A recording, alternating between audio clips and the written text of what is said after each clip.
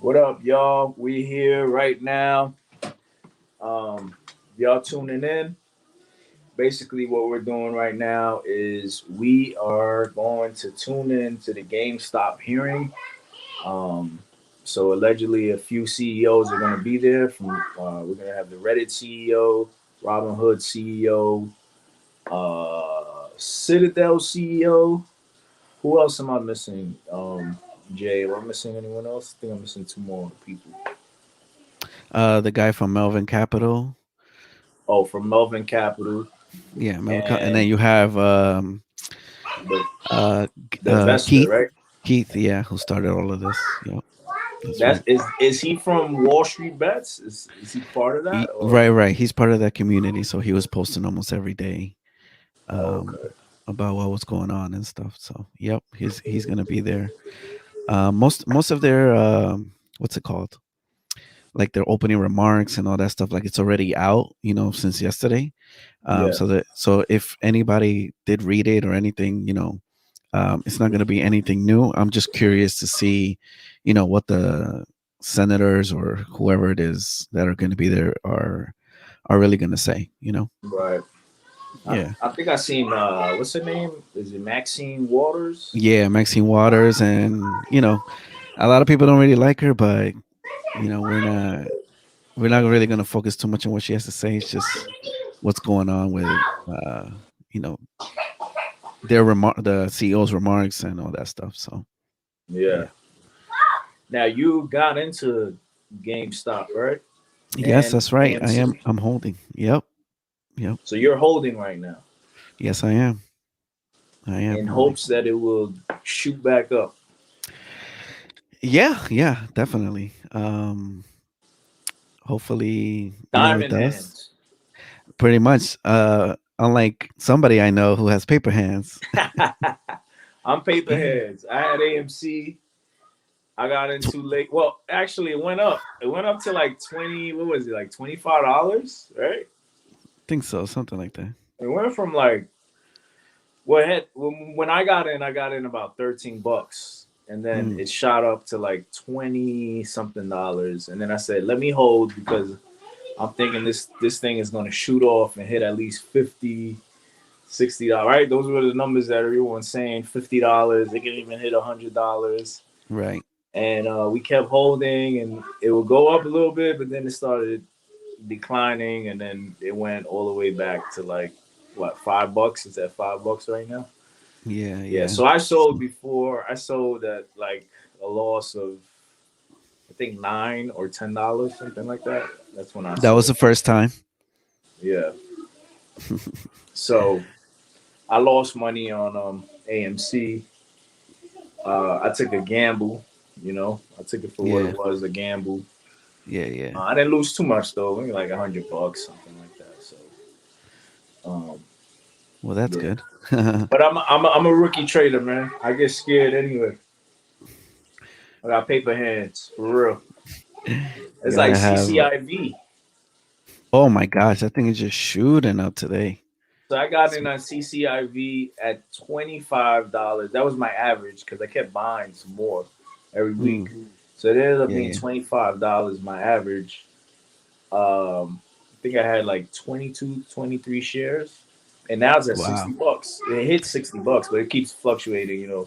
57, 50, 60 between there. What's wild about that stock is that it is there's no like legitimacy, I guess, that they're actually going to merge with Lucid. Yeah, But man, it's just it's crazy that yeah, that price. yeah. It's basically off of news, right? Because they call it. I'm learning all these terms now. SPAC. Right. So SPAC meaning that two companies merge, right? Yeah. Is that what it means? Yeah, yeah. So instead of doing the traditional route, which is to get an IPO or whatever, um, you have you go through the SPAC way. Oh, I think we're live now with this. Do you hear that? No. You don't hear that. Okay, let me see.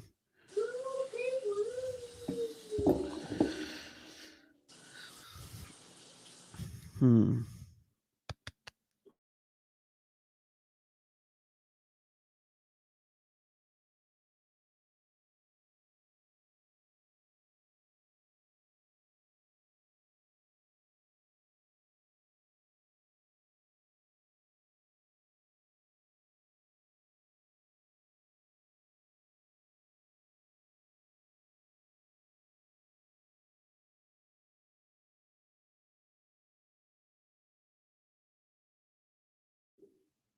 So yeah, I still don't hear that.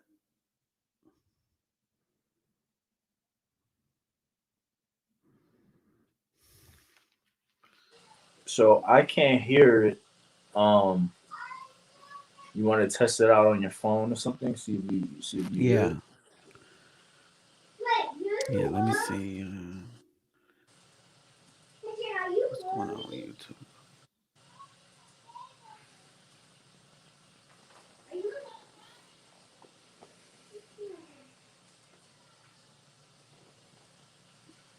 Oh yeah, she's talking, but I don't know. How do I?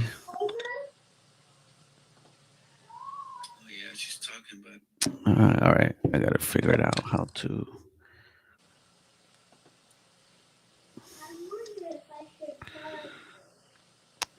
Dang.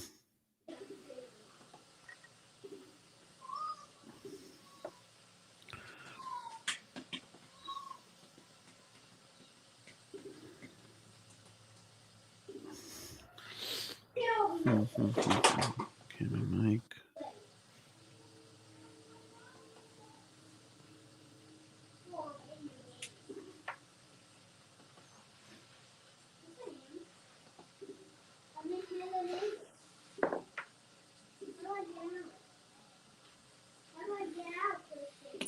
I like the title. GameStop. Who wins and loses when short sellers, social media, and retail?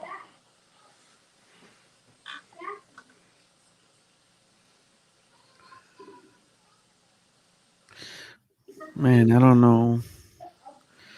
Well, I muted it for myself. I can hear it. I don't know how to.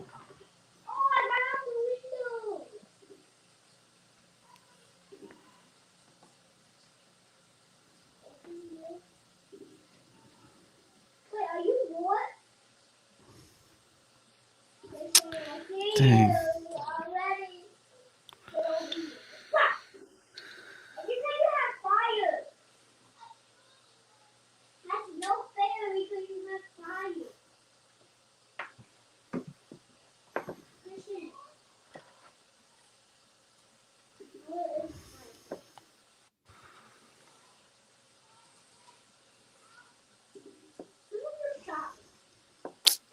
Man, how do I? So you can hear it on your end. Yeah, I'm listening to it. I'm just trying to see how can I put that into the live. Mm.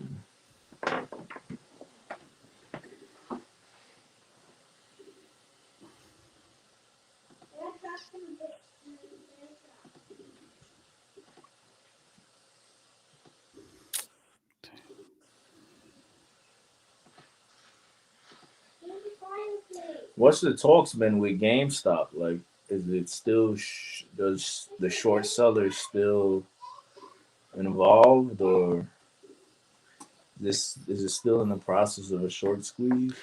All right, so I didn't really hear what you were saying because I had the audio playing. But what was that? Is it still a short squeeze? You saying?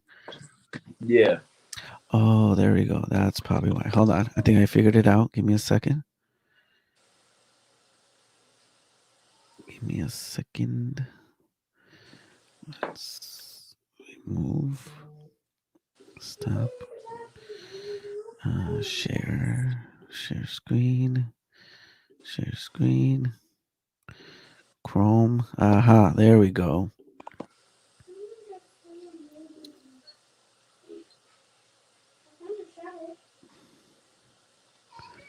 Um, and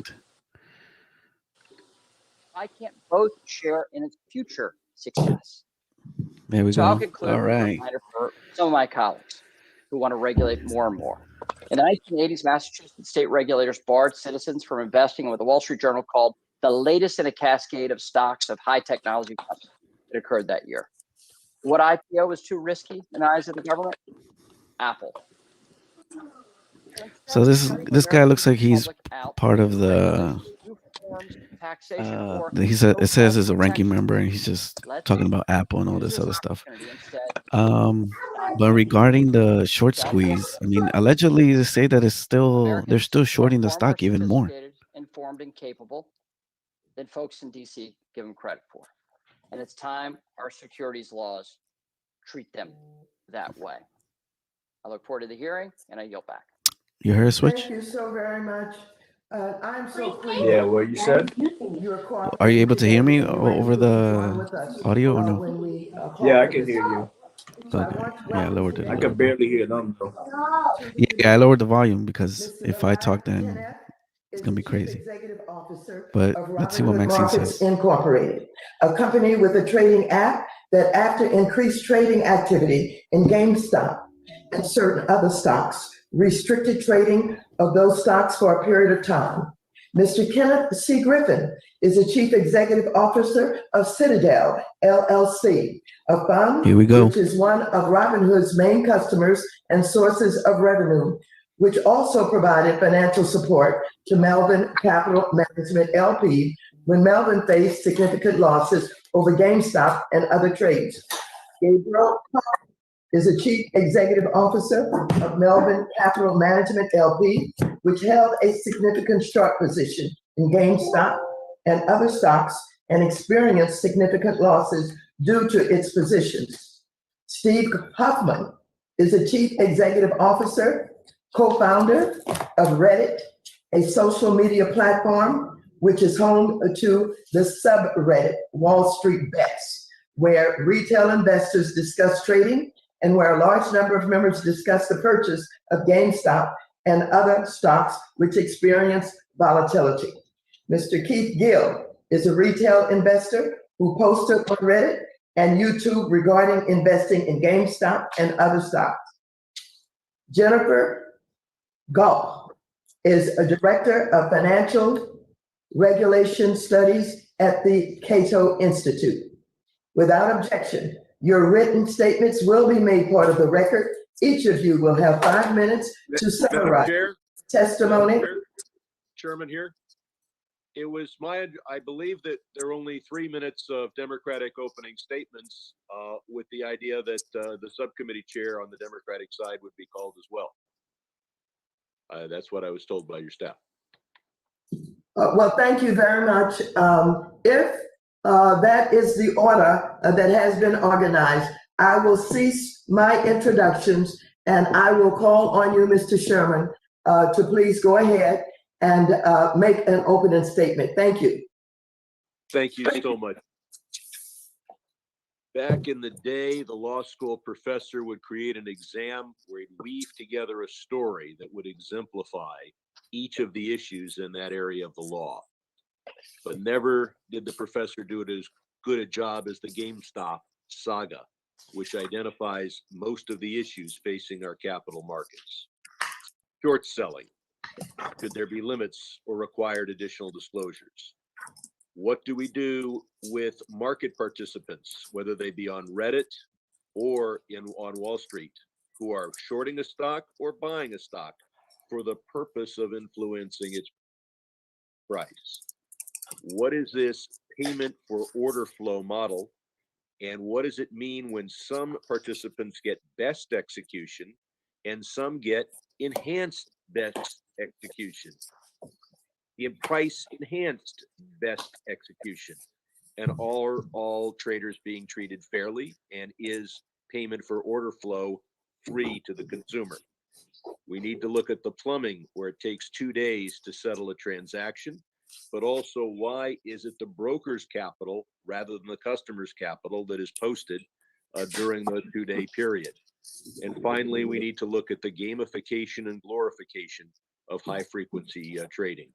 I thank the chairwoman for the time, and I hope that in the months to come, we have several hearings to explore these issues and that we're able to pass legislation this year to deal with each of them, and I yield back. Thank you. The chair now recognizes the chairman of the subcommittee of oversight and investigations, the gentleman from Texas, Mr. Green, for 1 minute. Thank you very much, Madam Chair. I greatly appreciate the opportunity to express some concerns that I have. It is a fact that Citadel Securities has paid over $100 million in penalties. And my concern is this. It deals with whether we can allow a market maker's profits from misleading clients and improperly trading ahead of clients to become something as simple as the cost of doing business. The risk of punishments for violations must Dang, I heard that exceed $100 the million. reward to deter the risk. I'm concerned, and my hope is that we'll get some additional intelligence on how these punishments have impacted the rewards that have been received. I yield back. Thank you very much. And I will go back to the introduction of our witnesses. I left off with Jennifer Sklupp, Director of Financial Regulation Studies at the Cato Institute. Without objection, your written statements will be made part of the record. Each of you will have 5 minutes to summarize your testimony. You should be able to see a timer on your screen that will indicate how much time you have left, and a chime will go off at the end of your time. I would ask you to be mindful of the timer and quickly wrap up your testimony if you hear the chime. Now, before we begin with your oral testimonies, I would like to swear in the witnesses. I will call each of your names individually to respond. Would you please raise your hands? Do you solemnly swear to affirm that the testimony you will give before this committee in the matters now under consideration will be the truth, the whole truth, and nothing but the truth, so help you God? Mr. Tanel? I do. Mr. Griffin? I do. Mr. Plotkin? Mr. Plotkin? I was muted. I apologize. I do. Thank you. I Mr. Huffman? Nah. Mr. Gill? I do. Ms. Scott? I do. Thank you very much. Let the record show that all of the witnesses answered in the affirmative. We will now begin with their oral testimonies. Ms. Tanab, you are recognized for 5 minutes to present your oral testimony. Chairwoman Waters, Ranking Member McHenry, members of the committee. My name is Vlad Tenev, and I'm the Chief Executive Officer and co-founder of Robinhood. Thank you for the invitation to speak about Robinhood and the millions of people we serve. So scripted. Almost 8 years ago, Beju Bhatt and I founded Robinhood. We believed then, as we do now, that the financial system should be built to work for everyone, not just a select few. We dreamed of making investing more accessible, especially for people without a lot of money. The stock market is a powerful wealth creator, but only half of U.S. households participate in it. Mr. Staff, I would like you to use your limited time to talk directly to what happened January 28th. And your We don't want to hear your bio. Certainly. Madam Chair, the witness has the opportunity to give their own testimony. Excuse me, You use your time for your questioning. You are not recognized, Mr. For you guys that don't know, this is Please go right ahead and speak directly to the CEO of question. Robinhood. Mr. McHenry, yes, of course. We created Robinhood to economically empower all Americans by opening financial markets to them. I was born in Bulgaria, a country with a financial system that was on the verge of collapse. At the age of 5, I immigrated with my family to America in search of a better life. I have benefited from all America has to offer. And Robinhood's mission to democratize finance for all has a very special significance for me. Robinhood's platform allows people from all backgrounds to invest with no account minimums and 0 commissions. Contrary to some very misleading and highly uninformed reports, we see evidence that most of our customers are investing for the long term with features like fractional shares, dividend reinvestment, recurring investments. Our customers can start with small amounts and grow their investments in blue chip stocks and ETFs over time. We've always recognized the responsibility that comes with helping people invest. We'll continue to enhance our educational platform to help customers no matter where they are in their financial journey.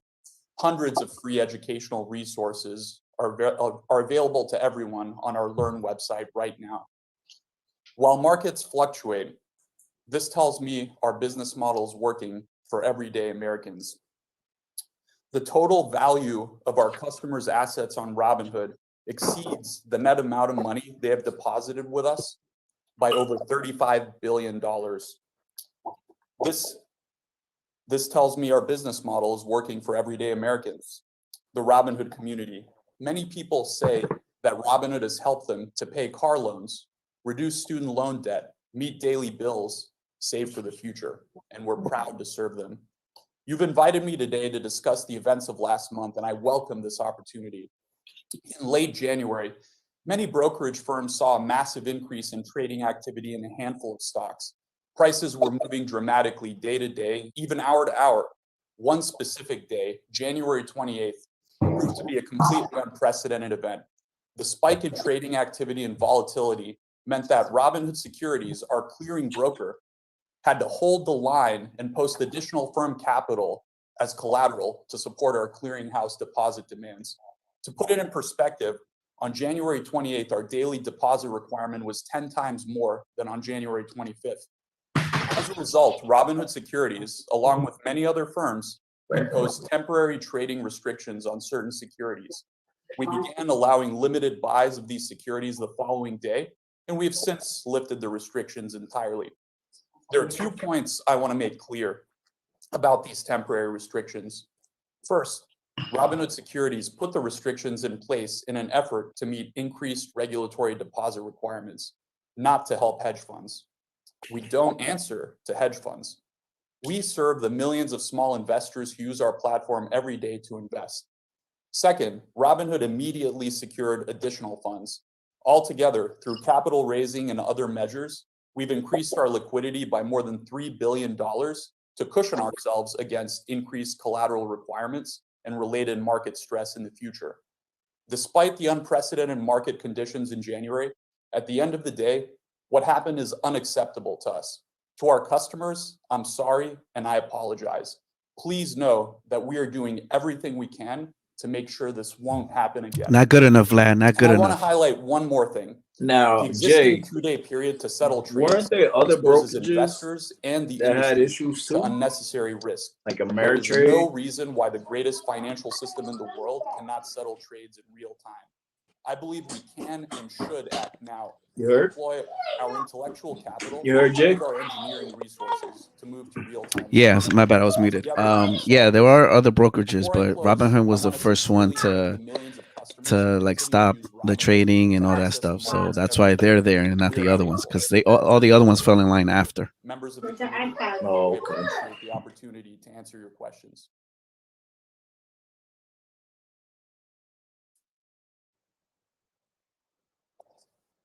Mr. Griffin, you are now recognized for 5 minutes to present your oral testimony. Chairman Waters, Ranking Member McHenry, distinguished members of the committee, thank you for the opportunity to testify today on the recent market events. The U.S. capital markets are the envy of the world. Our nation's ability to allocate capital to its best and highest use creates jobs, drives innovation, and fuels our economy. America's retail investors play an important role in our capital markets. According to Gallup, about 55% of Americans own stock right now. Citadel Securities, as the largest market maker in the U.S. equities market, executes more trades on behalf of retail investors than any other firm. As I will discuss shortly, Citadel Securities played an important role in meeting the needs of retail investors during the week of January 24th. Before doing so, I want to be perfectly clear. We had no role in Robinhood's decision to limit trading in GameStop or any of the other meme stocks. I first learned of Robinhood's trading restrictions only after they were publicly announced. All of us at Citadel Securities are committed to the healthy functioning of the U.S. equities markets. Now, I first participated in the financial markets as a retail investor. In the late 1980s, while attending college, I traded stocks and options from my dorm room. My passion for investing led to my founding of Citadel in 1990. Today, Citadel is one of the world's leading alternative investment managers. Our capital partners include pension plans, colleges, hospitals, foundations, and research institutions. In 2002, my partners and I founded Citadel Securities. Today, Citadel Securities is one of the world's preeminent market makers. We've been a leader in using technology to transform our markets, particularly for retail investors. Citadel Securities invests hundreds of millions of dollars each year to serve the needs of our customers. In the last week of January, the importance of this investment was on full display. During the period of frenzied retail equities trading, Citadel Securities was able to provide continuous liquidity every minute of every trading day. When others were unable or unwilling to handle the heavy volumes, Citadel Securities was there. On Wednesday, January 27th, we executed 7.4 billion shares on behalf of retail investors. To put this into perspective, on that day, Citadel Securities executed more shares for retail investors than the entire average daily volume of the entire U.S. equities market in 2019. The magnitude of the orders routed to Citadel Securities reflects the confidence of the retail brokerage community in our firm's ability to deliver in all market conditions and underscores the critical importance of our resilient and stable systems. I could not be more proud of our team at Citadel Securities. My colleagues who were committed to ensuring that the interest of America's retail investors were served during this extraordinary period. Once again, I appreciate the opportunity to appear today, and I look forward to answering your questions. Thank you, Mr. Griffin. Mr. Plotkin, you're now recognized for 5 minutes to present your oral testimony. Chairwoman Waters, Ranking Member McHenry, and members of the committee, I would like to thank you for this opportunity to share Melvin Capital's perspective on the recent trading activity in GameStop. I am the founder and chief investment officer of Melvin Capital. I'm humbled by these unprecedented events. Many investors on all sides have experienced losses. I am here today to share my own personal experience. A lot of losses. To be helpful in this conversation.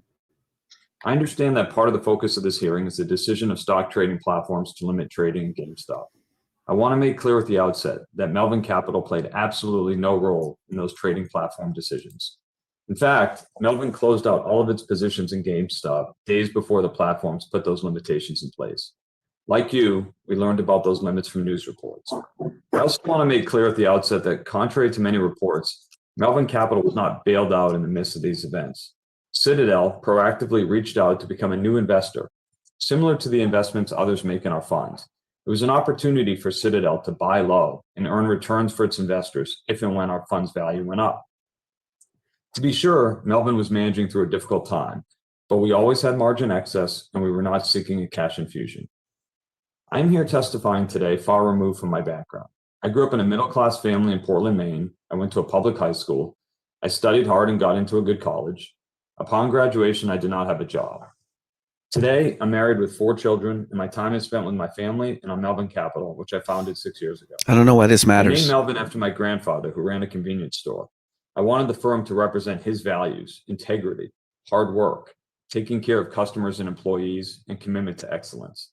Melvin Capital manages a hedge fund. Investors such as academic institutions, medical research, and other charitable foundations, pension funds, retirees, and others invest with us. We have 36 employees and hundreds of investors, and I feel a personal duty to all of them. Do it. Melvin specializes in the consumer and technology sector, including companies like GameStop, AutoZone, and Expedia.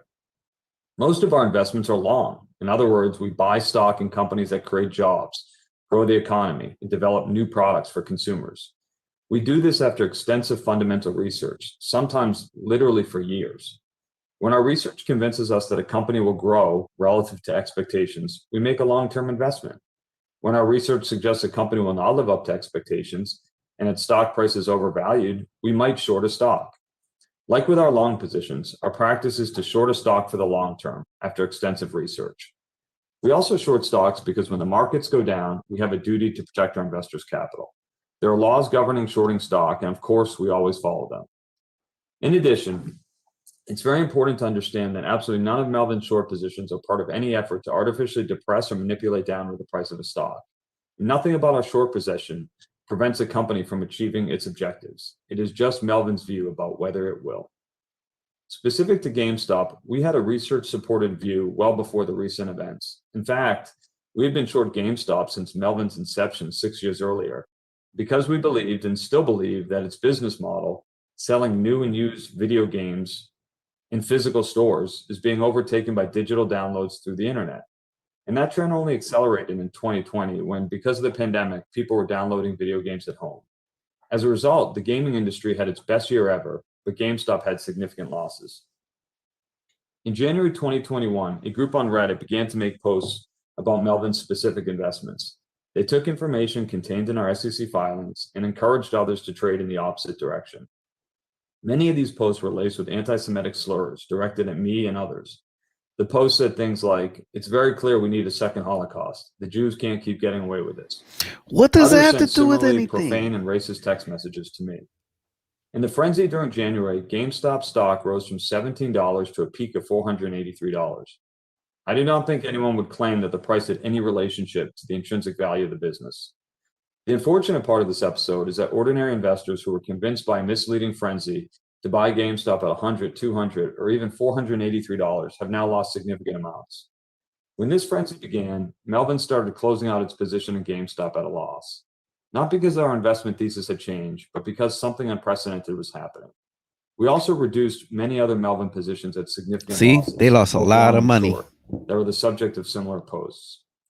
I'm personally humbled by what happened in January. Investors in Melvin suffered significant losses. It is now our job to earn it back. And while I do not think that anyone could have anticipated these events, I've learned much from them, and I'm taking steps to protect our investors from anything like this happening in the future. I look forward to answering your questions.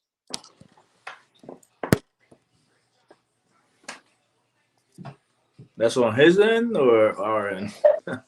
What? Thank you, Mr. Plotkin. Mr. Huffman, you are now recognized for 5 minutes to present your oral testimony. Thank you. Madam Chairwoman, Mr. Ranking Member, honorable members of the committee. This is the Robinhood guy. My name is Steve Huffman. I am the co-founder I'm and sorry, CEO of Reddit. and I'm pleased to talk with you today about how Reddit works and what we have seen on our site in the past few weeks. Wow, they got nice cameras. Reddit's mission is to bring community and belonging to everyone in the world. Of course they do. What It's started Reddit. in 2005 as a single community has since evolved into a vast network of many thousands of communities.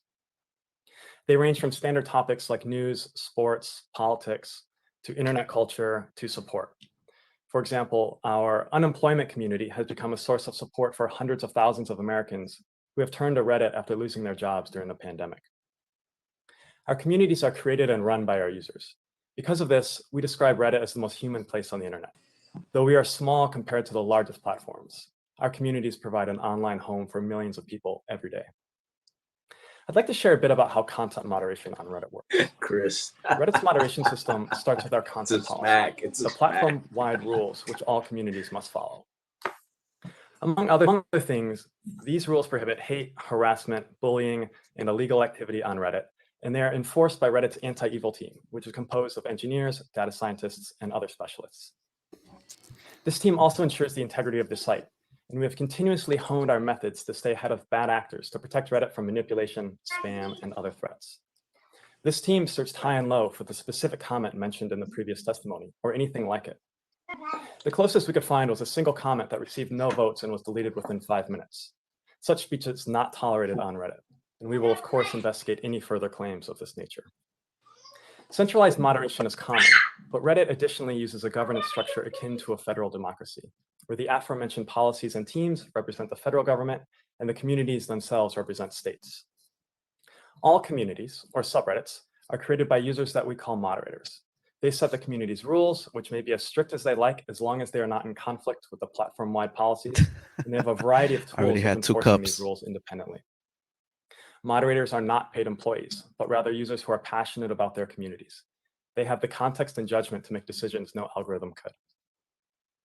The members of each community contribute both the content itself and the ranking of it by voting up or down on any post or comment.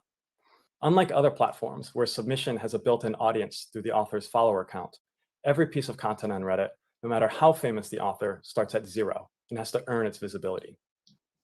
Through their votes, the community itself enforces not just the explicit rules of their community, but also the unwritten rules that define their culture. This layered approach has helped our users create the most authentic communities online. The specific community we'd like to talk about today is Wall Street Bets. It's important to understand that Wall Street Bets is one of many finance and investing related communities on Reddit. This particular community specializes in higher risk, higher reward investments than what you might find in other more conservative financial communities on Reddit, with such names as personal finance, investing, and financial independence. I will stress that Wall Street Bets is first and foremost a real community. The self-deprecating jokes, the memes, the crass at times language all reflect this. And if you spend any time on Wall Street Bets, you'll find a significant depth to this community exhibited by the affection its members show one another. They are just as quick to support a fellow member after a big loss as they are to celebrate after a big gain. A few weeks ago, we saw the power of community in general and of this community in particular when the traders of Wall Street Bets banded together at first to seize an investment opportunity not usually accessible to retail investors, but later more broadly to defend all retail investors against the criticism of the financial establishment. With the increase in attention, Wall Street Bets unsurprisingly faced a surge in traffic and new users. At Reddit, our first duty in these situations is to our communities, and our role in this moment was to keep Wall Street Bets online. Working around the clock, we scaled our infrastructure, made technology changes to help this community withstand the onslaught of traffic, and we acted as diplomats to help resolve conflict within Wall Street Bets leadership. We have since analyzed the activity in Wall Street Bets to determine whether bots, foreign agents, or other bad actors played a significant role. They have not. In every metric we checked, the activity in Wall Street Bets was well within normal parameters, and its moderation tools were working as expected. We will, of course, cooperate with valid legal requests from federal and state regulators. That said, we do believe that this community was well within the bounds of our own policies. To conclude, I would like to reiterate why it is important to protect online communities like Wall Street Bets. Wall Street Bets may look sophomoric or chaotic from the outside, but the fact that we're here today means they've managed to raise important issues about fairness and opportunity in our financial system. I'm proud they use Reddit to do so. Thank you, and I look forward to your questions. Here we go. Here we go. The hero's coming on. Mr. Keith Gill. Thank you very much, Mr. Huffman. Mr. Gill, you are now recognized for 5 minutes to present your oral testimony. Let's go, the hero. Thank you, Chairwoman Waters, Ranking Member McHenry, members of the committee. I'm happy to discuss There he is. There he my is. purchases of GameStop shares and my discussions of their fair value on social media. It is true that my investment in that company multiplied in value. Yeah, many look at times. the background. For that, I feel enormously fortunate.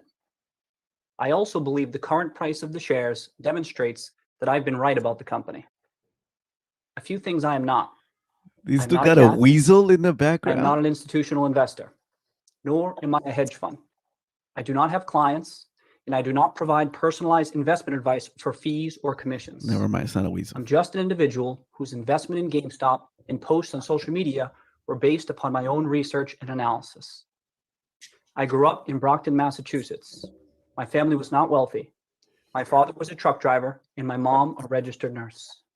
I was one of 3 kids and the first in my family to earn a 4-year college degree when I graduated from Stonehill College in 2009. That was not a good time to be looking for a job. From 2010 to 2017, I worked at a few startup companies, but there were significant periods when I was unemployed. I took an interest in the stock market, and even though I had very little money, I used those times to educate myself and learn more about investing. In April 2019, after nearly 2 years unemployed, I accepted a marketing and financial education job at MassMutual. My wife, Caroline, and I were thrilled that I had an income and benefits. My job was to help develop financial education classes that advisors could present to prospective clients. I was not a stockbroker or a financial advisor. I did not talk to clients, and I did not recommend stocks for them to buy. Before and after I joined MassMutual, I studied and followed stocks. One of those was GameStop. In early June of 2019, the price of GameStop stock declined below what I thought was its fair value. I invested in GameStop in 2019 and 2020 because, as I studied the company, I became more and more confident in my analysis. Two important factors, based entirely on publicly available information, gave me confidence that GameStop was undervalued. First, the market was underestimating the prospects of GameStop's legacy business and overestimating the likelihood of bankruptcy. I grew up playing video games and shopping at GameStop, and I plan to continue shopping there. GameStop stores still provide real value to consumers and reliable revenue for GameStop. Second, I believe that GameStop has the potential to reinvent itself as the ultimate destination for gamers within the rapidly growing $200 billion gaming industry. GameStop has a unique opportunity to pivot toward a technology-driven business. By embracing the digital economy, GameStop may be able to find new revenue streams that vastly exceed the value of its business. I am hardly the only person who has advocated these points. When I wrote and spoke about GameStop on social media with other individual investors, our conversations were no different from people in a bar or on a golf course or at home talking or arguing about a stock. Hedge funds and other Wall Street firms have teams of analysts working together to compile research and analyze shares of companies. Individual investors do not have those resources. Social media platforms like Reddit, YouTube, and Twitter are leveling the playing field. The idea that I use social media to promote GameStop stock to unwitting investors and influence the market is preposterous. My post did not cause the movement of billions of dollars into GameStop shares. It is tragic that some people lost money, and my heart goes out to them. But what happened in January just demonstrates again that investing in public securities is extremely risky. As I said earlier, I consider myself and my family fortunate with our investment. When the stock price broke $20 in December, I knew my investment was a success. I was so happy to visit my family in Brockton for the holidays. The money will go such a long way for us. We had an incredibly difficult 2020. Most difficult was the tragic and unexpected loss of my sister Sarah in June. I am grateful to be in a position to give back to and support my family. As for what happened in January, others will have to explain it. It's alarming how little we know about the inner workings of the market. And I am thankful that this committee is examining what happened. I also want to say that I support retail investors' right to invest in what they want, when they want. I support the right of individuals to send a message based on how they invest. As for me, I like the stock. I'm as bullish as I've ever been on a potential turnaround for GameStop, and I remain invested in the company. Thank you. Cheers, everyone.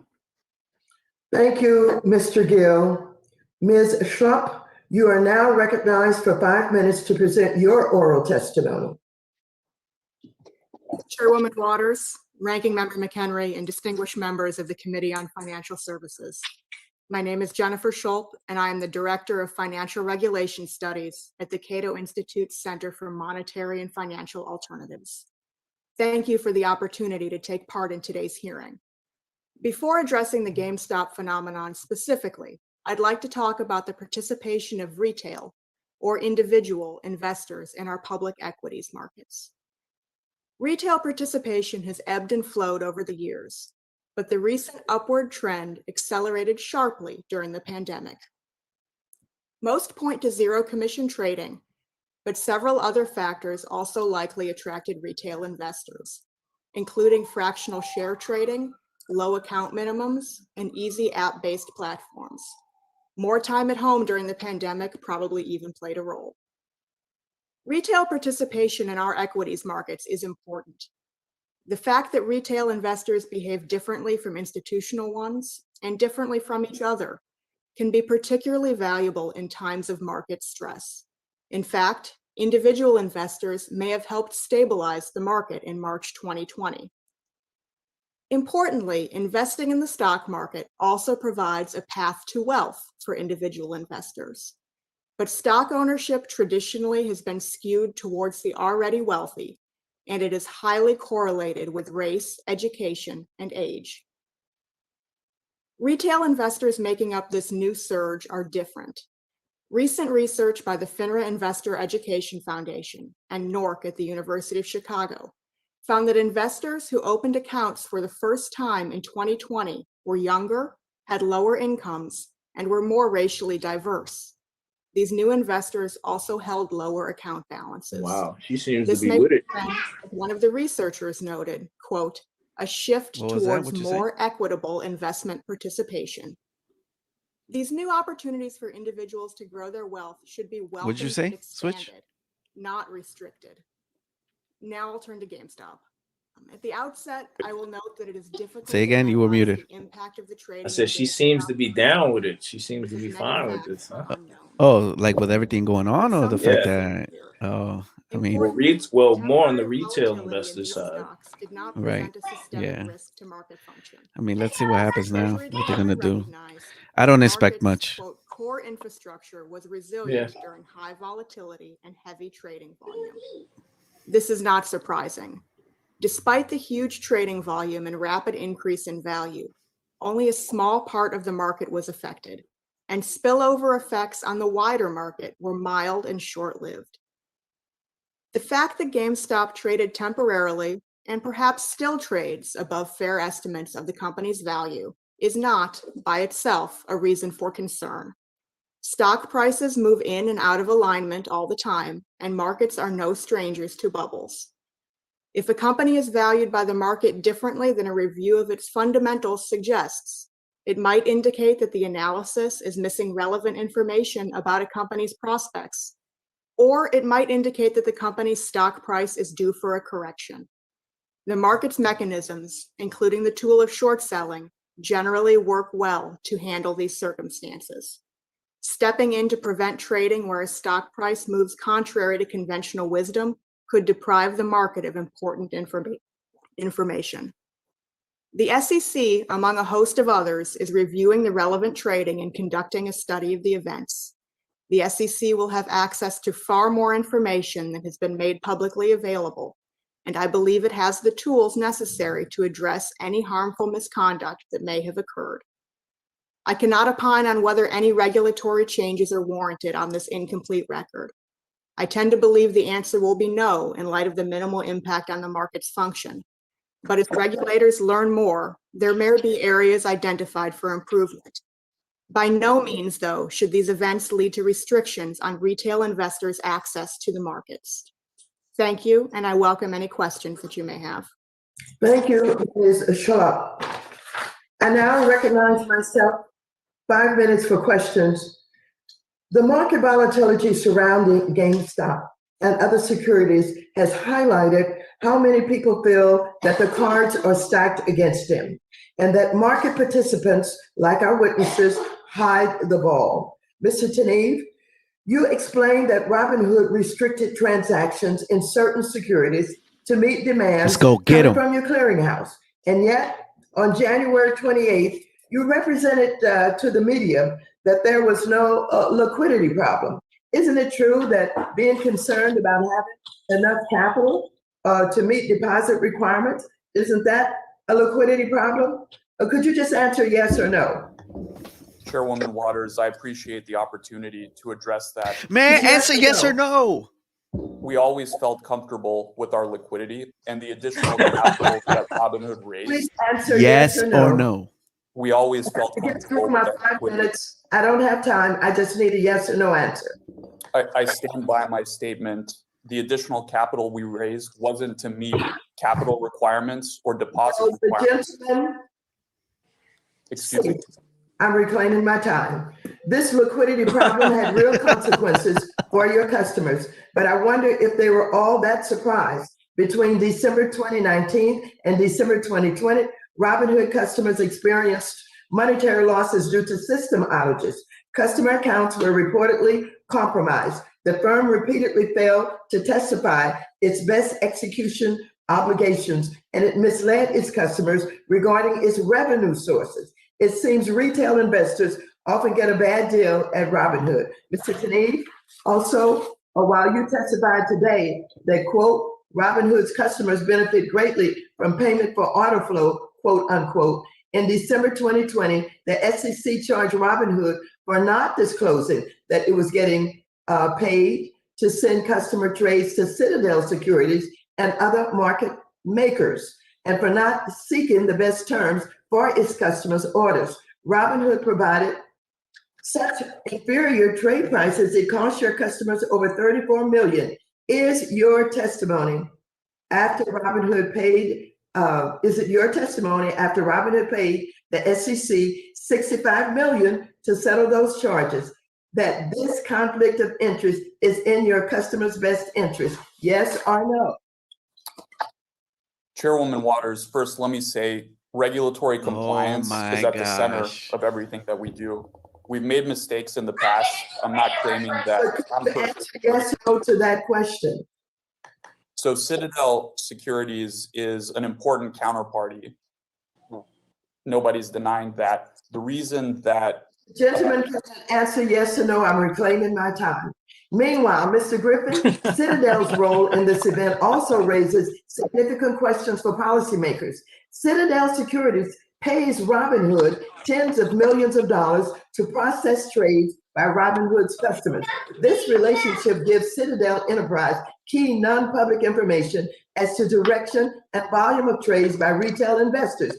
Your firm makes use of private exchanges called dark pools and other off-exchange trading to trade large sizes without moving the market against you. In fact, at some point last month, 50% of all trades occurred in dark pools or via OTC off-exchange trades. Your business strategy is designed intentionally to undermine market transparency and skim profits from companies and other investors. One problem, though, Mr. Griffin, is that we don't really know how central your firm has become to the capital markets. Mr. Griffin, does Citadel handle 47% of the U.S. listed retail volume? Please, yes or no.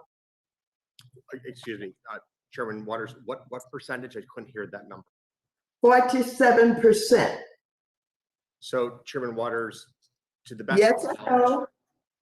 So the odd, to the best of my knowledge, we handle in excess of roughly 40% of all retail volume. Thank you very much, reclaiming my time. Mr. Griffin, on January 27, did Citadel execute 7.4 billion shares for retail investors, which would be more trades than the average daily volume of the entire United States equities market in 2019, yes or no? Chairman Waters, that was my written and oral testimony. Thank you very much. And with that, I now recognize the distinguished ranking member, Mr. McHenry, for 5 minutes for questions. All right, thank you. Mr. Tanev, I'm going to come to you first. I just want to get to what happened on that day in January. So let's take a step back here. You get a call in the middle of the night. Yo, this dude got to fix his camera. It's bothering me. It's all you tilted. in interviews say. And based off that conversation with your compliance team, you decided to halt the buying of GameStop stock. People were furious. We'll get into the regulations and the settlement parts of that today. We will get to that. But this is what I think needs to be answered about your decision. Why did Robinhood restrict the buying but not the selling of GameStop? And why did folks get locked out on the buy side only? Ranking Member McHenry, I appreciate the opportunity to address that. The reason that Robinhood, first of all, let me say Robinhood is always committed to providing access. It's in our name. It's in everything that we do. The decision to restrict GameStop and other securities was driven purely by deposit and collateral requirements imposed by our clearinghouses. So buying securities increases our collateral requirements. Selling does not. Moreover, preventing customers from selling is a very difficult and painful experience where customers are unable to access their money. So we don't want to impose that type of experience on our customers unless we have no other choice. And even though I recognize customers were very upset and disappointed that we had to do this, I imagine it would have been significantly worse if we prevented customers from selling. Okay, so let me ask this question. Is payment for order flow legal? Yes, payment for order flow is legal and regulated And and is a this common industry. disclosed? And is this disclosed to those users of your app? Yes, payment for order flow is disclosed in multiple places. And moreover, payment for order flow enables commission-free trading. And that's why it's become the industry standard model, as other brokerages have replicated our model and started offering commission-free trading to their customers as well. Okay. Oh, so that's how it's free. So to that, to this greater point of what happened that day and the model that you're using, let's be crystal clear. That decision you made to restrict the buying but not the selling of GameStop was based, what was it based on pressure from anyone on the witness panel here today? Not at all. Lies. Zero pressure from anyone. It was a collateral depository requirement decision made by our Robinhood Securities president. All right, so let me get into this other question. Let me get in this question. You want to democratize finance.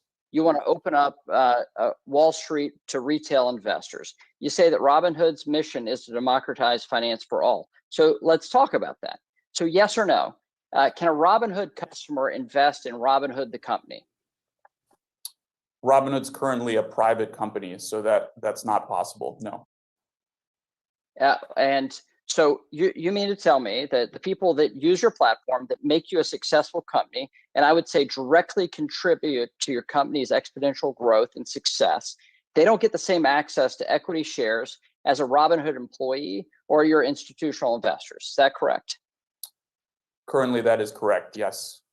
All right, Ms. Schultz, let me pivot to you. Why is that? Why is it that everyday investors on the Robinhood app, people that I would argue contributed to its success, can't invest in Robinhood itself?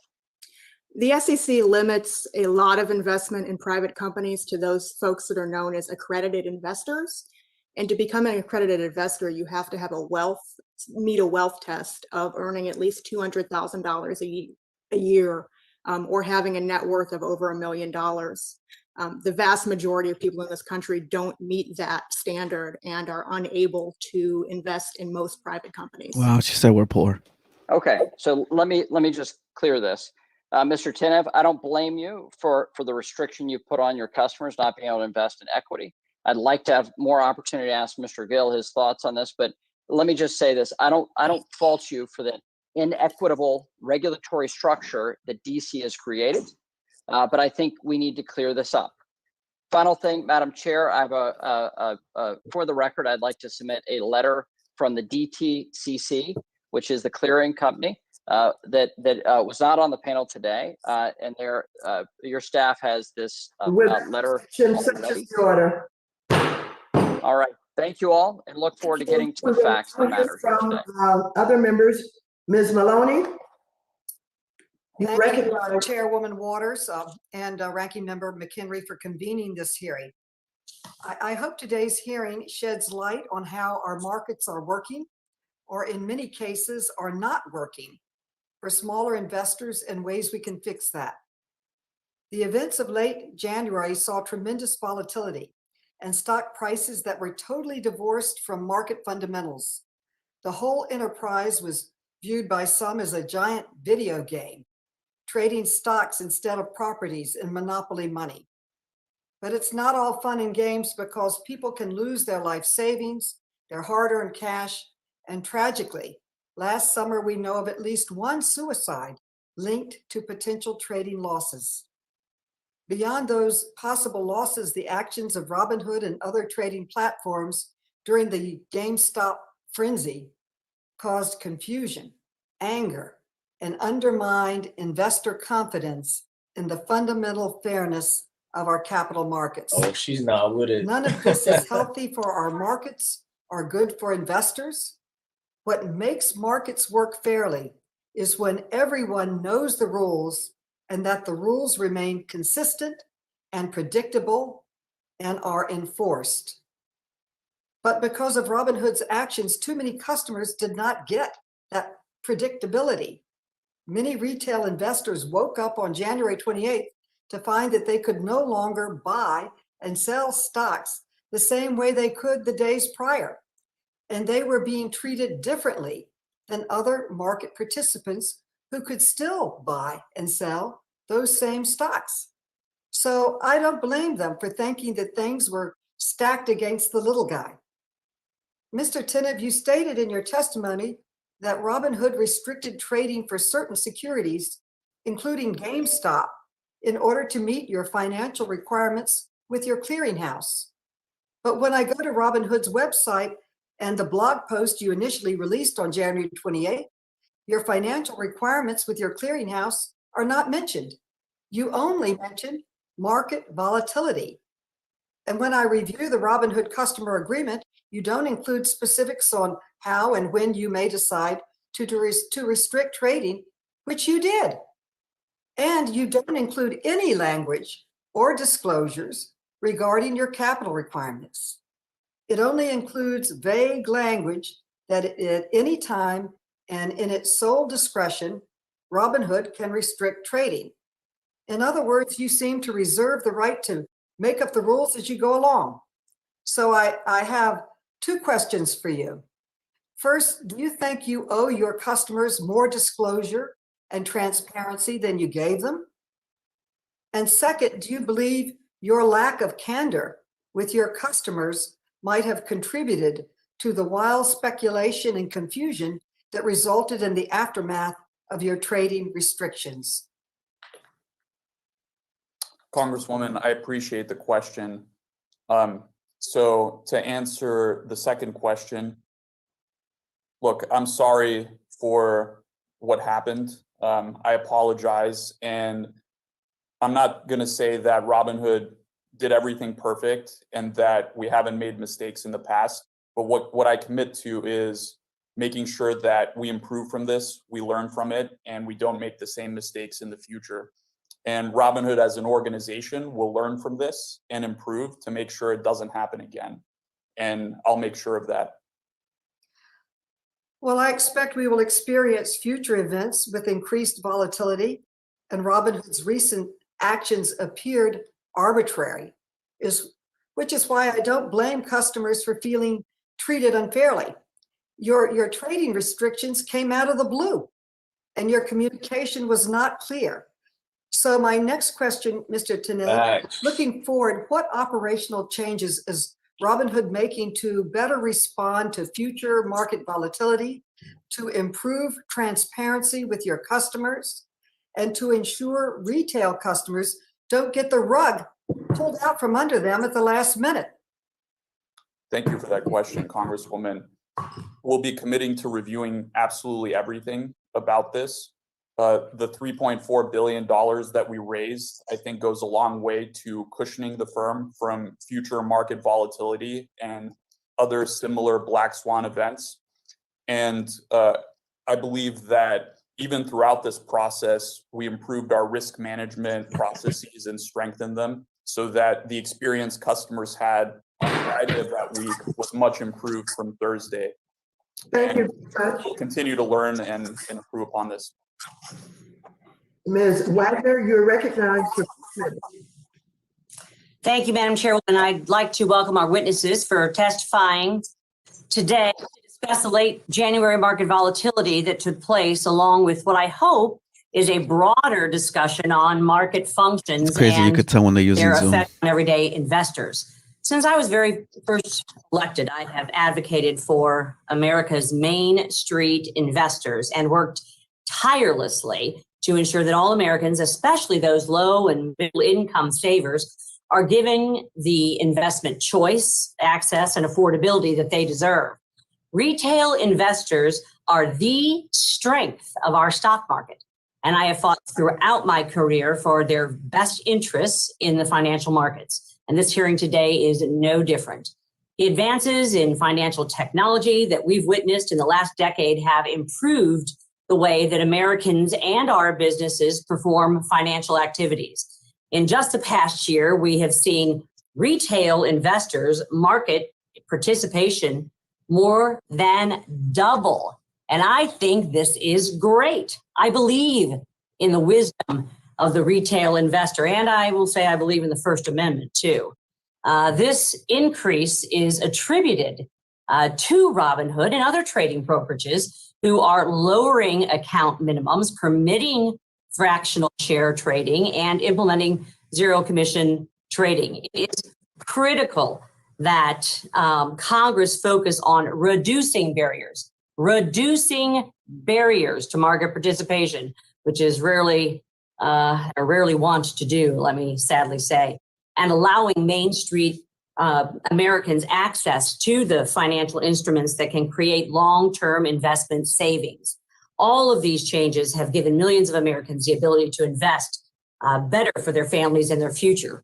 My hope is that the majority does not use this hearing as an excuse to once again add new federal regulatory burdens to an industry that is already heavily regulated, that will prevent people from participating in our capital markets. Letting existing regulations work is key, not burdening everyday investors with new and more costly barriers to entry.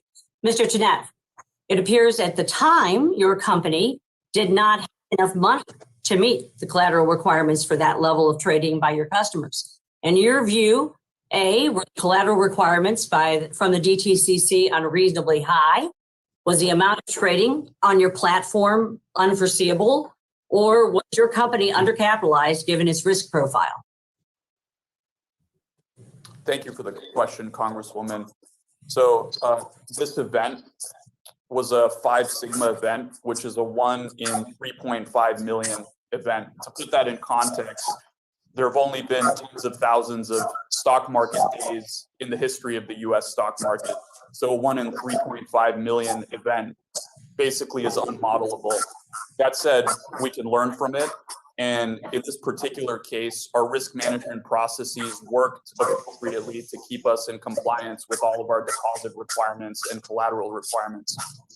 Mr. Tanev, I realize that you are doing a full review of your practices and such. I encourage you to do that. And certainly communication with your investors is going to be key to that, because you didn't communicate with them early on.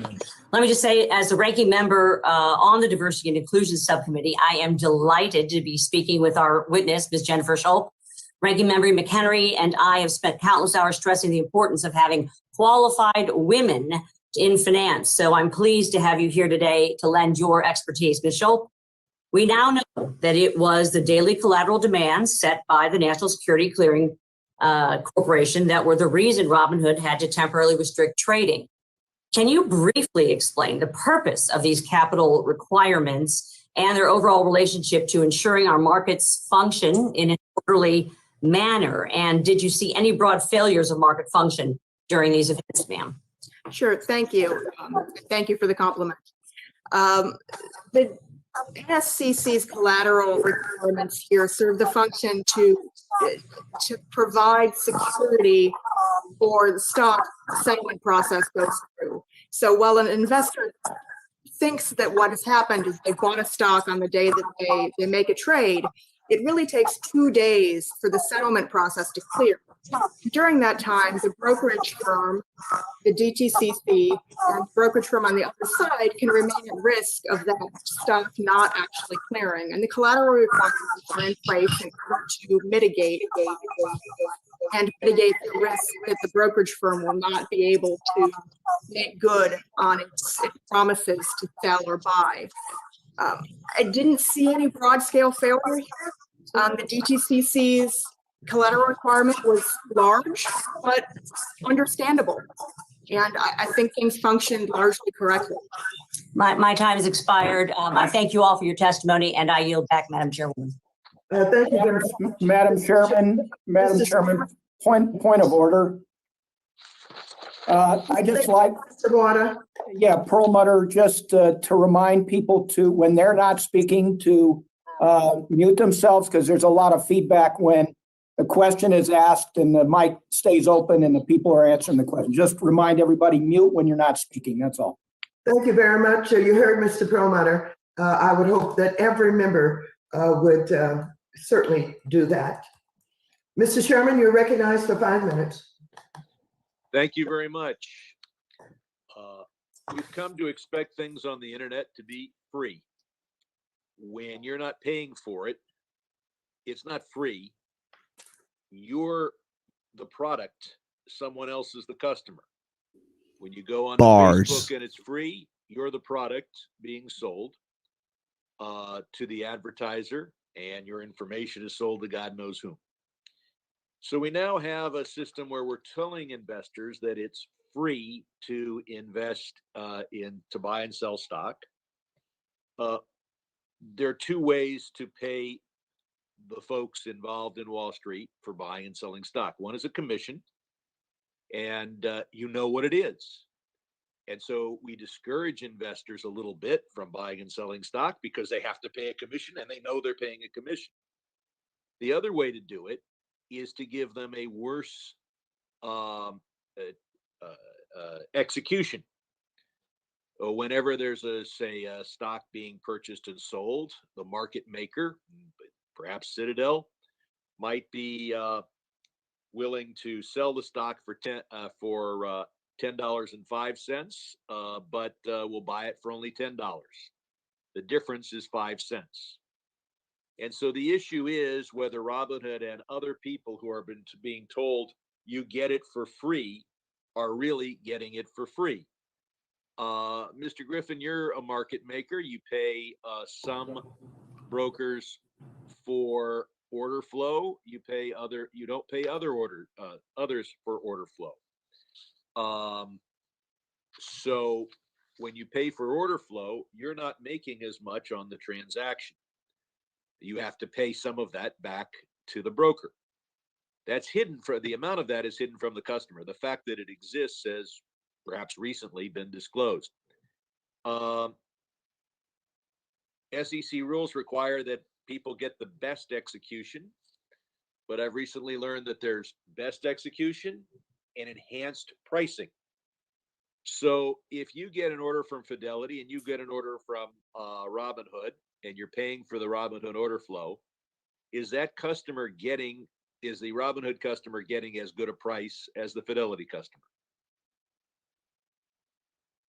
Mr. Griffin. So Congressman, I believe that's an excellent question.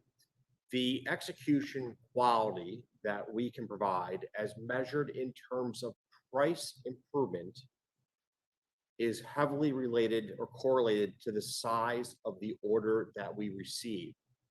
So if I were to speculate, don't tell me that that there are other factors involved and take us down another road. I'm asking you a clear question. Assuming same size of order, one comes in from Robinhood, one comes in from Fidelity. Is it not true that one is going to get a enhanced best execution and the other one is just going to get best execution? So as I was trying to explain, because the Robinhood order comes from a community of traders who tend to trade in smaller size. That isn't my question, sir. You're evading my question by making another question. Let me repeat. Get him. Two identical orders come in. Same stock. Now this guy's same from the quantity. clearinghouse, then, One's right? from Robinhood, one's from Fidelity. Yeah, I think he's from Citadel. What happened? Well, he's Citadel. The quality of the execution varies by the channel of the order. This is a commonly understood phenomena in economics that channels matter. So for example, when you go get a mortgage from JP Morgan to their clientele has a different rate of interest than a mortgage. Okay, reclaiming my time, sir. Who gets the better deal? Well, one that comes from a broker who is being paid for order flow, and one not. Can you testify that on balance, there's no difference, assuming the same size of the order? So as I said earlier, size of the order is only one factor. You are doing a great job of wasting my time. If you're going to filibuster, you should run for the Senate. Everyone else I've talked to in this industry says when you pay for order flow, you get when your broker is being paid for order flow, you get a worse execution. Otherwise, you're in a peculiar circumstance where you're making more money on a Fidelity transaction than a Robinhood transaction, which would be an absurd business practice. The gentleman's time has expired. Mr. Lucas, you're recognized for 5 minutes. Thank you, Madam Chairman, for holding this hearing, and thank you to the witnesses for agreeing to testify. It's been reported that approximately 20% of market volume is now attributable to retail customers, which I think is just fascinating considering that's up from 10% in 2019. And that's an overwhelmingly positive development, allowing for more market liquidity, more stability, additional avenues for households to grow their wealth. And it's important to increase market access for retail customers. And I don't want to disrupt that if we possibly can. So I'd like to turn with my first question to Mr. Teniff. Let's talk about the attention that this pay for order flow has received. You explained in your testimony, Robinhood's relationship with market makers is important for Robinhood's ability to offer commission-free trading. So expand, if you would, on how that process benefits the everyday investor.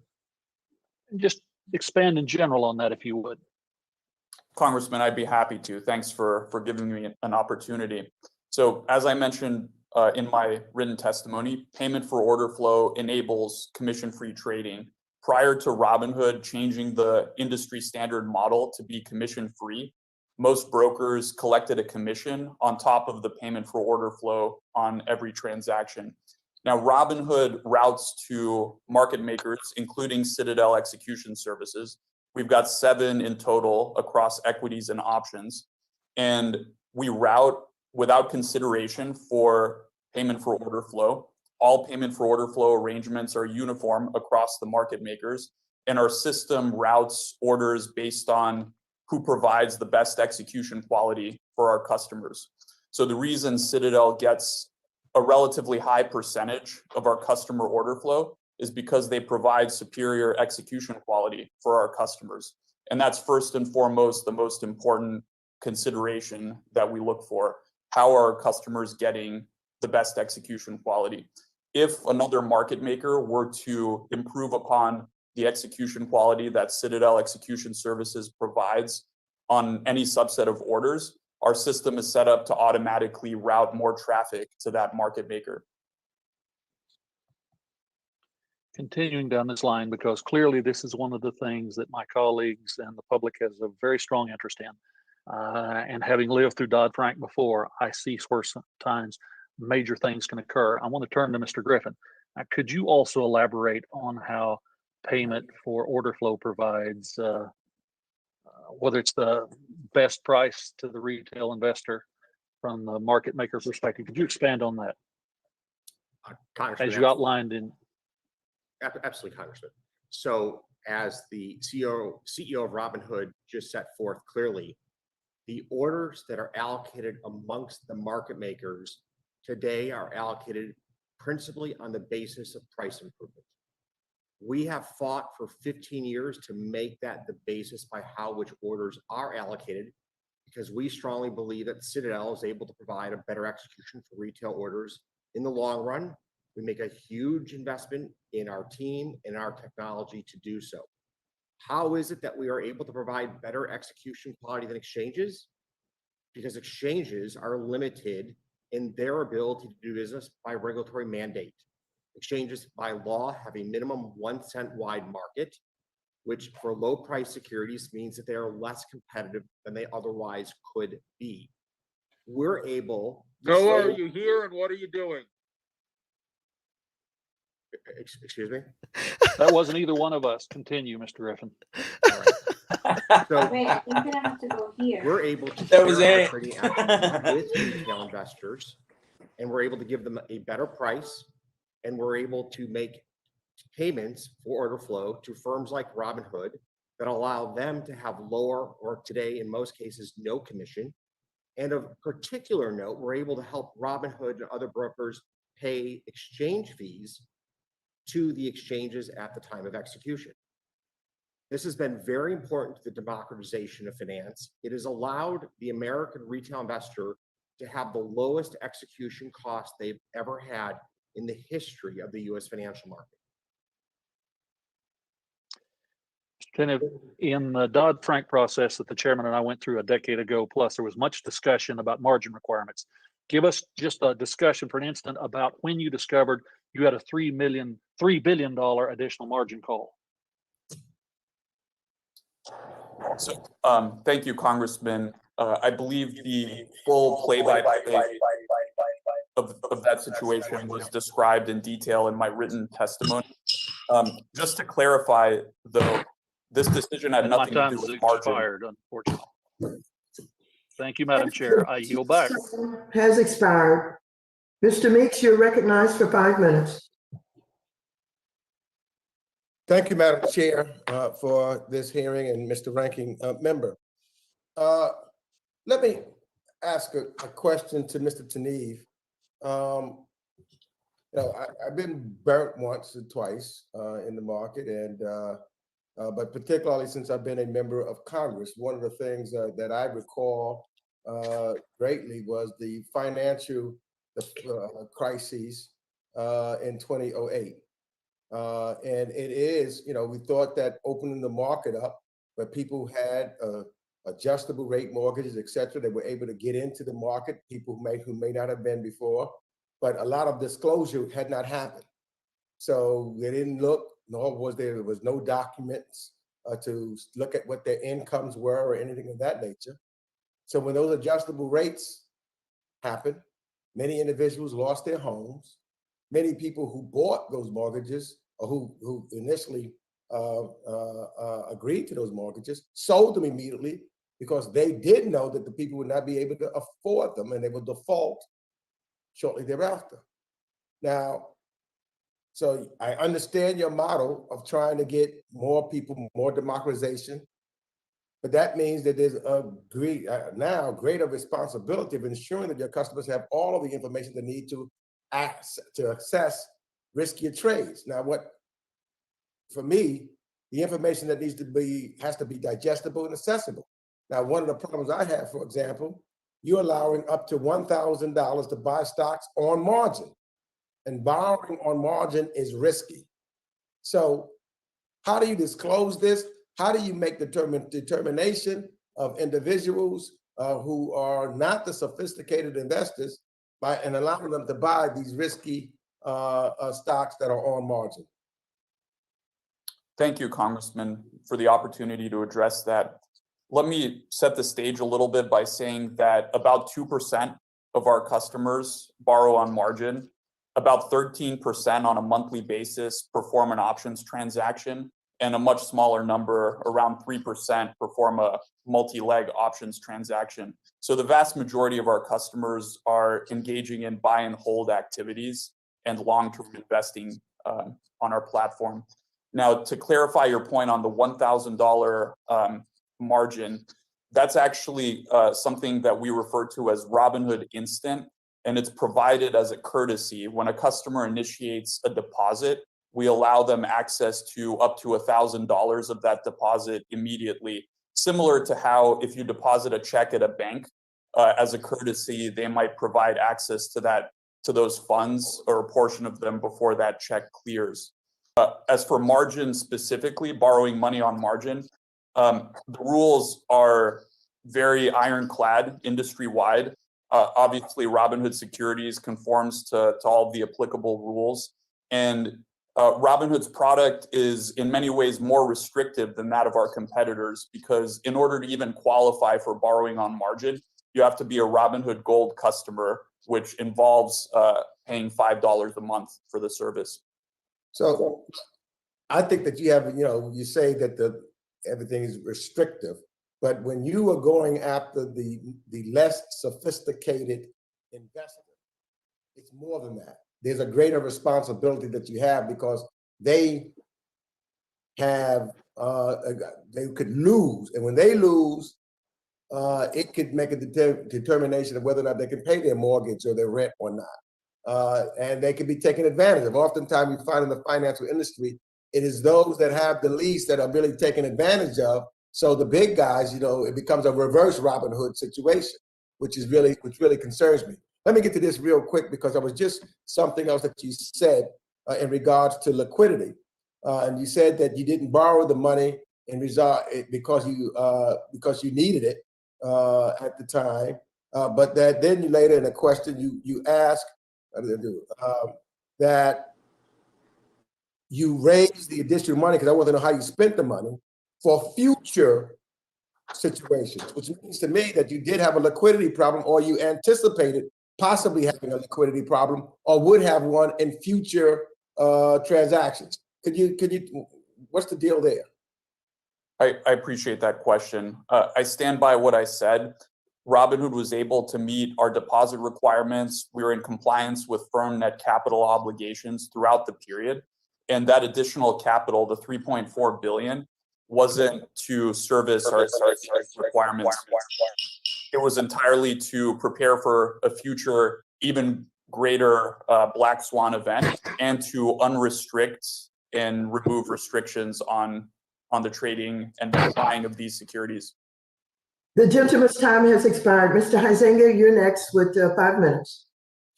Thanks, Madam Chair. And this would have been a little nicer 10 minutes ago when I was supposed to go, but I'm going to go back to Mr. Griffin and the chair of the Capital Markets Subcommittee. Ranking member, I think, was filibustering himself. And I just wanted to make sure, Mr. Griffin, you had that opportunity to feel comfortable with the explanation of that best execution and what was attempted apparently to try to be asked. Congressman, I hope so. I think it's important to emphasize that we have vigorously advocated for execution quality to be one of the dominant decision-making factors in the routing of order flow in the United States. This has saved retail investors billions of dollars over the year, in contrast to the executions that they would receive through other execution strategies. Okay. With respect to payment for order flow, we simply play by the rules of the road. Payment for order flow has been expressly approved by the SEC. It is a customary practice within the industry.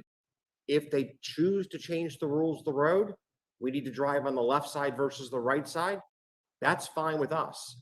I do believe that payment for order flow has been an important source of innovation in the industry. As the CEO of Robinhood has testified, they drove the industry towards $0 commissions.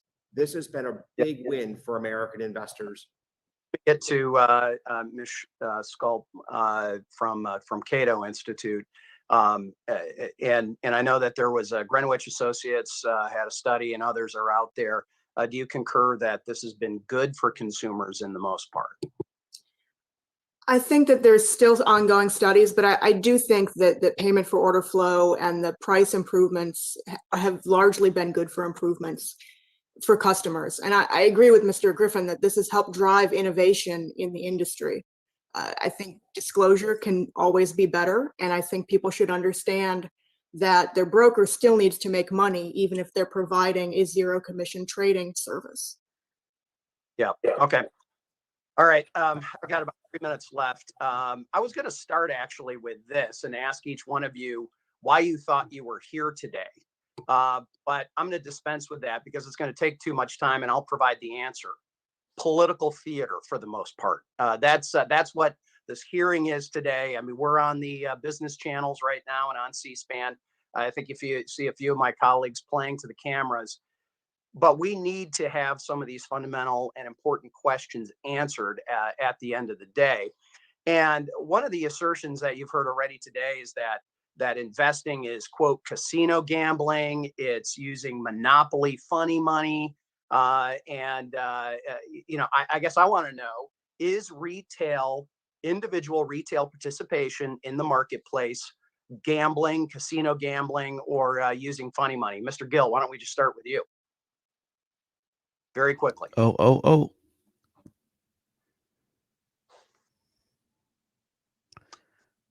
I don't hear him. So, Mr. Huffman, let's move to you. No, I believe that investing is investing. Okay. Mr. Griffin?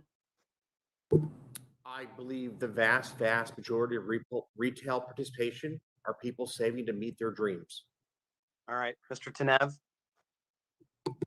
Congressman, thank you. As I mentioned in my opening statement, Robinhood customers have essentially made over $35 billion in unrealized and realized gains on all of their assets. It's a thing for them, correct? Absolutely, it's investing and it's building wealth. Go back to Mr. Gill. Yes, of course. I do.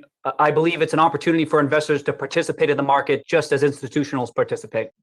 Okay, so actually the business channels had a good question from one of the Reddit readers, which is, so you recommended GameStop before. Would you buy their stock now at roughly 45? It started at 48. Watch the stock. Today. Watch you the were stock. talking about buying it and being happy when it hit cross 20. So are you buying that stock today?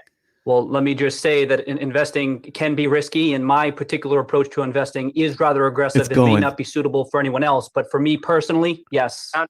Oh, how much is the stock right now?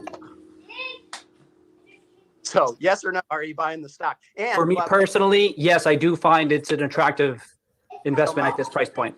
Oh. Quick question. Did you invest in GameStop because you were not aware of the payment for order flow? That's one of the accusations. People bought into this because they don't know that.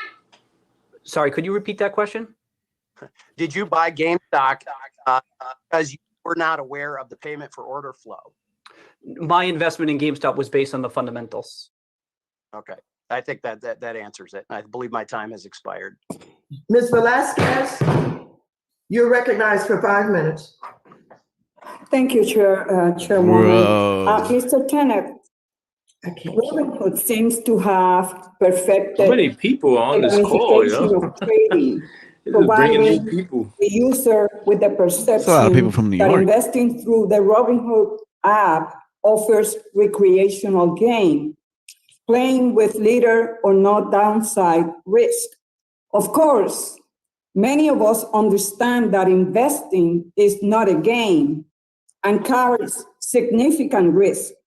How does Robinhood balance disclosures around the potential downside risk of investing, including the risk of substantial loss and the more enticing claims of profitability and the ease of trading?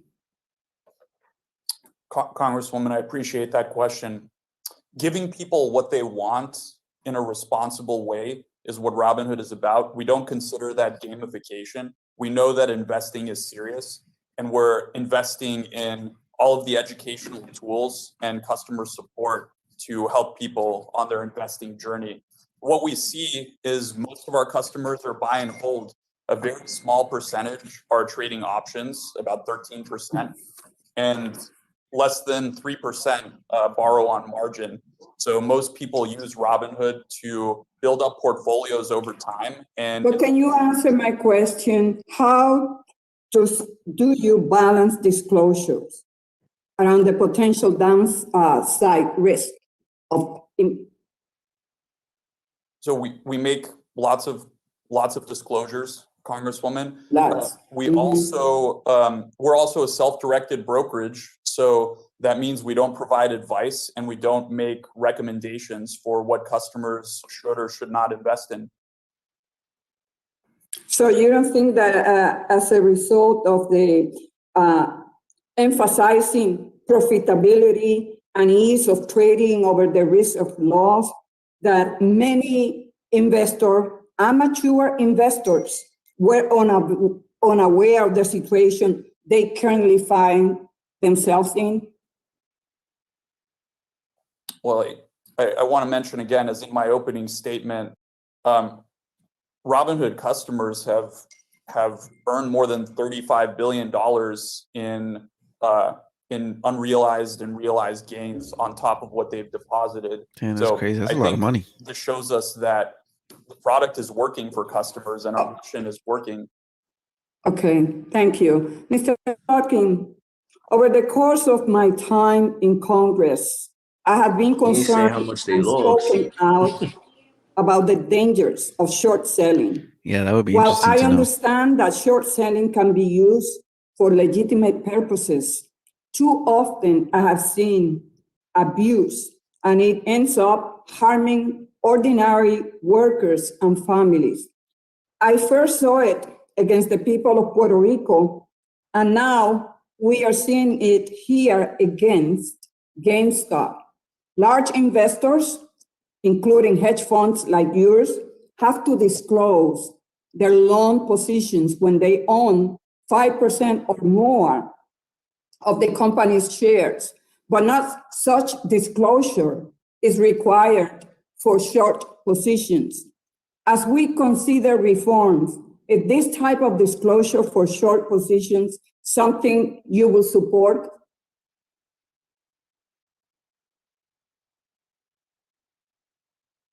Mr. Plotkin? Yeah, Congresswoman, thank you very much for the question. I think it's a really good question. Whatever regulation is put forth in the marketplace, we will obviously, operate within those rules. It's certainly something I'd be happy to follow up with. But what about my question about short selling? Yeah, I think it's a really good question. It's not really for me to decide, but if those are the rules, I'll certainly abide by them. Okay, well, I'm glad to hear that answer. Mr. Gill, public reports credit you with helping to start the GameStop craze by encouraging other amateur investors to bet against the short positions that Mr. Plotkin and others took. But the stock has now fallen from its high, and many amateur investors have lost hundreds of thousands of dollars. It is my understanding that you are a registered broker. Is that correct? The gentlelady's time has expired. Okay. Thank you. I yield back. Thank you, and I appreciate all of the members who are participating today. This is not political theater at all. This is serious oversight responsibility, and members are reminded not to impugn the motive of other members. Thank you, Mr. Lukemeyer. You're recognized for 5 minutes. Thank you, Madam Chair. And my first question will go to Mr. Gill. Mr. Gill, I guess the question is, you're a very serious investor, somebody who does his homework, invests in the market, your own personal funds. And so I guess the question would be, here today, we're discussing the actions around Robinhood, all the transactions that took place. And I guess, do you think we need more legislation as a result of what happened here, or did the system actually work? And let me just make a couple comments on that part. From the standpoint that, did it work? Was it self-correcting? Did the fact that somebody like yourself was able to invest and maybe take advantage of the over-shorting positions by the hedge fund guys who were trying to really drive down the price of the stock for other reasons, whatever? Or did it point out perhaps that we had some companies, perhaps like Robinhood, I would argue that was undercapitalized or under-reserved? Or maybe there was over-aggressive other types of investing that was taking place. The algorithms that were there, the different business models, they didn't work because you outsmarted the system, so to speak.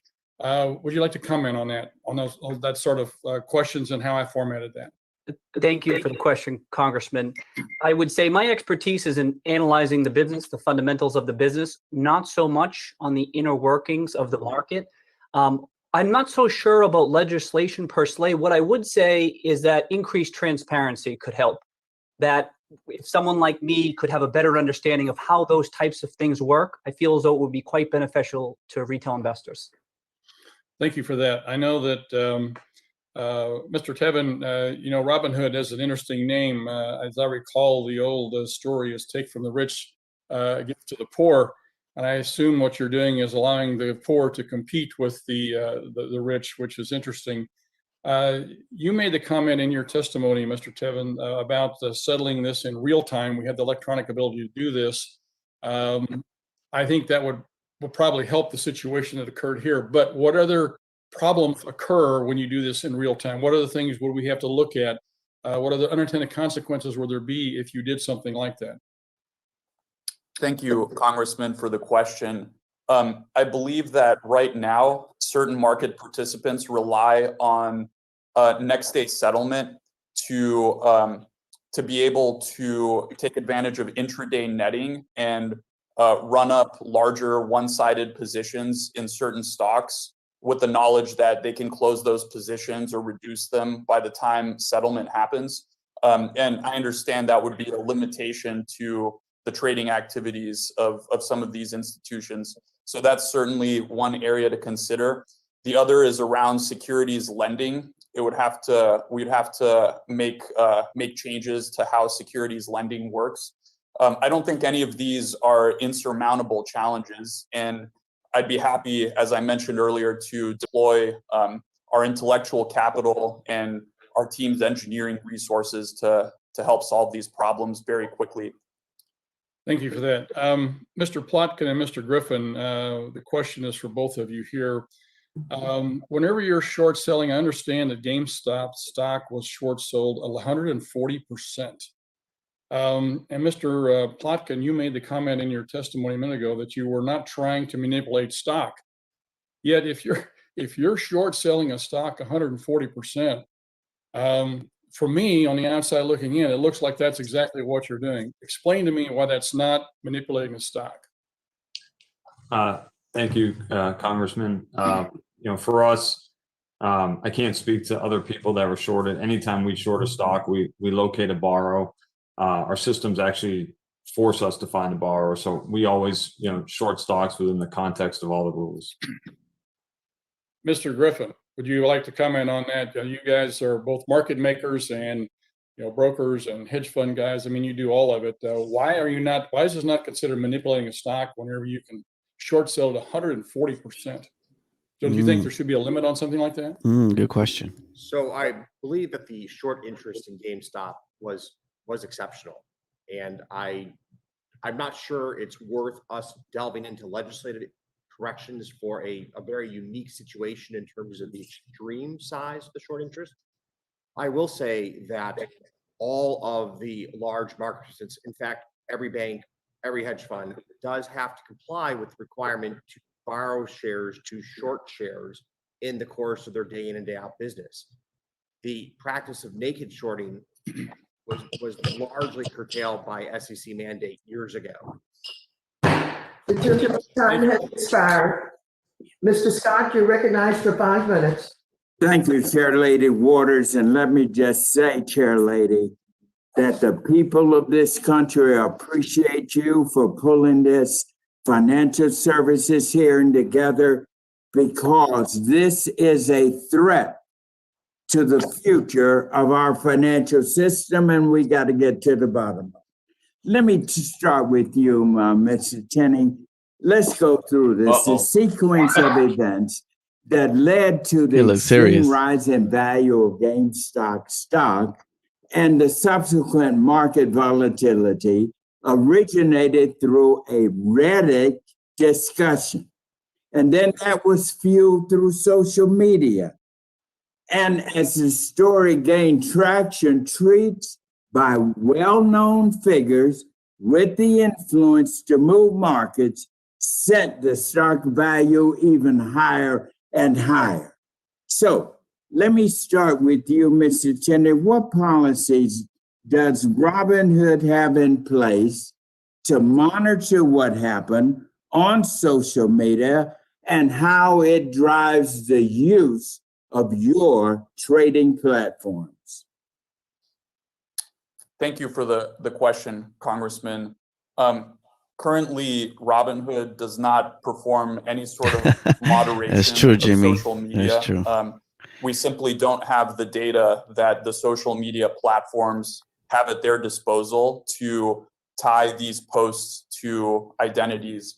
We do, however, within Robinhood Securities, conform to all regulatory requirements around monitoring and trade surveillance and all things of that nature. Well, Mr. Kenner, don't you see something is going terribly wrong here? What do you do to monitor the trades in individual stocks? Yeah, sometimes I be wondering if these people even know how this thing works. They are singled out and moved on social media. What do you do? I appreciate the question. So our priority throughout the exceptional market conditions in January and early February was to maintain the uptime and performance of our platform and make sure that we're available to customers. Let me try to get to a point here. Do you, Robinhood, do you have any policies in place to ensure that investors are making trades based on legitimate material, financial information, and not the influence of social media, the design of trading platforms, or any other superfluous information?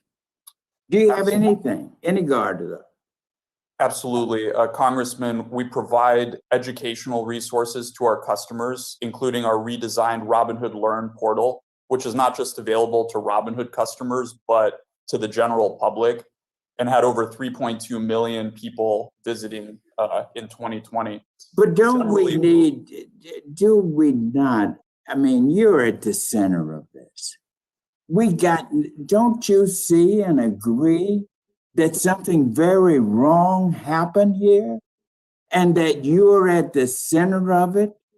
And we are looking on this committee of how we can protect our wonderful, precious financial system. We need it from you. What about you, Mr. Hoffman? Do you have anything? What steps is your company taking to guard against this? Anything at all? Congressman, we spend a lot of time at Reddit ensuring the authenticity of our platform. So we've got a large team dedicated to this exact task.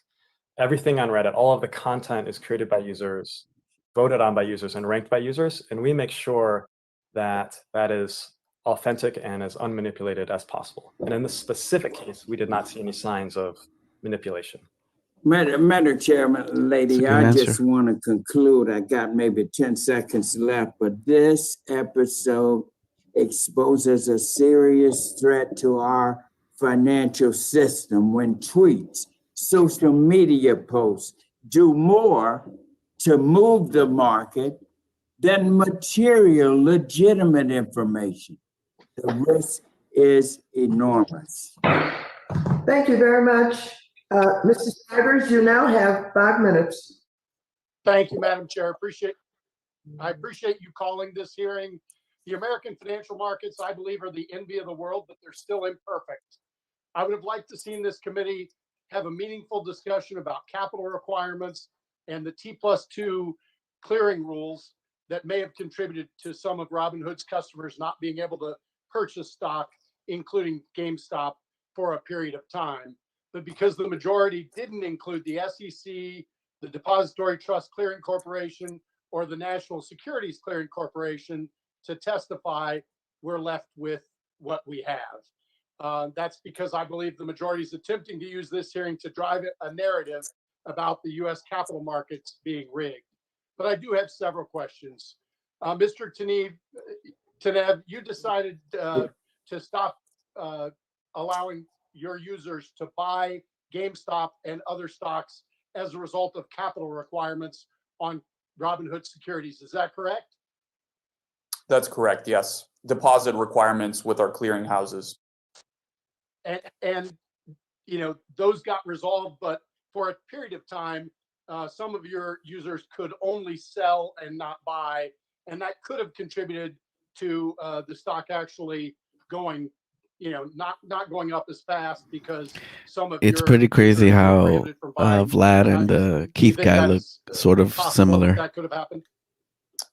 I shouldn't speculate on what could have happened if there's more sellers than buyers, does the stock price go down or up? Well, to be clear, Robinhood, Congressman, is a minority of trading activity in these securities. I understand, but if your buyers can only sell and not buy, then it clearly keeps you from putting upward pressure on the stock price. Is that correct? On Thursday, customers on our platform could only sell, so there was no ability to buy. That's correct. Right. So, you know, I know, and you said earlier, by the way, I know some people have attacked your arbitration agreements, but I want you to be clear.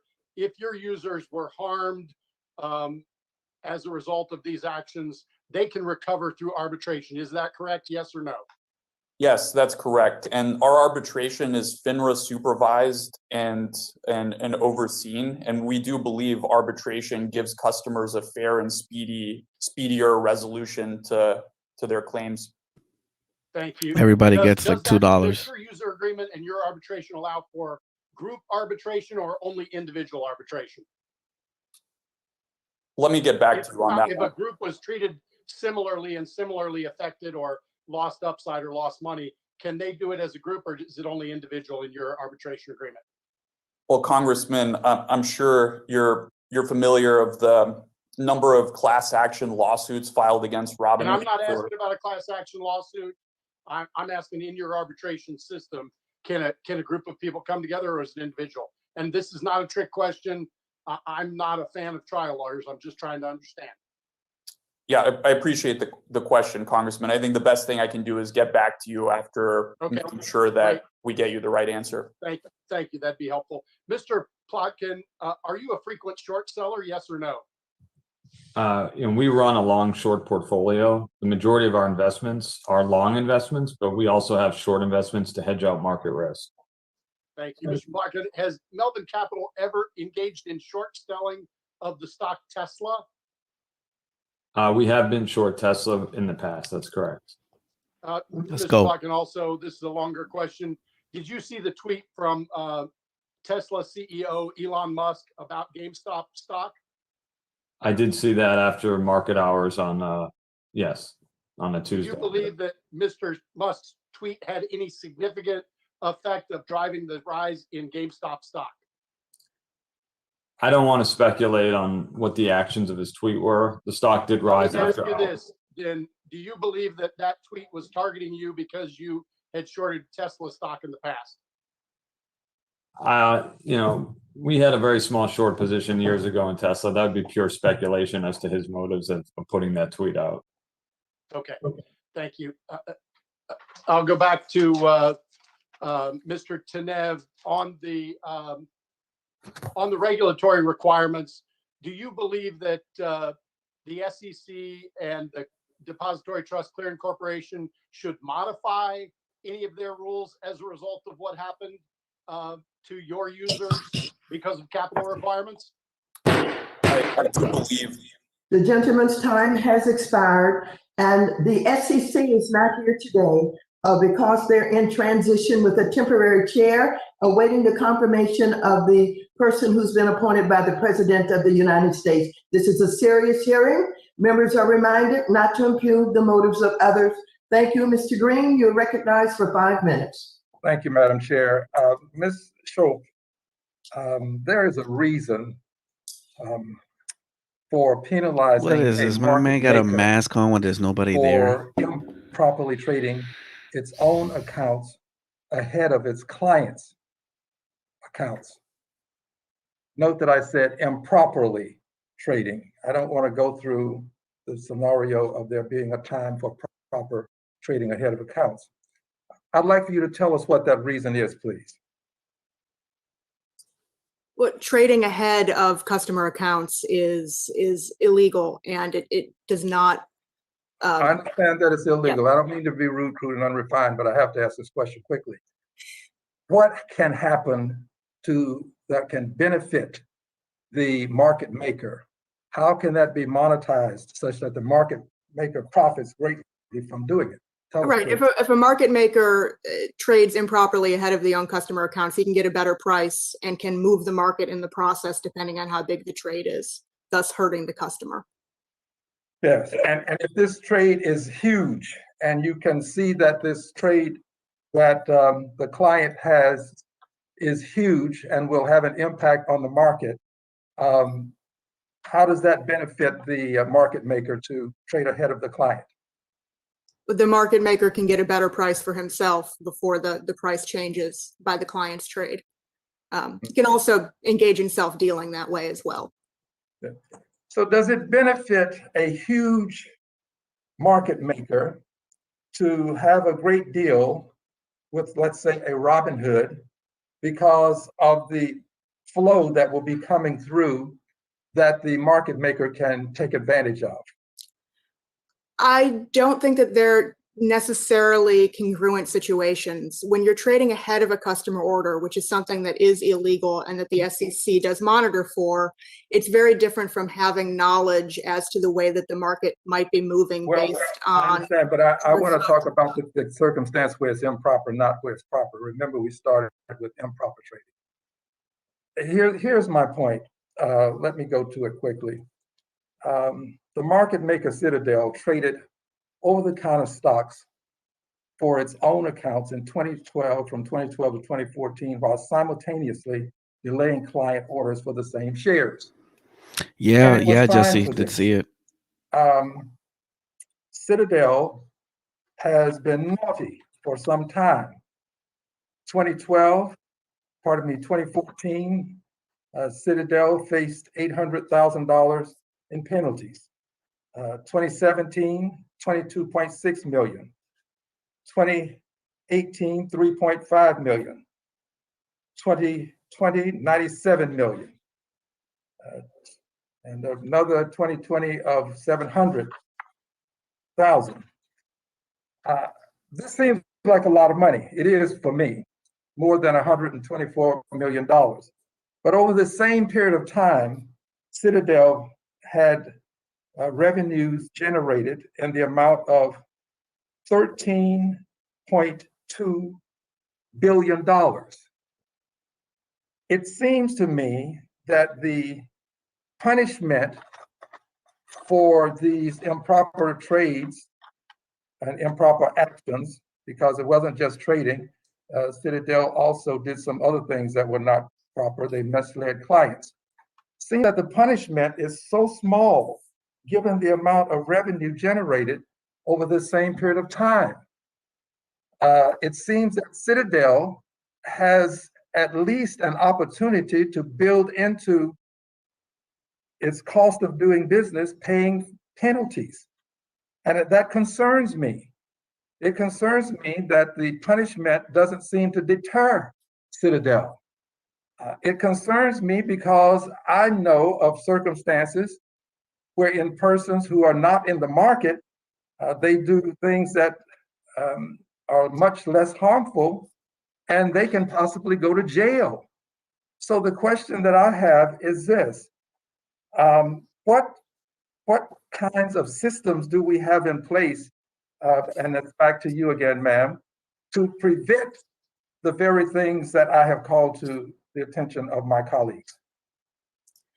Well, as a former enforcement attorney at FINRA, I can say that regulators have the same concern with fines and other punishments becoming just a cost of doing business.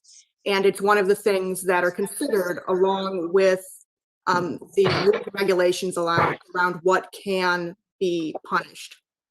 The gentleman's time may I, for the record, has expired. Mr. Green, as you know, we're going to have a series of hearings, and our next panel will include a whole bevy of experts also on some of these issues. With that, Mr. Barr, you're ready. May I say something in the record, please? I have additional questions. Without objection, you may enter into the record. Thank you. Thank you. Mr. Barr, you're recognized for 5 minutes. Thank you, Madam Chair. And Mr. Griffin, I want to revisit this issue of payment for order flow. Payment for order flow has been around for decades, correct? So I know it's been around for at least 1 or 2 decades. I can't answer before that period of time. And it's a recognized and approved practice by the SEC, correct? Yes, it is.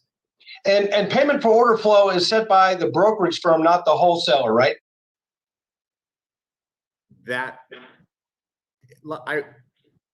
is ultimately a negotiated number, but it is a number that is set by the brokerage firm and not by us as the market maker. Well, as a market maker that provides execution services to retail brokers, you are required to meet best execution requirements. Is that correct? Yes, it is. And in other words, market makers are required to provide the same or better pricing than the exchanges, correct? That is correct. And how can market makers offer that better pricing to Mr. Sherman's line of questions? So there are a number of drivers that permit us to offer better pricing than what is available on exchange. The first is that exchanges have legally mandated minimum tick sizes of a penny. So if you look at a stock like AMC, it trades $5 bid, 501 offered. If the exchange could trade with a half-cent increment, it would probably trade $5, 0.005 bid, 501 offered, or vice versa. But the exchanges are limited to a 1 cent minimum tick size. And we have been clear on the record in prior testimony that exchanges should be permitted to have a smaller and more competitive tick size. That's fact number one. Okay. Fact number two is that the average retail order is much smaller in totality than the average order that goes onto an exchange. Because this order is smaller, and I'll share a number with you, the typical Robinhood order is ballpark about $2,000 in size. Because it's a small order, the amount of risk that we need to assume in managing that order is relatively small as compared to an order that we have to manage from our on-exchange trading. And as I'm sure you're well aware, we are the largest trader of stocks on exchanges in the United States. So let me move to Mr. Tenev really quickly on that point. What impact might greater restrictions on the payment for order flow model have on your ability to offer zero commission trades?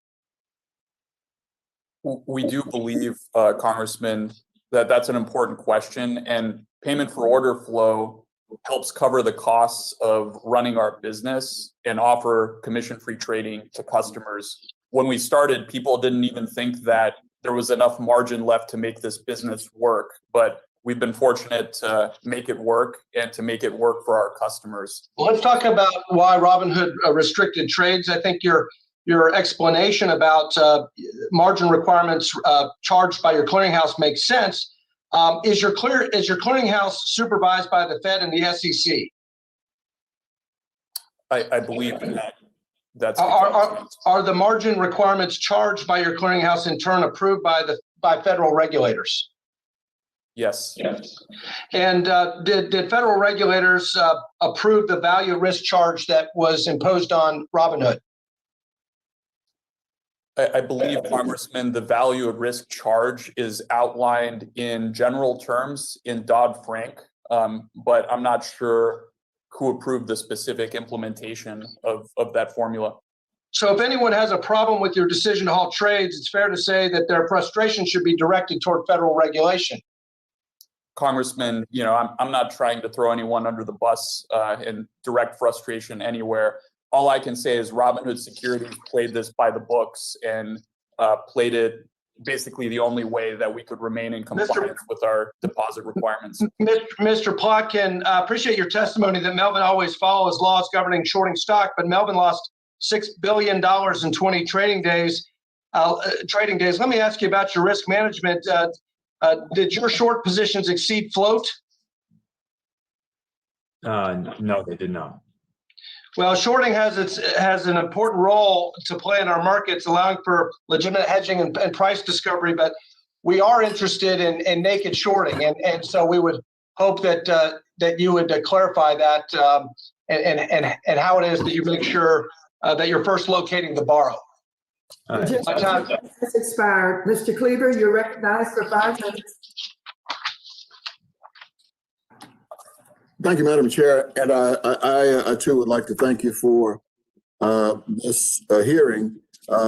It's a question that a lot of people are asking, probably many of us as we go through our districts.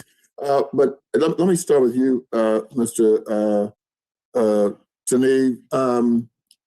I'm just curious if you can give it to me in a short period of time. How did you come up with your name for your company? Absolutely. Thank you for that question, Congressman. Robinhood stands for lowering the barrier to entry and democratizing finance for all. So the idea is the same tools that institutions and wealthier high net worth individuals have had for a long time should be available to the people, regardless of their net worth or how much money they have. Okay, I appreciate the answer. Because it's something I would also embrace. However, I have a 23-year-old on the other side of the house who I love dearly, but he has no training, no income, no qualifications. How in the world could he get like $1 million worth of leverage? Thank you, Congressman.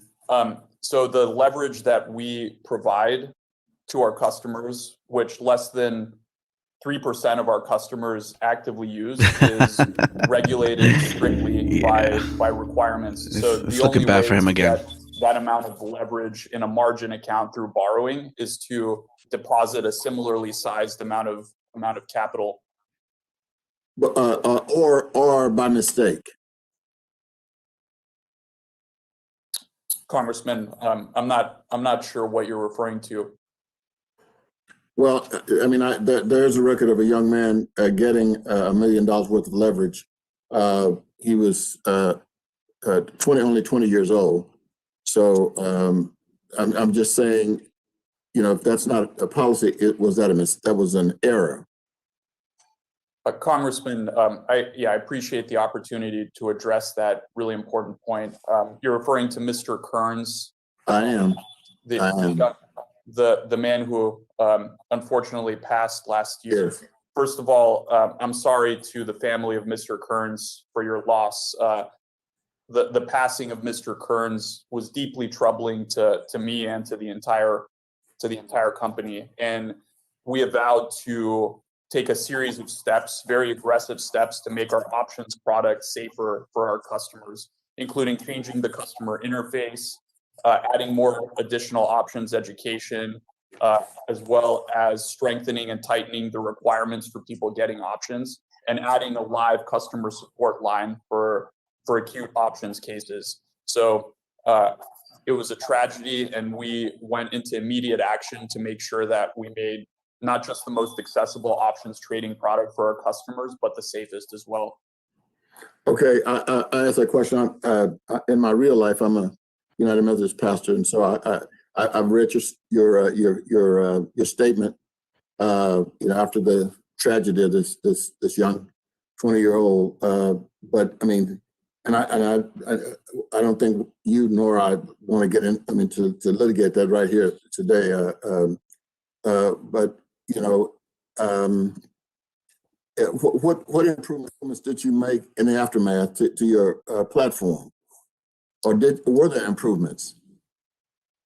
Thank you, Congressman. There were several improvements. One, we added the ability to instant exercise as well as exercise options positions in app. We clarified the display of buying power, specifically negative buying power, in situations where one leg of a complex multi-leg options transaction were to be assigned. We also added an options education specialist. We also added live phone-based customer support for acute options cases, which has gotten very, very great feedback from customers and is something we're expanding to other use cases, such as cases where customers' accounts have had off-platform hacking incidents. Okay, that's the last one is where I was concentrating on, because this young man was trying to get into your system to find out what was going on. He was confused. He was scared, and so he sent emails. And so to be fair, there was a response, but it was like hours later. And so as I became more and more familiar with this particular case, the gentleman's time has expired. Thank you, Madam. Thank you, Madam Chair. I appreciate it. You're so welcome. Mr. Hill, you're recognized for 5 minutes. Well, thank you, Madam Chair, for holding this hearing, and I want to thank our witnesses for their expertise and their patience. Madam Chair, I have a letter from the American Securities Association I'd like to insert in the record, please. Without objection, such is the order. Thank you very much. And Mr. Tenev, what a treat to see you, and congratulations on being part of the American dream. I had the pleasure working for President Bush 41, of working in Sofia in 1990 and 1991 to try to bring capitalism to Bulgaria after the wall fell. So I'm glad to see you're an American citizen and innovating here in our country. Thank you. I think you've done a good job talking about the I'd say the acknowledged lesson that you've learned in terms of these deposits for clearing and the important risk management issue for your firm. So I'd like to turn to follow up on some of the discussions about retail service that you've also touched on today. Do you have a call center generally for Robinhood investors? Thank you for that question, Congressman. And I want to start by saying customer service is fundamental to everything that we do, and it's one of the areas where we're investing the most. We have customer service centers in a number of states: Colorado, Florida, Texas, and Arizona, and we're looking to expand aggressively. Do you have a call center that I can call, a 1-800 number, if I'm having a trouble in the middle of the trading day? We do offer, Congressman, live phone support in-app for certain use cases. We're expanding that as fast as we can. Yeah. So as I mentioned earlier, options, advanced options cases, as well as account takeovers, which typically happen through a customer's email, personal email, who's been compromised. And the feedback's been great, and we're looking to expand the live phone channel, as well as make improvements to our email channel and even upstream within the product. Thank you. Thank you. That's helpful. And on the subject of margin and options, you've talked about that today. But you know, I've spent 40 years in this business and been the general securities principal in 3 different firms. And this issue of granting margin and option approval to retail clients is always an important issue. You've addressed that today, so I want to turn to a different topic that has not been raised, and that's low dollar stocks. As I understand it, your policy and procedure manual simply said that you allow low dollar stocks if they're on an exchange, but many brokerage firms are very reticent to allow retail investors to invest in stocks that are under $5. Could you address that issue today? Yes, I'd be happy to, Congressman. So Robinhood allows customers to trade in and invest in exchange-listed securities. So that's the objective criteria that we use. And it actually excludes several types of securities that customers commonly request to trade in. So on Robinhood, you can't trade over-the-counter bulletin boards, except in limited cases where a listed stock falls to over-the-counter. You can't trade pink sheets. And of course, you can't short sell or enter undefined risk options trades. Okay. So our objective criteria involve whether exchanges list these securities. Thank you. And I think that probably, I'm sure you'll reevaluate that after these effects. Let me turn to Ms. Schulp. Thank you for being here. The Wall Street Bets Reddit platform. I'm curious, when you think about the obligation of this SEC pending investigation, based on your FINRA background, do you think the SEC should look at the bulletin board participants under Section 9A2 on potentially inducing Bulletin board? trading, Who says in a that? certain direction? Is that worthy of their review? Thank you for the question, Congressman. I think that there's been little evidence to this time that there's been any sort of false or deceptive conduct taking place on the Wall Street Bets Forum. That does not mean, though, that I think that the SEC should not take a deeper look. Because of the anonymity in the forum, there could have been people that were engaging in deceptive behavior that's not readily apparent to outside to the public. So I do think the SEC should look, but to this point, I've seen very little that would meet a test for manipulation, which generally involves false or deceptive behavior.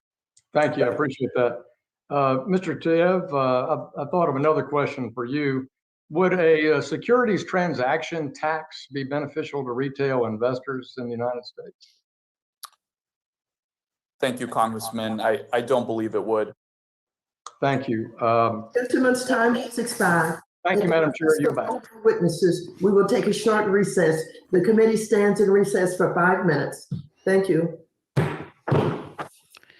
Jeez, a lot going on. You could tell Vlad is, he has his little lawyers on the side because he keeps looking. So that's pretty nuts. Let's see, Brooklyn. These politicians are completely out of touch when it comes to tech. We definitely need term limits. I agree with you. I agree.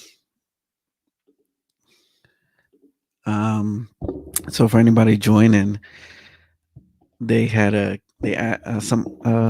think a congressman asked Keith, also known as Deep Effing Value, the one that kind of started all of this, if he would buy it, if he's buying the stock now, if he would continue to buy, and he said yes, but didn't do much with the stock. So it is what it is. Let me see, what's it trading at right now? Yeah, it's going down 43.81. Let me see if I could pull this up really quick here. Let's get this out of the way. I'm trying to see if I could pull up Webull here to show the, what's it called?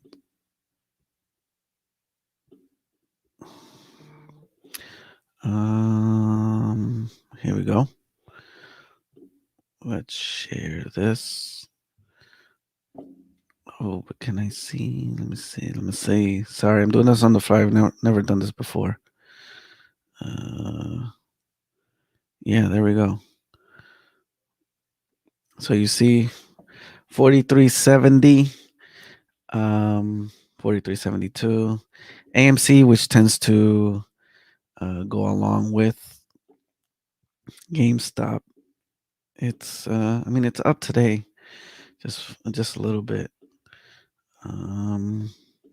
But the markets overall today has been down. But yeah. Let's see what else here.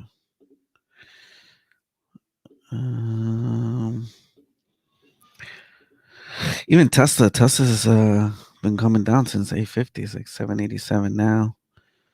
So today, I don't really know if it's a good time to buy, but yeah, it's going crazy. Brooklyn, if it drops down to single digits or close, I'm buying. Are you referring to AMC or are you referring to GameStop? I bought a little Nokia a few weeks ago. Oh yeah, so Nokia was also running up at that time too. So yeah, I personally think Nokia is a long play, with 5G and all that stuff. So yeah, let's go back to GameStop over here. We have 43. Got a sell off. Look at that candlestick. 43.83. Okay, now we got up. What's crazy is when DFV was talking, the stock just pushed up. Like, look at that candlestick there. And let me see, where's the other one? And then here, when he started talking, yeah, it's because this was 12 o'clock. It started going up and then right back down again. So stock game is it's pretty crazy.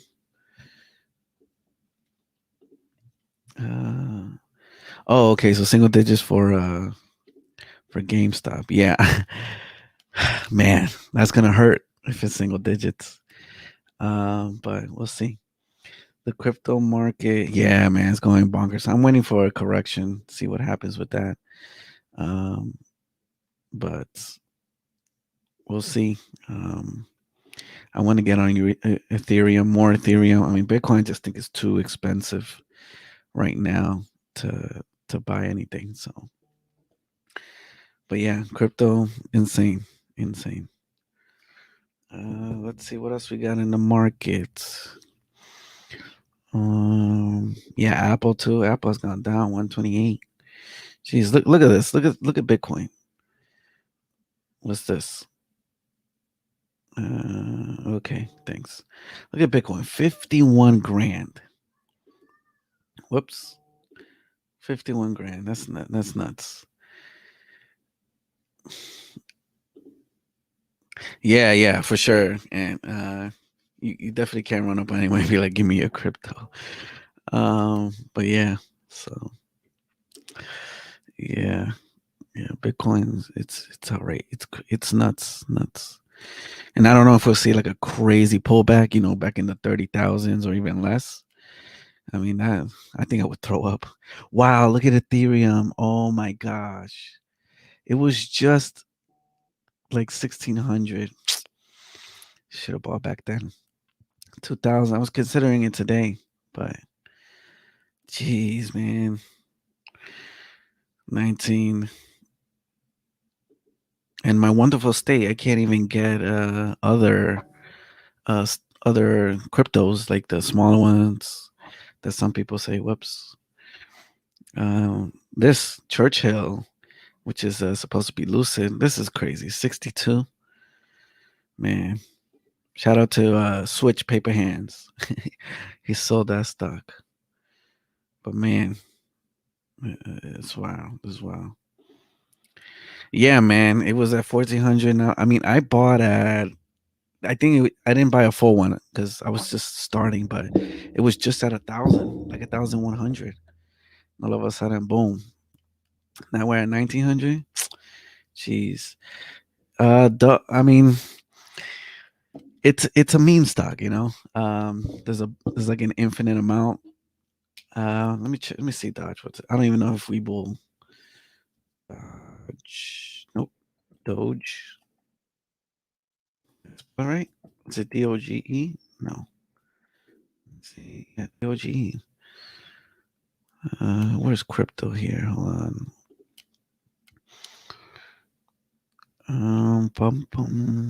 No, this is not what I'm looking for.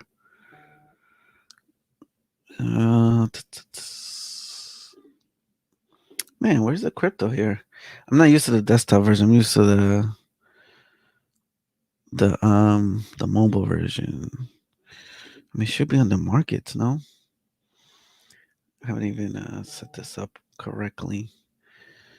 Anyway, I don't know what Doge is. Let me check my phone just to see what's. Oh, I think they're back.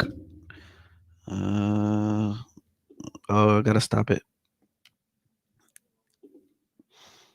Let's go back to YouTube. Here we go. They're back. Share audio.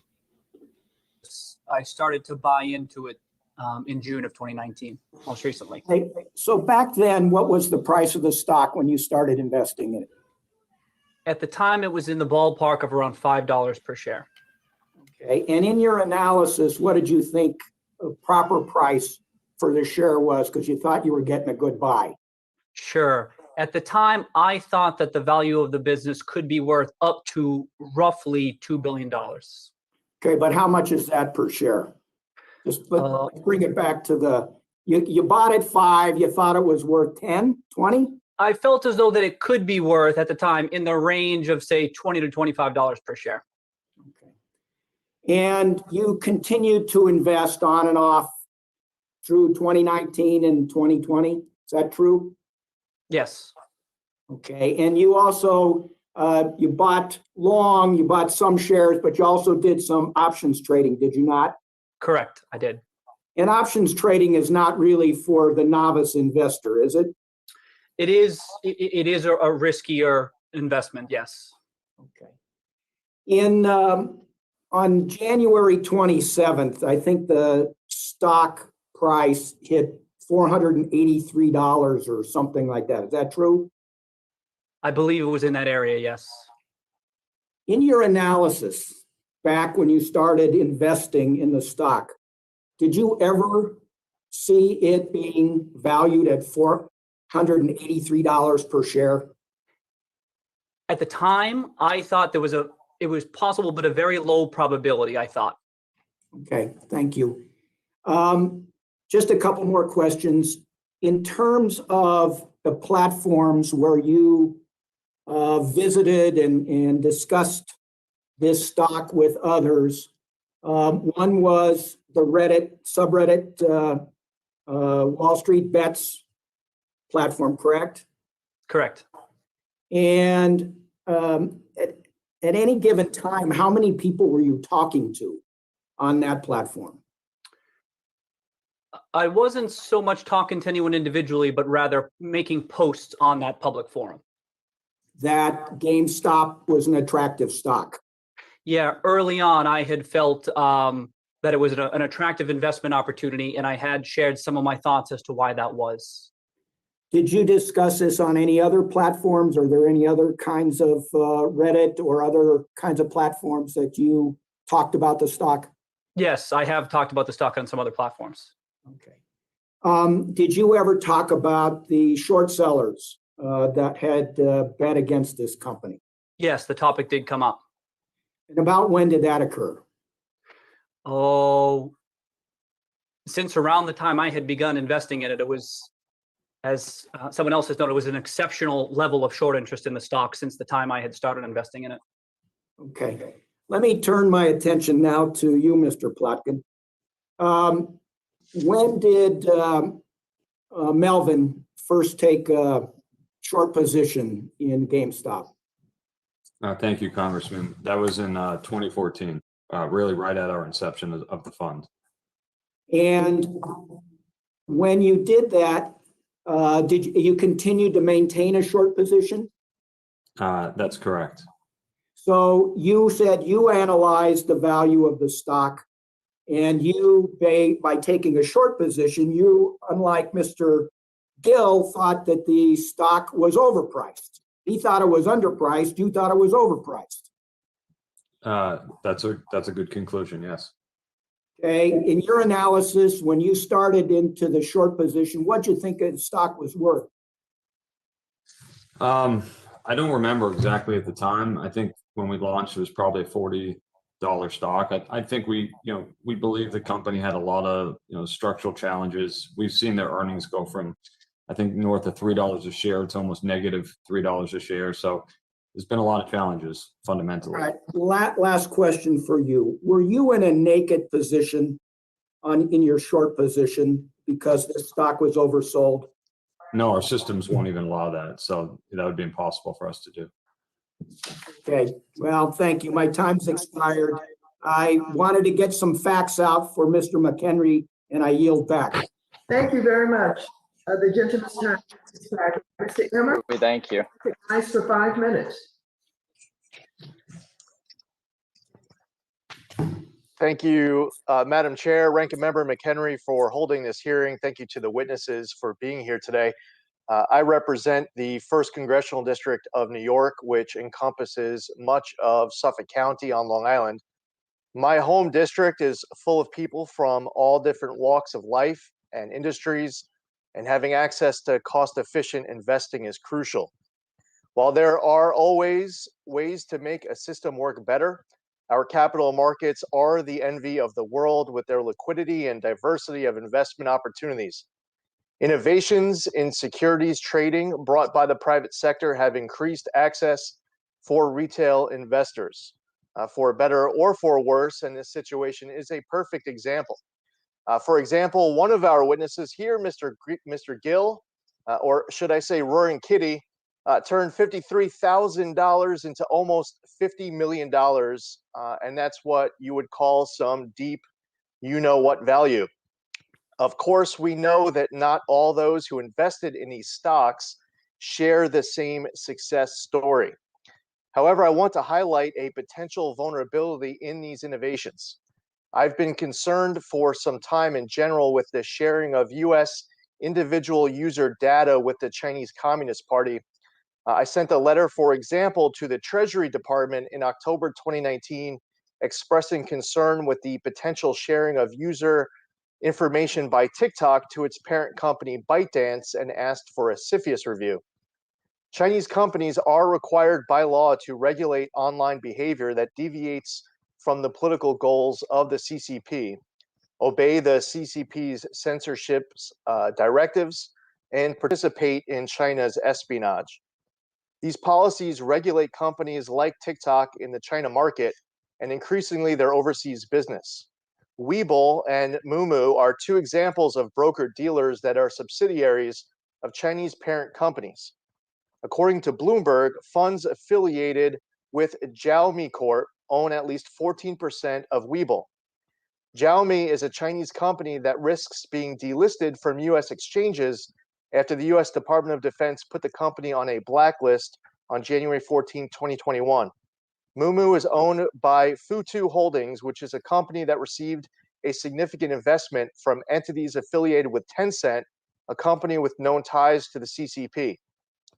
On December 8, 2020, Bloomberg Businessweek ran an article on Webull stating the company, quote, has increased its roster of brokerage clients by about tenfold this year to more than 2 million by offering free stock trades with a slick online interface. On January 29, 2020, the day after trading activity for long trades on certain stocks discussed on Reddit threads were limited, Bloomberg ran an article with the headline, Robinhood rival Webull sees 16-fold jump in new trading accounts. It's clear that these apps have rapidly increased their user base, which has me concerned. Ms. Schulp, do you think we should be concerned about the potential for Chinese entities with ties to the CCP receiving personally identifiable information or other user data from their subsidiary broker-dealers that are licensed and registered in the U.S.? I think it's a potential national security concern, which is a bit outside of my area of expertise.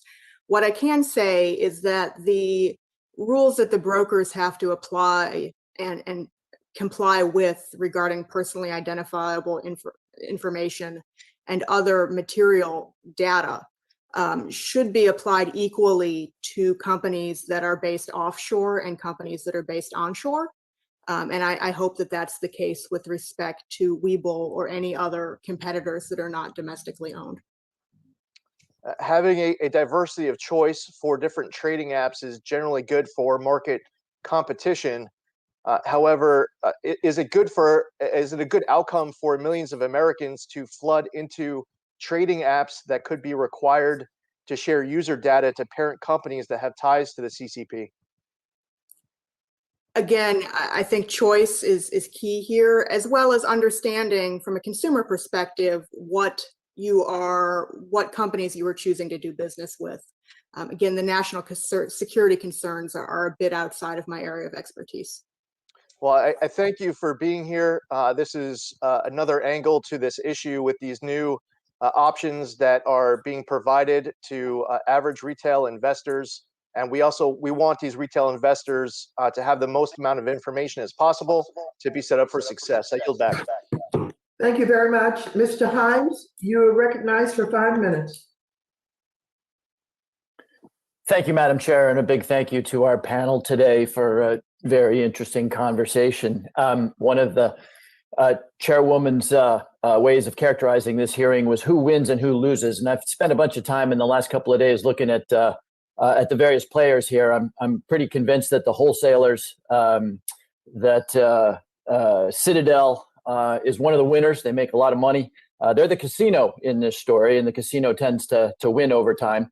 Robinhood has a valuation of $5.6 billion and makes a lot of money from the casino. So who loses? And I want to spend some time talking about the person who usually loses, and that's the retail investor. And while I have supported for many years the democratization of finance, as we say, it's not just in Washington, D.C., but on Wall Street. The retail investor is known as dumb money. And there are any number of structures that are set up to take advantage of the retail investor. And I think it's worth looking at that, because as much as we're celebrating Mr. Gill here, we're not talking very much about Mr. Salvador Vergara, who was featured in a Wall Street Journal story, who took out a $20,000 personal loan through Robinhood, invested it in GameStop, only to see the value of his position go down 80%. So Mr. Vergara is out $16,000 he doesn't have, that he owes to somebody else. And as much as I support the democratization of finance, we need to be thoughtful about this. So Mr. Tenev, my question is for you. You quoted a $35 billion number as what I interpreted to be profits in excess of deposited funds and securities. if you just look at your customers who traded in GameStop over the period of its increase and subsequent decrease, Mr. Tenev, how did your customers in the aggregate do? Did they win or did they lose? Thank you, Congressman, for that question. I don't have that particular cut of the data top of mind, so maybe we can get back to you on that one. All right, you don't have that. So you do have a $35 billion figure. The figure doesn't mean a lot to me because it's just a dollar number. Help me convert that to a rate of return. First of all, is that $35 billion, is that gross or net? In other words, is that actual profit or does it include margin shares, other forms of leverage that may actually not belong to the account holder? It does include, Congressman, unrealized gains. So it's the value of assets, both including positions in securities and cryptocurrencies. Okay, I get that. I get that. But again, 35 billion doesn't mean anything to me unless you can convert that into a rate of return. So do that for me. What is that on what asset under management number is that 35 billion unrealized against? The asset under management number is not one that Robinhood has publicly shared. Okay, but you can't share $35 billion. Sorry, Mr. Tenev, I just don't have a lot of time. $35 billion is a meaningless number. I need to know what that is in terms of return. So convert that for me into rate of return. So I can compare it to Treasury, so I can compare it to the S&P 500. Congressman, with respect, I think the proper comparison is to customers not investing at all. Much of our customers are investing for the first time and are taking money that they otherwise would have spent or consumed and putting it in. Mr. Tenev, again, I don't want to be rude, but it's my time. Again, you offered up the $35 billion number, which, as you and anybody else schooled in finance knows, is meaningless unless you convert it into a rate of return. So just please convert that $35 billion number, which to the folks watching at home sounds like a lot of money. But what does that actually convert to in terms of rate of return, which is what matters? Congressman, $35 billion is indeed a large amount of money, especially for our customers who are mostly small investors. It's more than most corporations, nearly all corporations have paid. Mr. Tenev, again, don't make me be rude here. You and I both know that $35 billion of unrealized gains, if that's on a base of $100 billion, that's a 35% of return. If that's under $1 trillion, it's a radically different rate of return. So what I'm trying to get at, Mr. Tenev, here is you threw out the number of $35 billion. I actually think the right comparison is, what if your clients had simply invested in the long run in an S&P index fund? Would that number be more than $35 billion or less? Congressman, with respect, I don't believe the right comparison is investing in an S&P index fund. I think the right comparison is not having invested at all and having instead spent that money and consumed it. No, it's most certainly not. It's most certainly not, Mr. Tenev. And so I'm going to ask you, I'm out of time, but again, you put out the $35 billion number. So I think it's only decent, because you and I both know that a hard dollar number is meaningless unless you can convert it to return. So I'm going to ask you to convert that. Obviously, I'm out of time, into a rate of return for us. You're out of time. Mr. Laudermilk, you now recognized for 5 minutes. Thank you, Madam Chair, and I appreciate all the members of the panel being here. I think you've seen that there are occasions with some on the committee here that if you're not giving them the answer that they want, that they can use, they're just going to continue to push on you. And I just encourage you to continue speaking the truth, and you'll always stand up head and shoulders above everyone. Not surprisingly, the situation with GameStop trading has resulted in commentators and even some of my colleagues engaging in knee-jerk reactions, calling for new laws and regulations to be hastily enacted. It just seems to be a trend in Washington, D.C. to never let a crisis go to waste. Some have even spread conspiracy theories and alleged that crimes were committed before knowing what even happened. I can even testify to what was just being said, is I know numbers of people, personal friends, who have never invested before, but because of Robinhood and other retail platforms, many of them took the stimulus money that they received during the CARES Act which they were still working, they didn't need, and they actually started an account and started investing. So yes, more and more people who have never invested before are now investing using these platforms. This hearing is a reminder that with complex situations, we should take time to understand what actually did or did not happen, especially with this GameStop situation. Now, the SEC is the proper authority to determine if any rules were broken, and they are looking into it. Congress has already given the SEC broad authority to oversee the capital markets, and we do not need to rush to enact even more big government regulations until we that could ultimately harm the investors. Now, question, Mr. Tenev, can you remind us again why Robinhood temporarily paused trading of GameStop and other stocks? Of course. Thank you, Congressman. Robinhood paused trading temporarily, or I should say paused buying of about 13 securities on Thursday so that we could meet our regulatory deposit and collateral requirements. Okay, so what you're saying is you were paused because you had to comply with regulations. Is that true? Correct. All right, so it's ironic that the people who are criticizing brokerage firms because they pause trading, which they sometimes have to do to comply with regulations, these same folks are now saying, we need to respond to this with more regulations. I would say if people don't like brokers occasionally having to pause trading, I'd suggest they look at the regulations that required it. At some point, we need to recognize that piling on more and more regulations only increases complexity and does not help investors. Question for Ms. Schultz. Despite the volatility and the frenzy of media and social media activity, it seems to me like the markets functioned as they were supposed to during this situation, and that markets are not broken. In fact, they are working well. Do you agree with that? I agree with that. Okay, thank you. I appreciate that. I think most reasonable people that are listening to this would agree that there are regulations in place. The SEC has those to pause activities that could be harmful, not only to the markets, but to the individual investors. And so what I'm understanding you saying is that it did work in the way it was supposed to. As the facts that I know now, it does appear to have worked the way it was supposed to. This is not a sign to me that the market is broken. Thank you. Mr. Griffin, what are some of the issues that policymakers should consider in the T+2, T+1, T+0 debate? Obviously, margin requirements exist to make sure firms have enough capital to settle transactions, but faster settlement and lower margin requirements can be positive for the retail investors, and we need to balance those needs. Can you address what some of the issues are in the T2, T1, and T0 debate? So, Congressman, I cannot profess to be an expert on these issues, but I will give you my perspectives from having been in the industry for 30 years. We started at T5.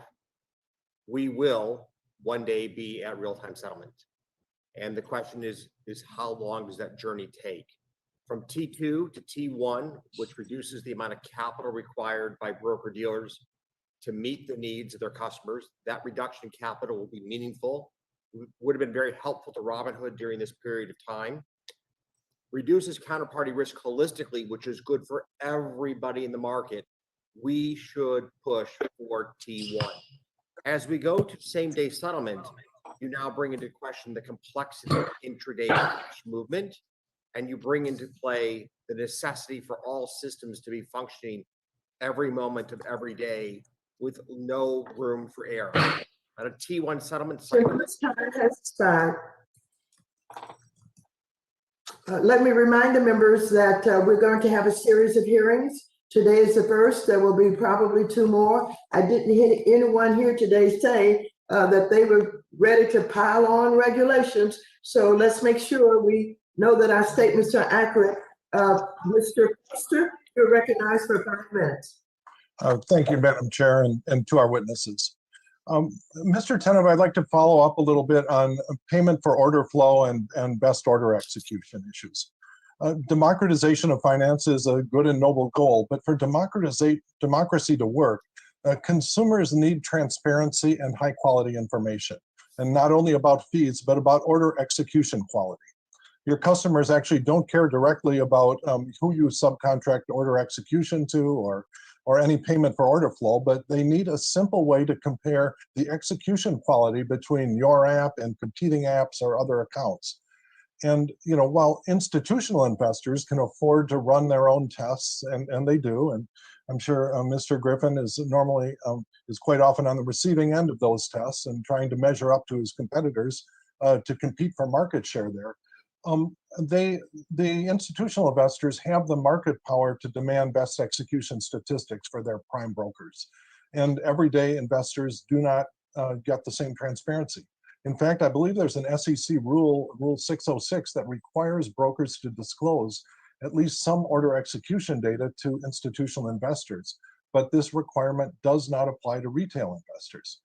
So, Mr. Tenev, since Robinhood's mission is to democratize finance for all, I ask, what are the mechanisms that you would accept and support to provide transparent order execution quality statistics so that your customers can engage in a clean apples to apples comparison between other brokers, between your app and other people's apps in terms of the total cost of trading?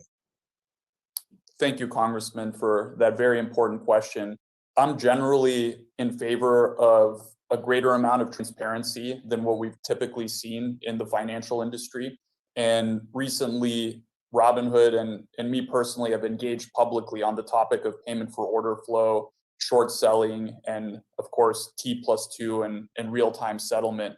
We do publish 606s via Robinhood Securities that detail our payment for order flow arrangements with various market makers. And just this past year, the industry implemented more detailed 606 requirements, which we of course conform to. Also, back in December of 2020, we released a public page on our website that provided detail about the execution quality, including price improvement that our customers received. And we're proud to announce in 2020, our customers received in aggregate over $1 billion of price improvement on their executions. Right, but that's not a comparison to your competitors. There are a lot of questions about the accuracy of the best execution reference price. And independent of whether it should be improved, it seems like if I was a customer of you or one of your competitors, what I'd want to see is, I just executed a trade of $2,000 and on average, I got X% better or worse than a reference price. And then over time, and see not only the trade that I just executed, but perhaps a running average over the last month or two that you can compare to the running average of whether you're exceeding some benchmark for trade execution quality that can really be compared with potential competitors. And is that a workable system? Are there difficulties? Is there a reason why industry shouldn't move that way in the name of transparency to customers? Congressman, this is a very interesting topic to me. I'd love to have the conversation.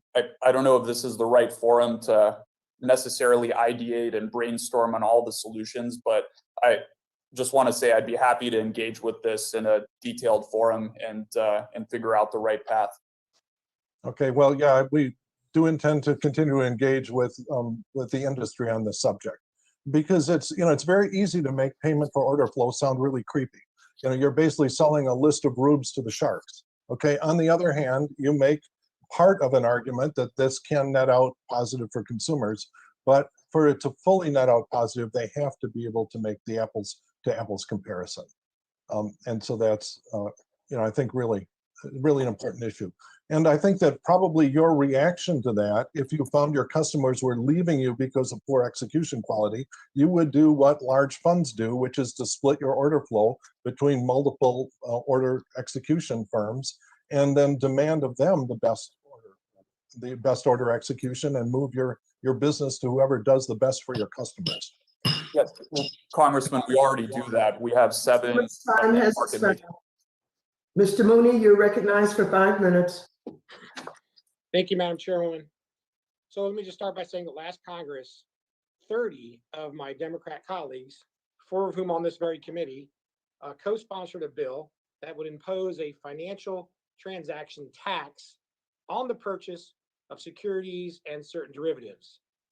And just recently, after the market volatility surrounding GameStop in January, Democrats renewed the call, many Democrats anyway, renewed the call for a financial transaction tax.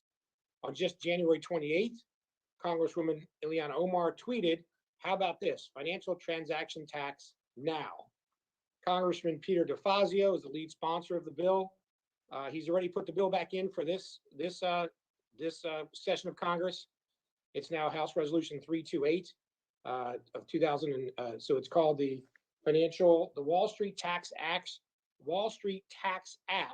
of 2021. I actually have a copy of it from the last session here. It's in again now. And he says, Congressman DeFazio says that a financial transaction tax would, quote, help create a more level playing field for Main Street. So with that background, Mr. Tenev, this question is directed at you. The Robinhood platform has more than 13 million users, and most of them are small dollar retail investors. If the federal government levied a 0.1% transaction tax on the sale of securities, and I know one of my colleagues, French Hill, my good friend, mentioned this earlier, but I want I want to expand upon a little more.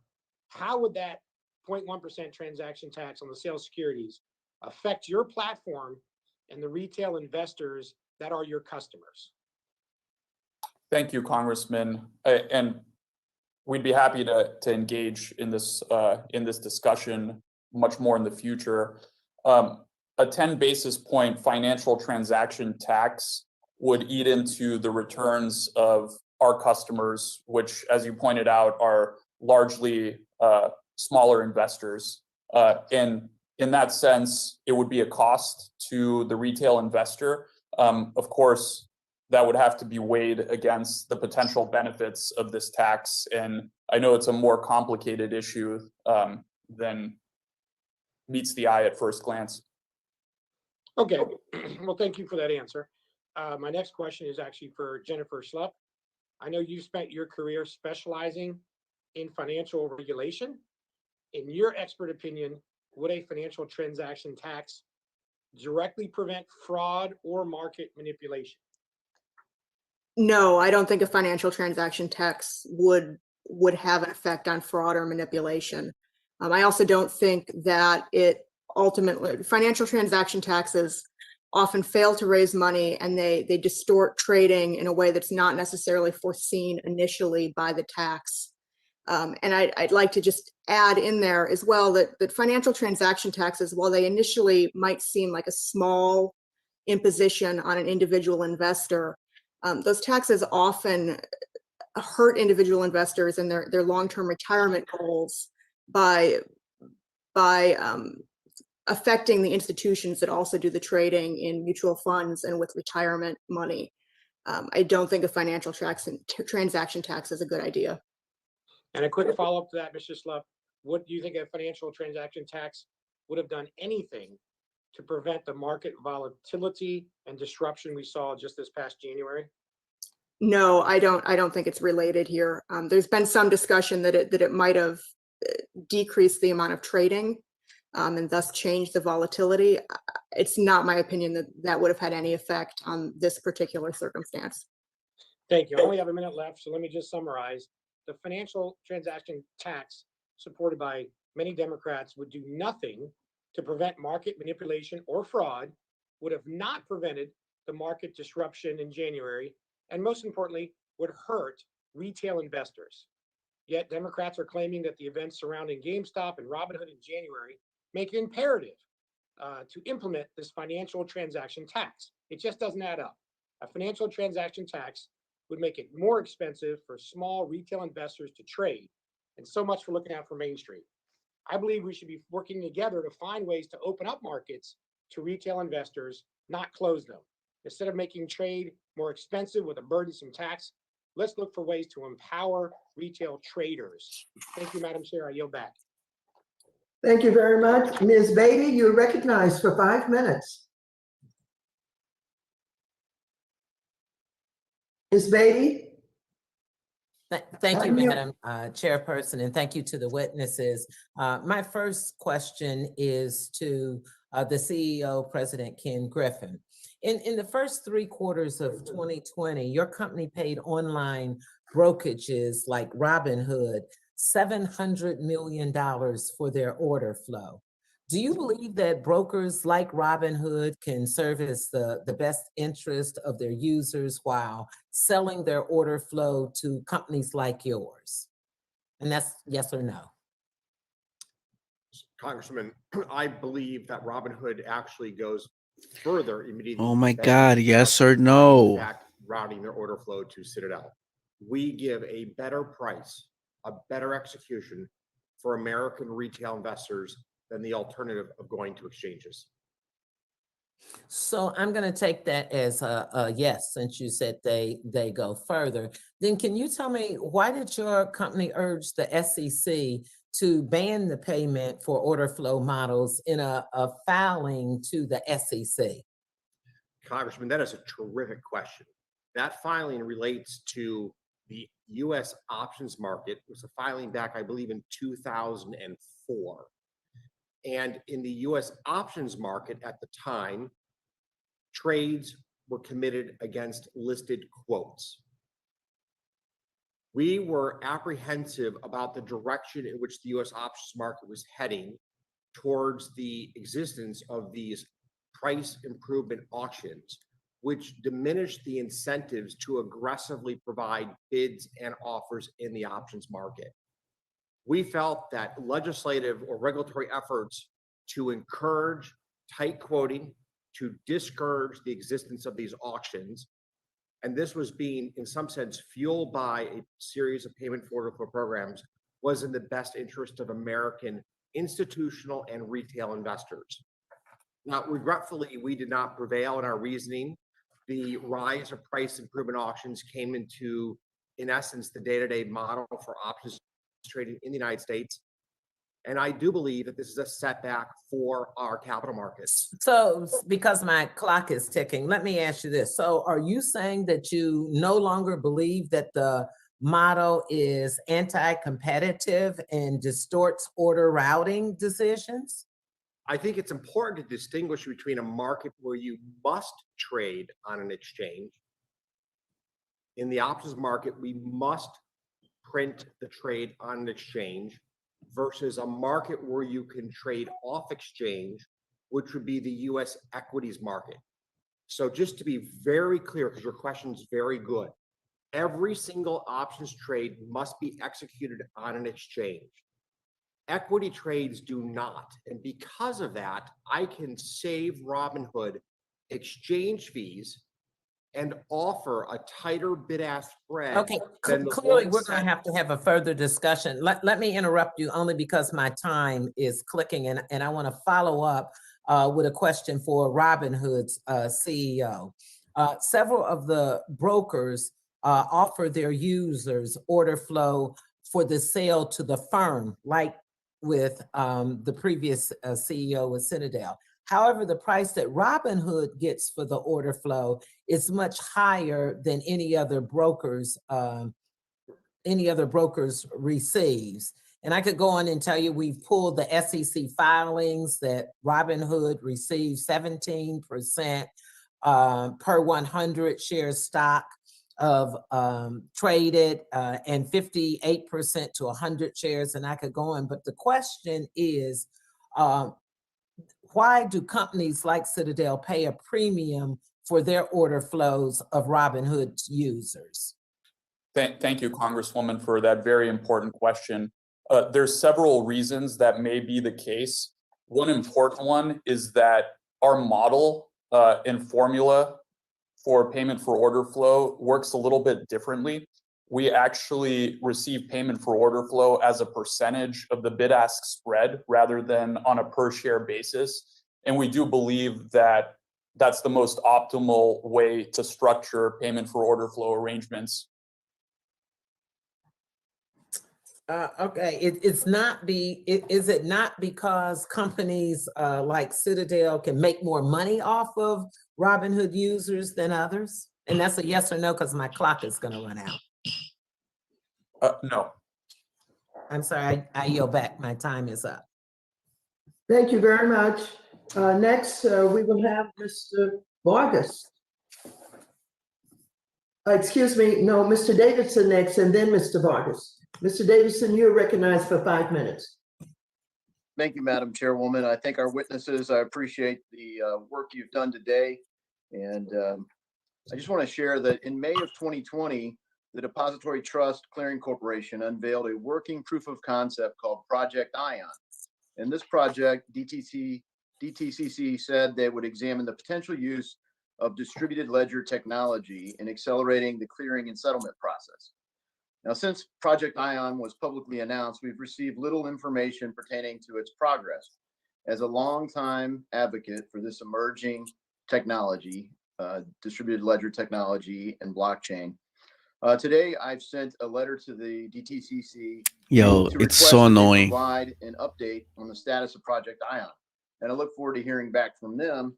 Hope to include them in our next hearing. Mr. Griffin, with Project Ion in mind, could you briefly state what would be your biggest concern if DTCC implements same-day clearing and settlement?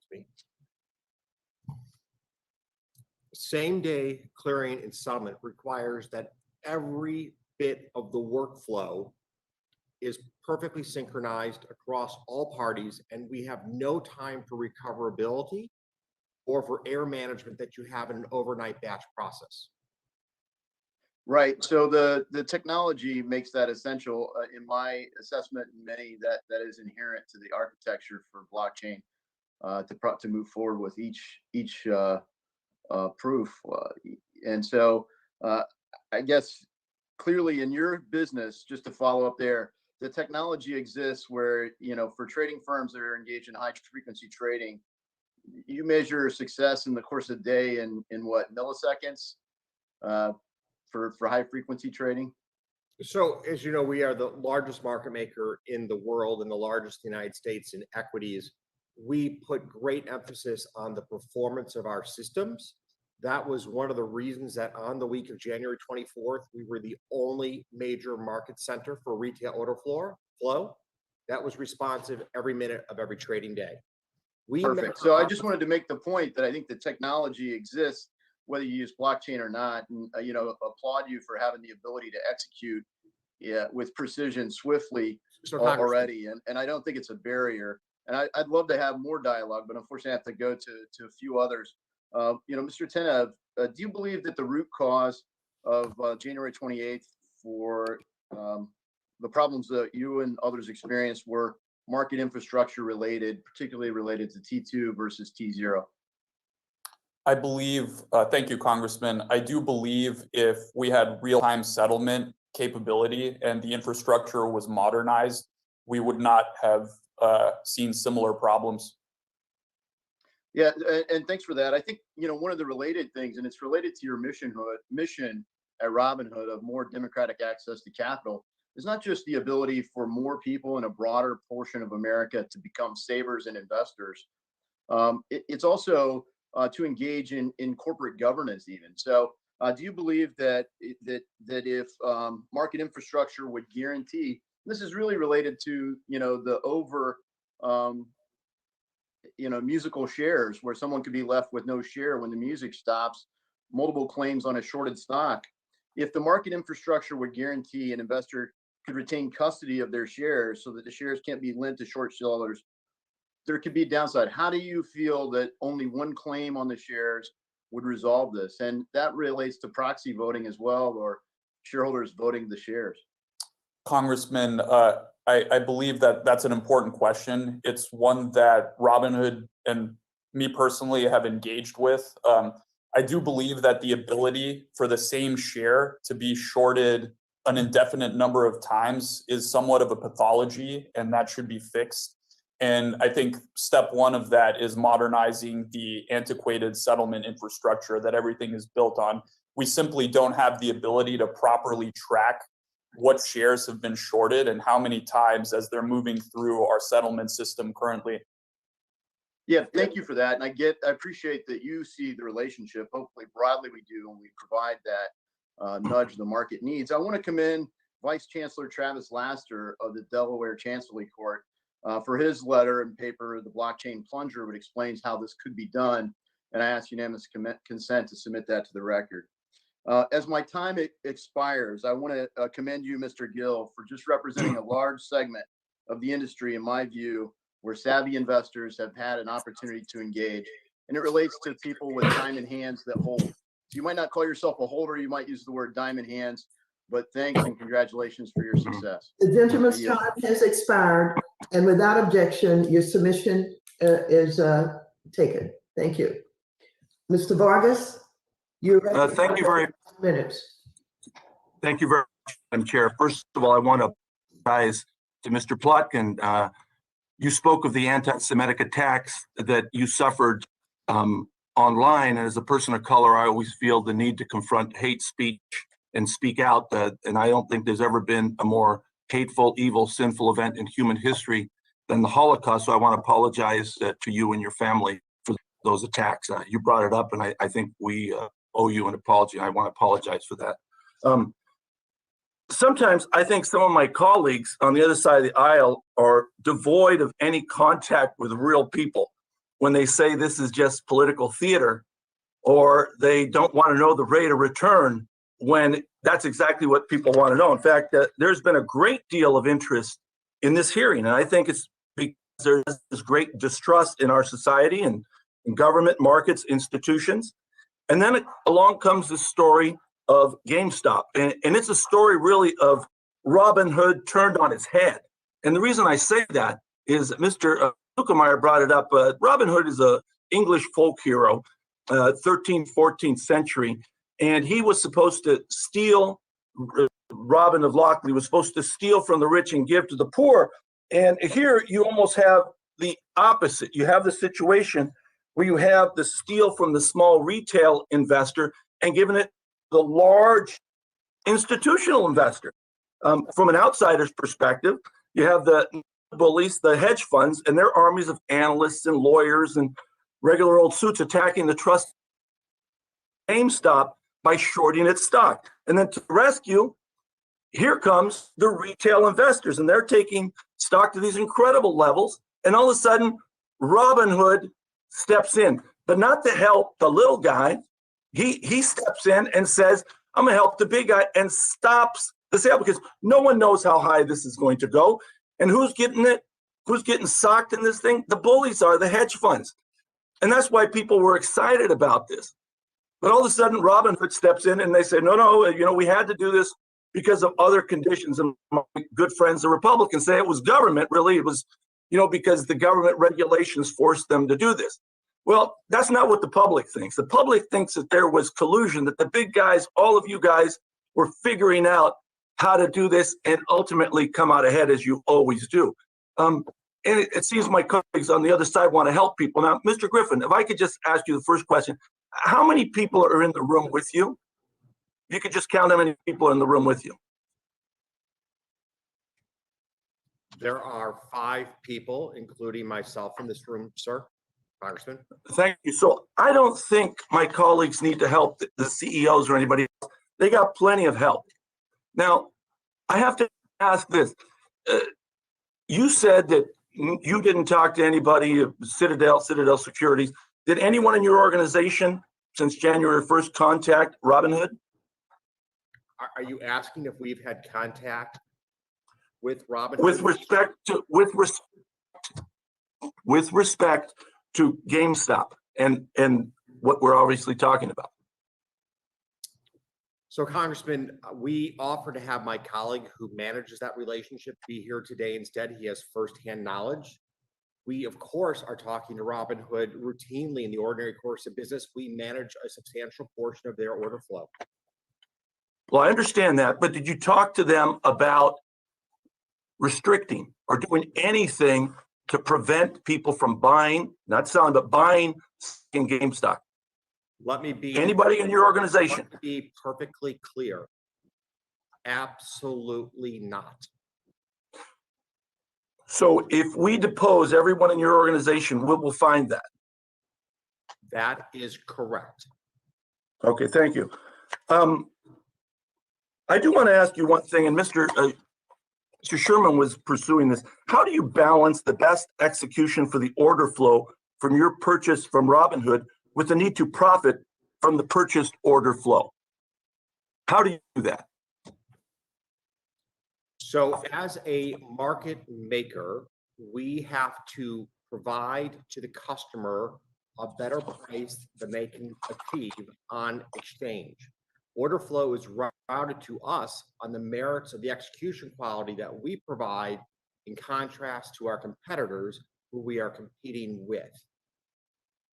Okay, my time's about to expire, but I have to say, when Mr. Tenev, when you say that you guys made $35 billion and you don't say how much your people lost on home stocks, people that invested in you, that's like taking the fifth. Thank you. Thank you. The gentleman's time has expired. Mr. Budd?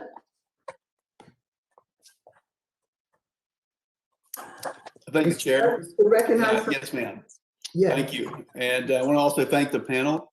Now, I really care about a level playing field for retail investors to access the market. And I've been a long supporter of financial innovation and fintech and the shared goal of democratizing finance and making access to the financial system easier for all. So, Mr. Tenev, your company, it boasts that it's helping to democratize finance and is at the forefront of innovation. Can you talk a little more about what Robinhood is doing to push innovation forward and create a level playing field for all investors, while at the same time making sure that those investors are well informed? Absolutely, Congressman. Thank you for that very important question. The first thing I should note is many of the witnesses and representatives here have stated that it's never been a better time to be a retail investor in America than it is right now.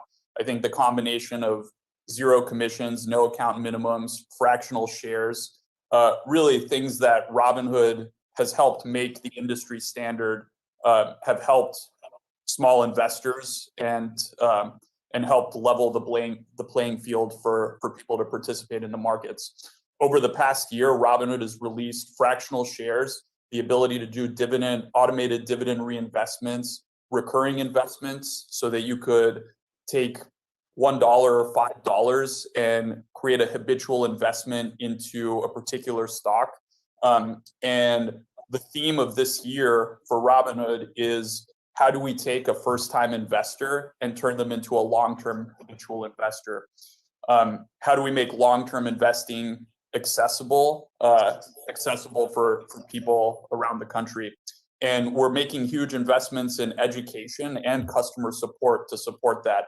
We recently released a revamped Learn portal. We call it Learn 2.0, with the aim of taking a customer from basic concepts such as what is a share, what is a stock, what's an ETF, all the way through to more advanced concepts. And we're continuing to invest more and more on Learn, as well as on Snacks, which is our popular podcast, and all other forms of content that we distribute. Last year, more than 3.2 million. I want to interrupt you there. I know you have a lot more things. These are great. And I know we could probably talk for a lot longer than this, but I want to shift gears just a bit. But I do want to keep talking about the retail investor. And I want to switch to Ms. Schulp. So back in December, there's an article that you wrote prior to all these events that we're even having the hearing on today. And in the article, I think that you said that it's inappropriate to refer to these very retail investors that we're talking about, that are using these platforms like Robinhood that we're talking about, and referring to those investors as dumb money. I think that's pretty insulting. And my colleague from across the aisle from Connecticut used that term. I think it's insulting. And instead, retail investors are in fact revolutionizing the stock market. So would you elaborate on those views, Ms. Schulp?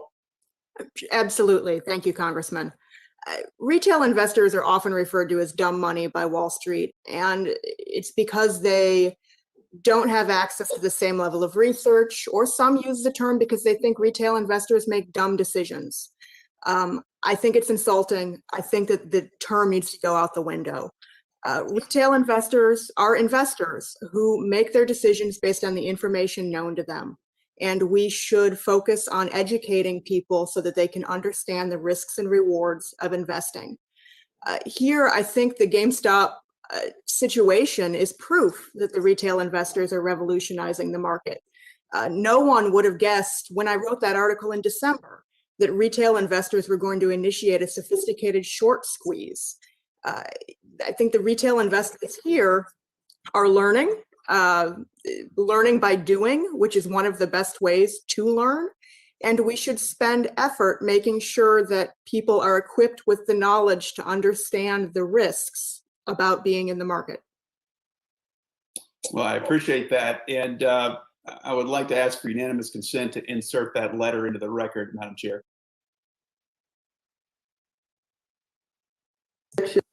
Thank you. I just want to look, Robinhood wrote about the need for, and this is open to anyone, and it's got a few seconds left, but I'd like for someone to talk about, is it possible for clearinghouses and real-time settlements on the blockchain to exist? I don't have time for that, but that's something we can come back to at a further point. And Madam Chair, I'll go ahead and yield back. Thank you very much. And without objection, I want to make sure that that's in the record that your insertion was accepted. Thank you. With that, I'm going to turn to Mr. Gottheimer. Mr. Gottheimer, you're recognized for 5 minutes. Thank you, Madam Chairwoman, and thank you to our witnesses for being here today. Before I begin, Mr. Gill, I read your testimony, and I'd like to offer my heartfelt condolences for the loss your family suffered last year. It's not just Melvin Capital that lost money as part of the frenzy around GameStop. Whether it's a security guard losing $20,000 or a dog walker losing a few $100s, everyday retail investors were left holding the bag after GameStop's stock fell back to earth. Not every investor lost money, and Mr. Gill, sitting before us here today, remains bullish on the stock. Still, Bloomberg reported yesterday that he was served a lawsuit accusing him of misrepresenting himself and his motivations. I'm not here today to take sides in the litigation. However, it does raise important questions about the role of social media websites like Reddit, especially in the context of volatility we experienced with GameStop, AMC, and numerous other stocks last month. Mr. Huffman, what kind of authentication exists for Reddit users to confirm their identities, to verify that are even real people? Reddit, and this is an important quality of Reddit, so thank you for the question, doesn't require people to reveal their full identity to use the platform. One of our pillars of privacy, and privacy is something that's critically important to us, is that users should be masters of their own identity, and they can choose to reveal as little or as much as they would like. I'll point out that there are two sides of this that are really important. On one side, this allows Reddit to work. Something like Wall Street Bets would not exist if users had to reveal their full identity, because in Wall Street Bets, people are revealing gains and losses. They're effectively revealing their financial position in life, and we would not put that burden on anybody to force them to do so. I'll also point out that other platforms have real identity, and it doesn't do anything to improve their behavior. Can I ask a question of that? Is there any way for a regular user of Wall Street Bets subreddit to know what content is genuine, written by other users just like themselves, retail investors who are looking for honest information to invest on? Is there any way for that? So there are a couple aspects to this. So the first is that we as a company invest significant resources in enforcing the veracity of our voting system. It's something we've been doing for 15 years, long before events like this, long before even the election and the politics of the last few years, where these things have become top of mind for everybody. This has been critically important to us. Also, our user base is exceptionally good at sniffing out untruths, misinformation, fake stories, both within this community and Reddit at large. And so in order for any piece of content to be successful on Reddit, it has to be accepted by that community and receive the same votes that anything else would. Do you have any heightened standards for places like Wall Street Bets or other investing subreddits where moderators are able to manipulate content to their own financial gains? We keep a high standard across the entire site. And in with this particular community over the past few weeks, we've been looking especially closely, anticipating these sorts of issues and questions. And to date, we have not found any nefarious behavior. Got it. But we could have a situation where thousands, possibly millions of dollars of retail investor money may be being manipulated, right? We don't know that. People in the United States talk about stocks on Reddit. They talk about it on TV, in magazines. People can say, in fact, they do on television all the time, encourage people to make what I would call bad investment decisions. On Reddit, I think the investment advice is actually probably among the best because it has to be accepted by many thousands of people before getting that sort of visibility. Do you see any difference between someone on Reddit offering advice versus an analyst at a major bank or at a financial services firm? Absolutely. I think on Reddit, you're seeing retail investors who are giving authentic advice based on their knowledge, and you would not, call into question what their motivations are or what large positions they may hold before going on TV and talking about them. Do you plan to do more in this space, and is this something that's going to be a major priority of yours? And do you think overall social media companies like yourselves should be held to a different standard? Should you be responsible for what happens in your content? If someone manipulates something or if it's a bot, should that be on you, or do you think that's just buyer beware? We take manipulation of Reddit incredibly seriously. That is one of our, first duties on all of this is to ensure the authenticity of our communities. Yes. But do you think you should be held responsible if somebody posts something, if there's some collusion, or if there's somebody who it's a bot that's online? Do you think you should be on the line, or this is just a site you offer for people to exchange ideas? Reddit can be held responsible, and we do take our responsibilities here incredibly seriously. Thank you. The gentleman's time has expired. Thank you. Thank you, Madam Chairwoman. That was good. Shots at CNBC. Thank you, Madam Chair, and I want to thank you and the ranking member for convening today's hearing. If I could, Mr. Tenet, I'd like to echo what many of my colleagues have said today. We do appreciate the fact that you've created this platform. To a large extent, you've leveled the playing field so that small individual investors can have a shot at the American dream. That's investing. Now, I do want to ask you though, and a lot's been said about the situation that occurred in late January. My question to you is, how did you misjudge your capital requirements to prevent people from being able to trade during that period in January? Thank you, Congressman. I wouldn't say we misjudged our capital requirements. This was a 1 in 3.5 million occurrence event, one that had never been seen before in capital markets. And we had to play this by the book. Robinhood Securities made the decision that we did so that we could remain in compliance with our regulatory capital and deposit requirements. Unfortunately, it required us to restrict the buying of these securities for Thursday and limit it to some degree on subsequent days until additional capital came in that allowed us to relax the restrictions. It was Robinhood's mistake, though, correct? Well, Robinhood owns what happened, certainly, and we need to make sure that it doesn't happen again. But Robinhood Securities had limited options with how to address this, and I fully support the team in making the decision that they did, and I believe they did the right thing and the only thing. I realize you said at the beginning that you're privately held. With that said, is your primary source of revenue from the order flow payments that you receive from some of the players that we've talked about today? That is correct, Congressman. Payment for order flow is one of our largest revenue sources. Is it the largest? It's the largest, yes. Now, in your testimony, in your written testimony, oral testimony, you talked about the settlement period and what we're probably capable of doing in real time, or instead of T+2, maybe the T+1. If we had real time settlement, with the situation that did occur in January, would that have been preventable? In other words, that wouldn't have happened if we had real time settlement. Congressman, if we were to have real time settlement, and of course there's some implementation details that would govern this, there would be less of a need for collateral at clearinghouses because the cash and securities transactions would be exchanged in real time. So collateral for counterparty risk would be less necessary. So real-time settlement would lead to reduction, perhaps an elimination in some of these collateral requirements, a reduction in the money that's sort of clogging up the plumbing of the system. and that would have avoided some of these problems altogether. Thank you very much. Just to be clear, does the same answer apply if I asked you if settlement was T+1 instead of same day settlement?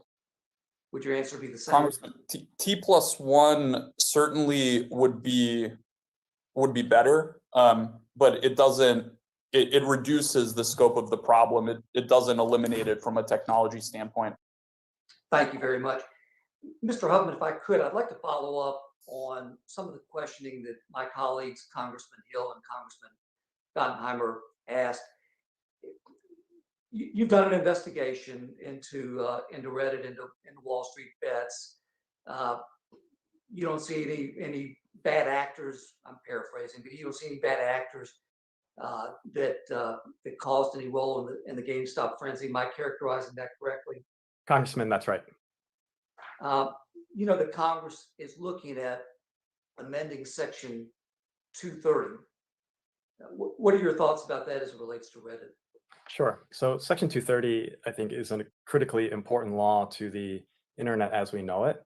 And it was created, in fact, to protect a forum in the early internet for talking about stocks. Section 230, I think it's also important to point out, doesn't protect platforms or companies like ours from civil litigation. So there are mechanisms for coming after companies like ours. What it does protect is our ability to evolve the way we moderate our content, and in which we have done in many ways over the last decade. The gentleman's time has expired. Mr. Gonzalez, you're recognized for 5 minutes. Thank you, Mr. Speaker and Ranking Member, and I want to thank everyone in the committee here with us today. This is for Citadel. Mr. Griffin, in 2020, Citadel violated a regulation, SHO, which governs short selling. Citadel is now involved in another short selling problem, and Robinhood routes half of its customers' orders to you. Robinhood halts buying on a position that you're long on, and you own the hedge fund and the clearing broker. What is there to prevent you from taking advantage of that situation and making sure you profit off the confusion and retail investors? Congressman, I'm trying to understand the question. Let me give it to you again.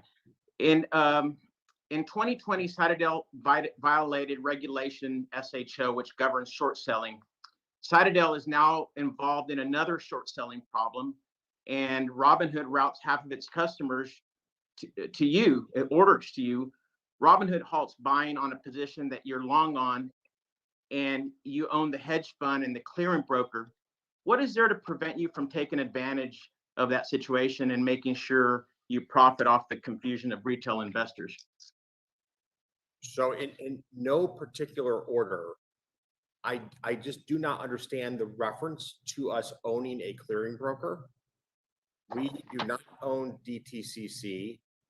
We do not control DTCC. We are not party to the discussion, dialogue, or demands between DTCC and Robinhood. So I do not understand the premise of the question, because we have literally nothing to do with DTCC other than being a member of DTCC for providing settlement services for us and for doing real-time trade affirmation and clearing. Now, Citadel Securities owes a duty of best execution for every order that comes from Robinhood. And I will tell you that I'm incredibly proud of how seriously my team takes that duty of best execution. Some of the most earnest, hardworking, and thoughtful people that I've ever met in my life work on our retail execution business here at Citadel and take great pride in the execution quality that we give to each and every trader, not only at Robinhood, but at every single one of the retail. Thank you for your response, Mr. Gill. But I understand that you made your position known on GameStop as far back as 2019 and are lauded as a diamond hands hero by Wall Street bets community. Have you ever previously experienced or observed the type of restrictions Robinhood and other applications performed on January 28th? Thank you, Congressman. No, I have not. Thank you. That's a good question. And Mr. Huffman, I'm not a Redditor, but I do understand the problems around social media and freedom of speech and the tightrope act that goes on where these intersect. In the near decade of Wall Street bets and subreddit, have they shown themselves to be exceptionally problematic, an exceptionally problematic forum, or just one of the many eccentric communities that call Reddit home? Congressman, I think your latter description is more accurate. They are an eccentric community, but they're well within the bounds of our content policy. And though we do have difficult decisions to make here and there regarding specific communities, one of the things we look to first is whether the community is trying and they're putting their best efforts to be a good citizen of Reddit. And towards that end, we've had consistent communication with the moderators of that community, and they've been doing, I think, an excellent job. Thank you. Well, the last financial crisis was caused when we turned a blind eye to the bad practices of our financial institutions. Perhaps today we've seen a warning about the clearing process, and I hope today can be a jumping off point for us to take a hard look at our markets and the practices of these institutions. In a 2-day clearing process, the liability risk and potential financial stress limited trading, but in a key time in market and perhaps in a way that materially affected investors in these recent events. So I'm hoping that we all get to take a closer look at what is happening. And with that, I yield back. Thank you. Thank you very much. Next on our list, we will have Mr. Hollingsworth for 5 minutes. Thank you, Madam Chairwoman. Mr. Griffin, I'm going to direct my questions to you specifically, but I'm hoping to talk a little more philosophically about the market writ large rather than just Citadel itself. Certainly, there's been a significant amount of evidence supporting the advantages market makers offer retail investors. Through sophisticated infrastructure and high-speed technology, bid-ask spreads have decreased from 33 cents to less than a penny over the last 5 decades. And according to some research, saved retail investors $1.6 billion just in the first 6 months of last year alone. None of our discussion after this and the questions I'm going to ask are intended to be pejorative to that reality, but I just wanted to pick your brain, given your deep experience, about some of the implications of off-exchange trading specifically. We've seen this year that off-exchange trading has eclipsed nearly 50% of all trading. Can you talk a little bit about what factors have contributed to off-exchange trading's growth versus on-exchange trading? Certainly, I want to talk about the concerns we may have as market participants about that. But first, just the factors that you think are driving that. I think one of the most significant drivers of off-exchange trading is that exchanges are handcuffed in their ability to fulsomely compete. Can you talk a little bit more about that? Is this just regulatory arbitrage? It is. I hate the word because it has a negative connotation. I believe that the exchanges should have greater latitude in setting their tick sizes in the most liquid securities. Mm-hmm. That will allow order flow that's currently going to dark pools to go to exchanges and to receive better executions. So let me just be very clear. It's not that we want to inhibit dark pools or market makers like Citadel from competing. It's that we want to enable and empower exchanges to be better competitors. I started my career as a retail investor in the day where I used to spend 25 cents in a bid-ask spread if I was lucky. I know the days you're referring to. We've come a long ways, but to continue on this journey, the next step is to allow exchanges to be more competitive in the market. Well, so I think you answered this question, but just to put a fine point on it, there is public policy work that needs to be done in order to help resolve some of this challenge that exists in the movement of volume from on exchange to off exchange. That's incumbent upon us. It's incumbent upon regulators to find a better solution. Is that what you're saying? Congressman, I'm saying that yes, it's legislators or the SEC. I believe much of this can be done by the SEC as a policy matter. Right. Think of it as the next step forward in regulation NMS. Love it. Great. Thank you for all those answers. Just, I want to highlight this further Can you talk about some of the challenges or deleterious impacts on the market if more and more volume is off exchange versus lit trading? Can you talk a little bit about why we should be concerned about that to make sure we all understand how important it is to make these changes to empower, as you said, exchanges to be better competitors? I think there are three salient points I'd like to make. First, price discovery is the most important part of our capital markets function, because price discovery combined with liquidity fuels our free enterprise system. It's how companies raise capital. It drives down the cost of capital. The more trading on exchanges, the better the price discovery we have. That is good for our capital markets. The second is that dark pools are often willing to engage in business practices where they discriminate against one class of investors versus another. I find it very unsettling that we in any way prohibit discrimination against one group of investors for the benefit or at the expense of another in any part of our capital markets. We want our capital markets to represent the values of our country.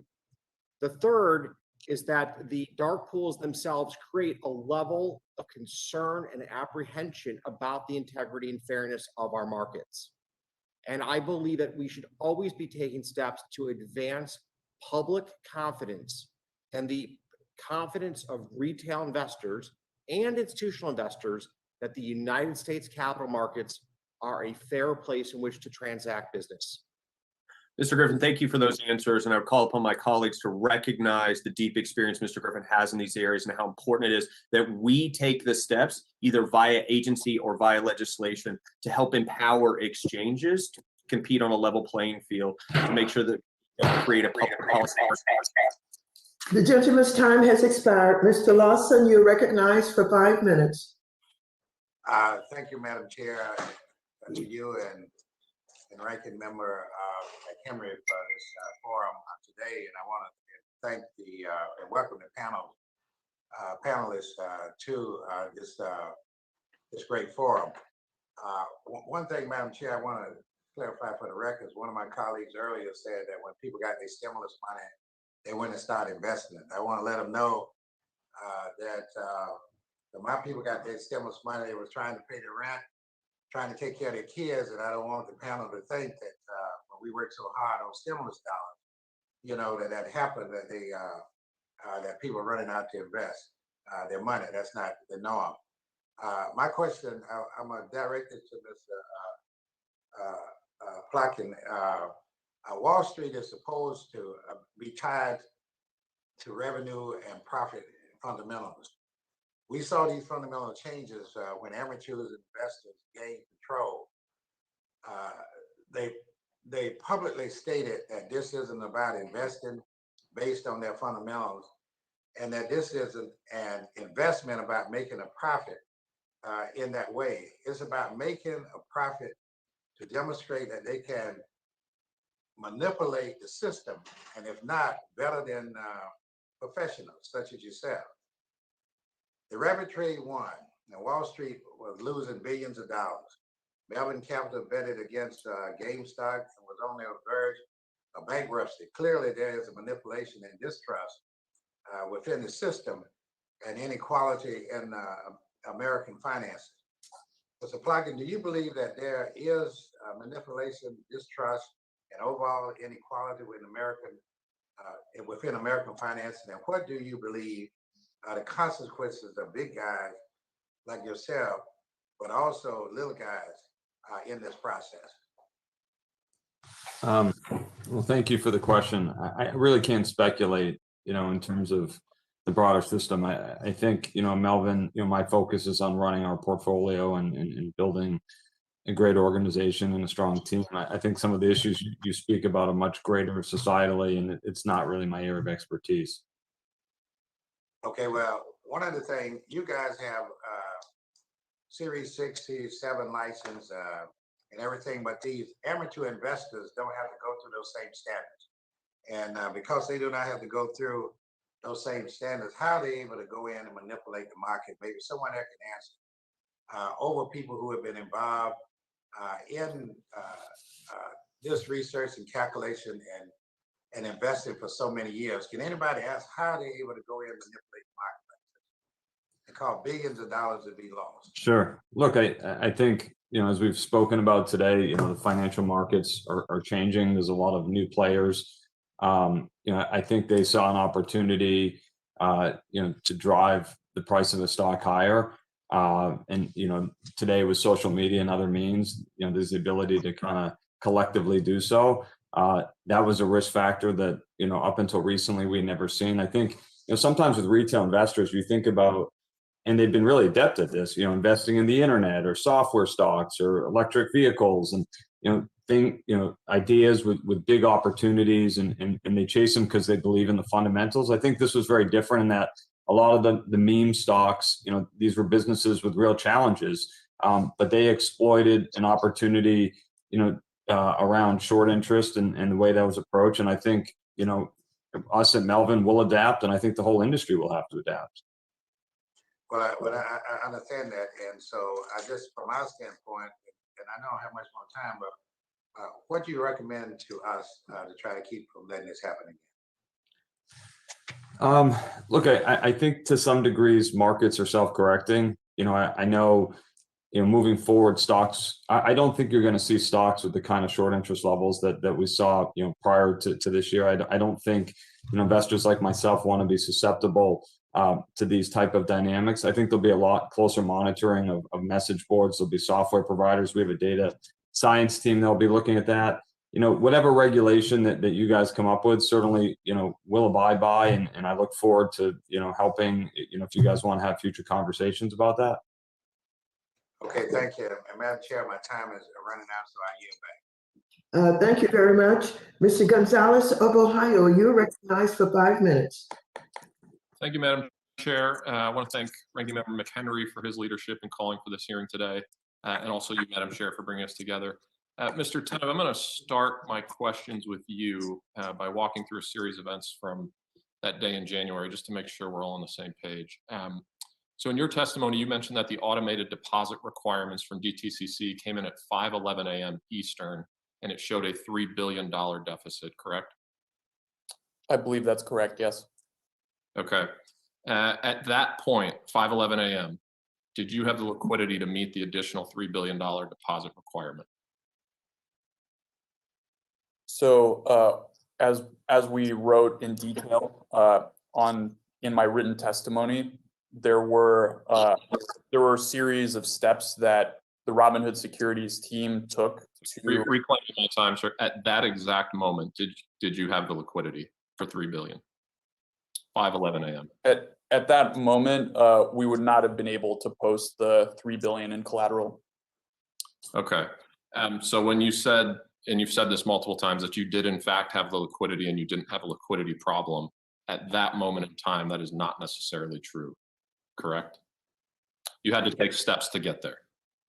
Congressman, we did have to, the Robinhood Securities team had to work with our relevant clearinghouses to adjust the risk profile of the trading day in order to meet our collateral requirements.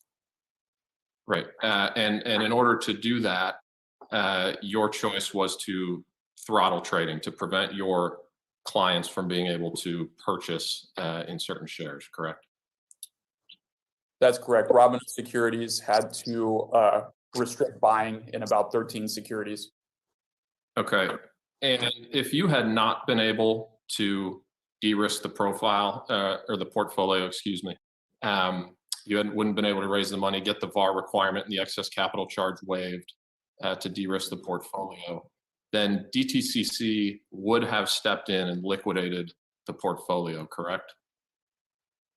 I'm not sure what the exact, Congressman, what the exact steps that they would take if we weren't in compliance with the deposit requirements would be, but it would not have been a good situation for the firm or the customers. So reclaim my time. So the letter that Ranking Member McHenry submitted for the record, I would draw everyone's attention to. I'll just read this. If a clearing member fails to satisfy a margin call, it exposes other clearing members to risk and can put NSCC out of compliance. In a case of non-payment, NSCC may cease to act for the clearing member and liquidate its unsettled clearing portfolio. So that was definitely in the cards. For my constituents who are Robinhood clients, what would this have done to their portfolio if it would have been forced liquidation as a result of missing the capital call? Oh, well, Congressman, if there was forced liquidation, at the very least, it would have resulted in a total lack of access to the markets for your constituents. Not just to the 13 securities that we restricted buying in. Right. So this would have been an enormous catastrophe for Robinhood, correct? And the clients. Correct. And not just Robinhood, but the over 13 million customers that we serve. Yeah, and I think that's really sort of the crux of the issue. So in a sense, I love your company because it does, when correctly managed, provide investment opportunities for individuals who are currently frozen out of the markets for one reason or another. At the same time, though, I believe a vulnerability was clearly exposed in your business model and perhaps in the regime that governs your capital requirements.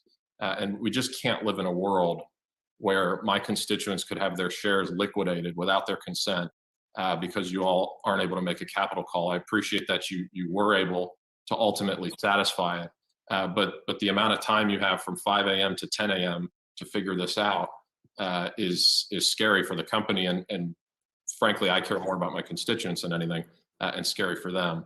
And so I hope we'll continue to look at that. Beyond that, though, I also hope that this hearing highlights a very real problem with our financial markets today and how they're accessed by everyday investors. Today, the Melvin and Citadels of the world, as well as major PE and VC funds, have access to the world's greatest investment opportunities on the planet, whereas the retail investor world, of which Mr. Gill is a great member, it doesn't, for lack of a better term, has access to an ever diminishing set of investment opportunities. And so while we're debating these vulnerabilities, we're also serious about finding ways to expand access for Main Street investors. And with that, I yield. The gentleman's time has expired. Mr. San Nicolas, you're recognized for 5 minutes.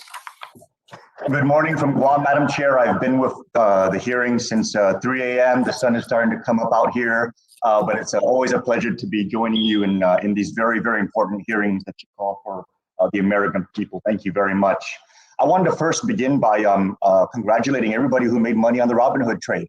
You know, you guys found a low float, low volume, massively shorted stock, and you guys squeezed it.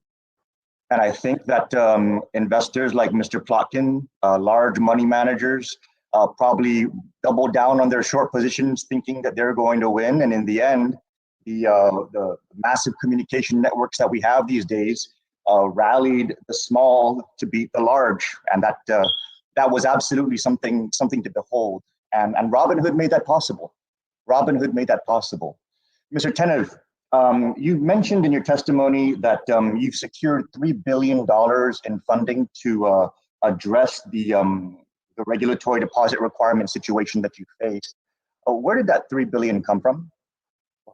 Thank you, Congressman, for that question. To be clear, we were in compliance with all regulatory net capital and deposit requirements without the additional capital infusion. It was simply to provide extra cushion, allowing us to unrestrict trading and be prepared for other black swan events that might happen in the future.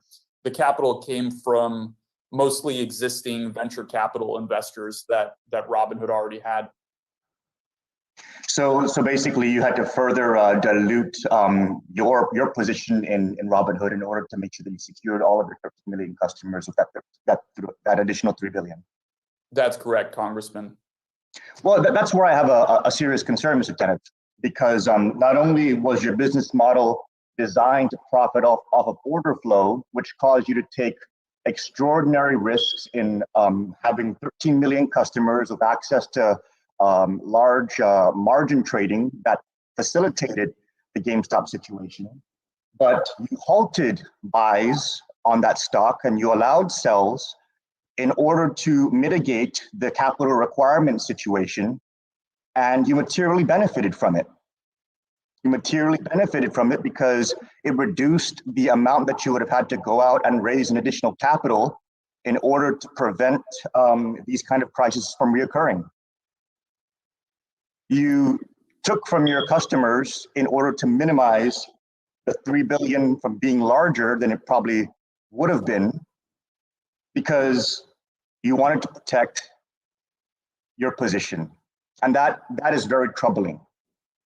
That is very troubling. It's very troubling that the order flow model that you built and the risk that you took on resulted in that halt. And it's very troubling that that halt also materially benefited the existing shareholders and yourself by minimizing the amount of additional capital you had to raise in order to prevent that from happening again.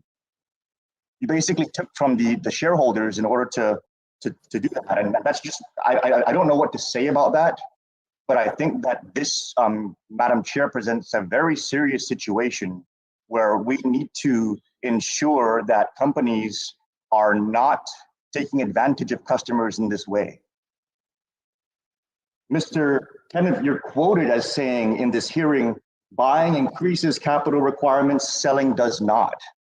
So it was something that you knowingly did. It was something that you knowingly did. It was beyond just trying to protect the existing customers. And at the end of the day, while you had to raise an additional 3 billion, it minimized that from being a larger sum. We have customers who purchased the stock who are now bag holders after the price came down because they couldn't continue going up with additional buying. And that was willful, that was intentional. So I'm glad, Madam Chair, that we've called this hearing. I'm glad that we're able to put these things on the record. And I'm just very, very concerned with the implications of this. And I really hope that at the end of the day, those bag holders get a lot more than an apology. Thank you, Madam Chair, and I yield back. Mr. Rose, you're recognized for 5 minutes. Thank you, Madam Chair. And thank you, Ranking Member McHenry, for holding this important hearing today. And thank you to our witnesses for your testimony and participation today and for the dedication of time that you've made to this hearing. There is still so much for us to learn from this market event. Obviously, speculation has been rampant, and I believe we should not get ahead of our skis, so to speak, and rush to policy recommendations before we understand the full scope of this situation. The committee investigation is barely underway, and I would view a large majority of the policy proposals suggested today as half-baked at this point. At the end of the day, we should all want retail investors to have access to the market and to ensure they have the information they need to participate in the market in an informed way.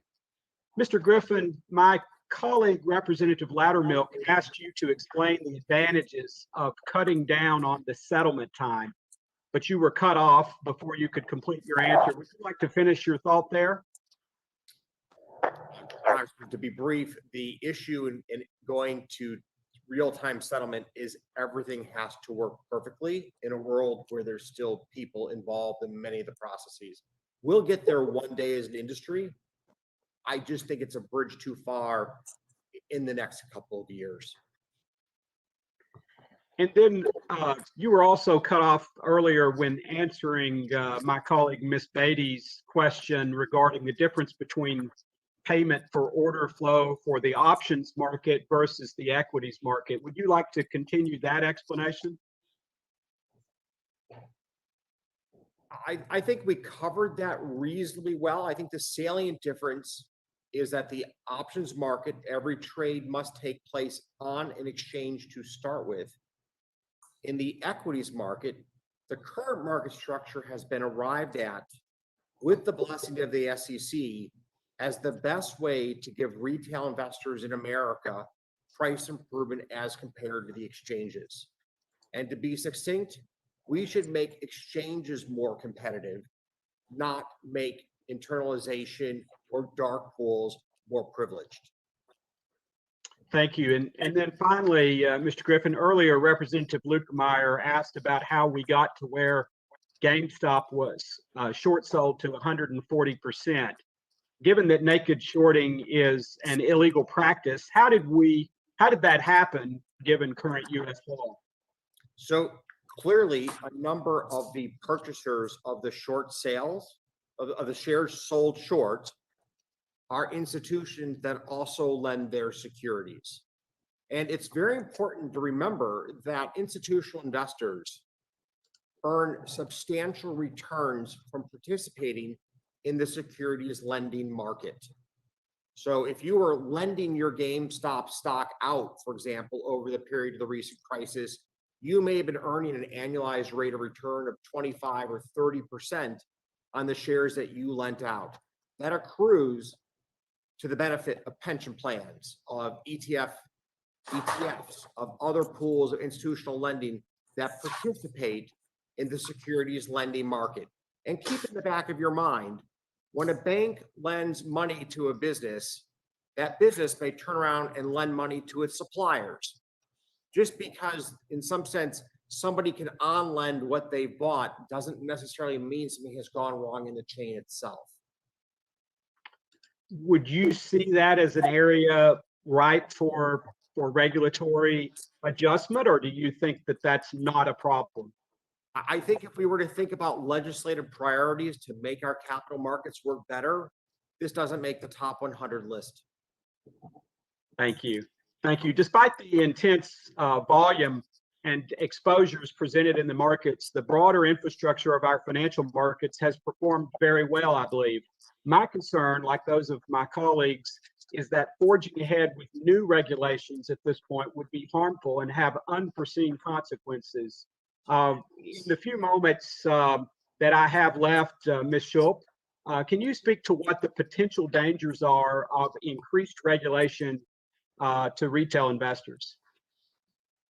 That's going to take me more than 12 seconds, but there's a lot of potential for unintended consequences here, and increased regulation can drive retail investors out of the market. It can have them have less good prices. Sorry not to give you more time. Maybe one of my colleagues will give you a chance to complete that. I yield back. Thank you very much. Next, we will have Ms. Axney for 5 minutes. Thank you, Chairwoman, and thank you to the witnesses for being here today. I just want to quickly follow up with a question my colleague, Mr. Foster, asked earlier to you, Mr. Tenev. You said that Rule 606 reports detail the arrangements you have with firms like Citadel. However, those only detail the payments you receive. Are you saying that you're prepared to publicly disclose the detailed terms of your payment for order flow with Citadel and other market makers? Thank you for the question, Congresswoman. The 606 reports do publicly detail the payment for order flow arrangements we have with Citadel Securities and our other market makers. Okay, well, I'll look forward to seeing those details then. Will you make sure that you get those over to our committee?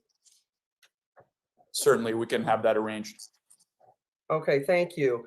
Last month, of course, as we saw this volatility with GameStop and AMC, and the stock started to rally, everybody seemed to get involved. And one survey recently said that 30% of Americans purchased one of those viral stocks.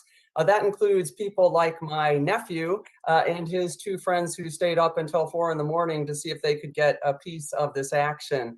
So one of the most concerning pieces, though, of this whole episode is how many people really felt like that's what they needed to do to get ahead.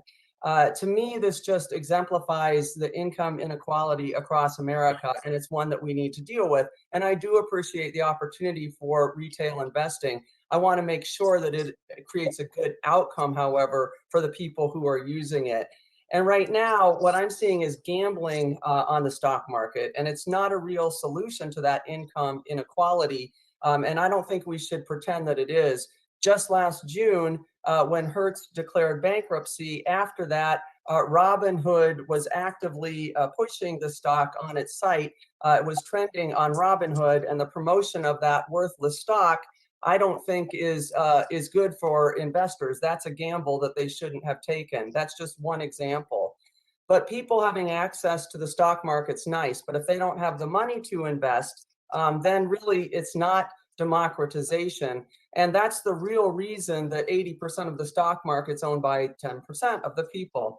And of course, those are people who don't have to put all their money into healthcare or childcare or a car payment or whatever it is that's just keeping them going through their day-to-day. Earlier, Mr. Tenev, you said that you couldn't tell us what your client's rate of return is, but generally 99% of short-term traders underperform the market. So, Mr. Tenev, you say Robinhood's mission is to democratize finance. Is that correct? That's correct, Congresswoman. Yes.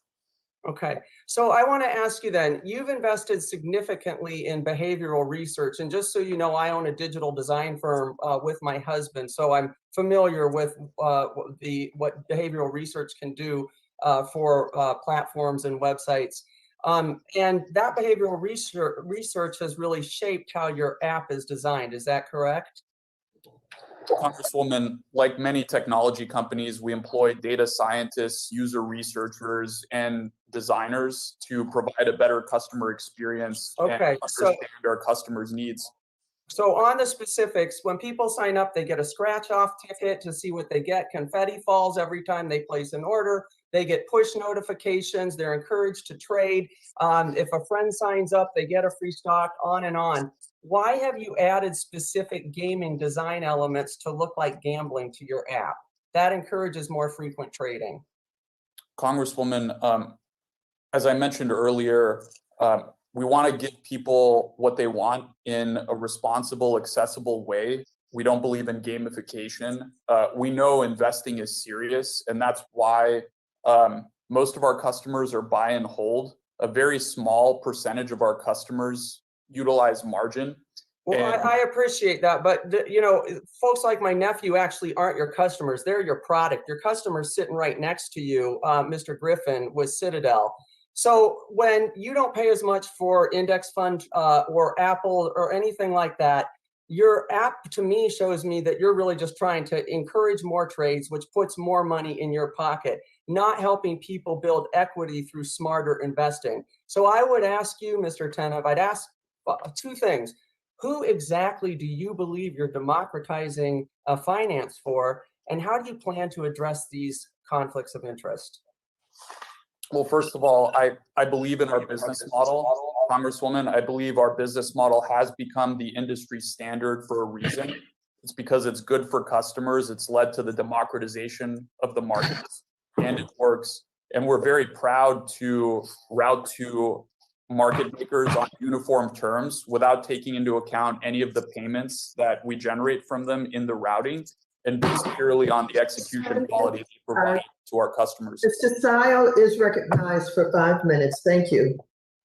Thank you, Madam Chairwoman, and thank you for holding today's hearing. I'm concerned about investors in the state of Wisconsin and across our country to make sure that they have access to the market, access that is fair and equal to the big banks and the hedge funds in Wall Street. And we've seen great improvements in access, the democratization in finance. And I'm concerned that these hearings are going to lead us down the path of additional regulations before we fully investigated the facts. It was stated earlier that may not be the case. And I'd like to have inserted into the record a Bloomberg article dated January 28th titled "GameStop Trades Show Need for More Regulation," Democrat says.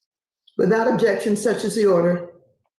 Thank you. I think it'll be helpful for everyone to review that, with the concerns being that we're going to drift away from the democratization of our finance system. Also, a bit disappointed that we don't have representation in our first hearing here today from the SEC or the DTCC, especially in the early days of the Biden administration. I think that would be helpful, and hopefully we'll be able to have their participation in a future hearing. If I can direct my first question to Mr. Gabe Plotkin at Melvin Capital Management, there's obviously a lot of attention that came pouring in on a stock, GameStop, that you held a short position in. People were tweeting about it, things were building. Do you have any information as to uniquely why folks on Twitter and on Reddit and others uniquely targeted that stock? First of all, thank you for the question. I think it's a really good one. ultimately, I'm not sure kind of how the momentum built around that. You know, there were certainly some signs. I'm just going to pull up here. Webull just to see what the stock closed at today. It's already 4 o'clock Eastern Standard. So let's see. What did GameStop end at? Wow, these people still are talking. Let's see here. Let's share. All right, there we go. So GameStop closed 45. Oh no, that's previous. Yeah, 45. This is after hours already. 40.70 it closed, and it's still dropping in after hours. So what a red day today. Let's see, AMC 549 picked up a cent after hours. So not much movement even after Keith saying that he would continue to buy. Well, okay. Let's go back to the hearing.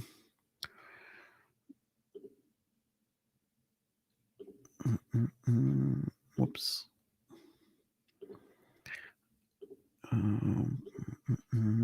Let's pull this up here. And here we go. Insufficient ultimately is related to the collateral call that came in the early morning hours on the 28th. Is that correct?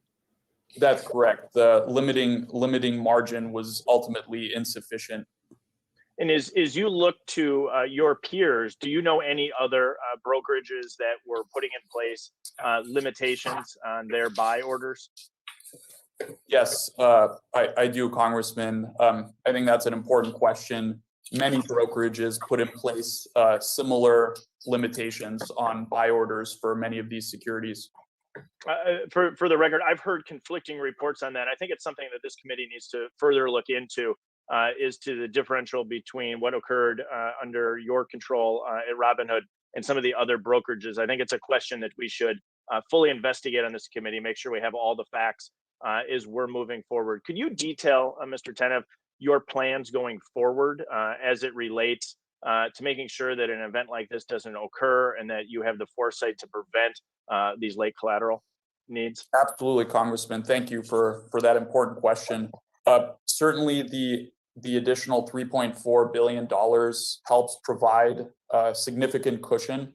In addition, you could see that between Thursday and Friday, Robinhood replaced the PCO, which was a position closing only setting, with much more granular position limits. Congresswoman Axney. I'm sorry. Please, the gentleman's time has expired. The voice that you heard had nothing to do with what you were saying. I think it was a mistake. With that, the gentleman's time has expired, and we'll move on to Mr. Caston. You're recognized for 5 minutes. Thank you, Madam Chair. Thank you so much to our witnesses. There's a whole bunch of themes in today's hearing, and I want to, if I can, just tie a couple threads together that I think are relevant that we've had corners of. June 2020, Alex Kearns, who was 20 years old at the time, from Naperville, Illinois, killed himself, largely thanks to a bug in the Robinhood system. The bug was that he turned on the app, said he owed $730,000 that he did not have because of options positions that he thought canceled out but didn't appear to. He called the helpline. The helpline, of course, was not manned, as we've discussed. He sent several panicked emails, 3 to be precise, did not receive a response. Ultimately, there was a response from email saying that, in fact, his positions were covered, but by that point, it was too late because he had taken his own life. This is a gentleman who was 20 years old. Under Illinois law, he was not allowed to buy a beer, but he was allowed to take on $730,000 in positions and exposure that he did not have the liquidity to cover. Now, your mission, Mr. Tenev, is to democratize finance, but the history of financial regulation is to protect people like Alex Kearns from the system. As the old joke goes, if you're playing poker and you can't figure out who the fish is at the table, you should leave the table because you're probably the fish. And there is an innate tension in your business model between democratizing finance, which is a noble calling, and being a conduit to feed fish to sharks. I want to cover a little bit of timeline. December 2019, Robinhood was assessed a $1.25 million fine by FINRA for failing to disclose payment for order flow agreements to your customers. 6 months after that, Alex Cairns committed suicide. 6 months after that, December 20, Robinhood paid a $65 million fine to the SEC for, among other things, failing to disclose payment for order flow agreements to your customers. There's a tension in your model. Now, along with that, according to your 606s, as been reported by CNBC, you attract a higher rate for equity trades from payment for order flow from many of your competitors, 17 cents per 100 trades versus about 11 cents for your competitors, even more, over 50 cents per 100 trades for options. I'd ask unanimous consent to enter the CNBC article into the record. Without objection, such is the order. Question for you, Mr. Tenev. When did you start offering options on your platform?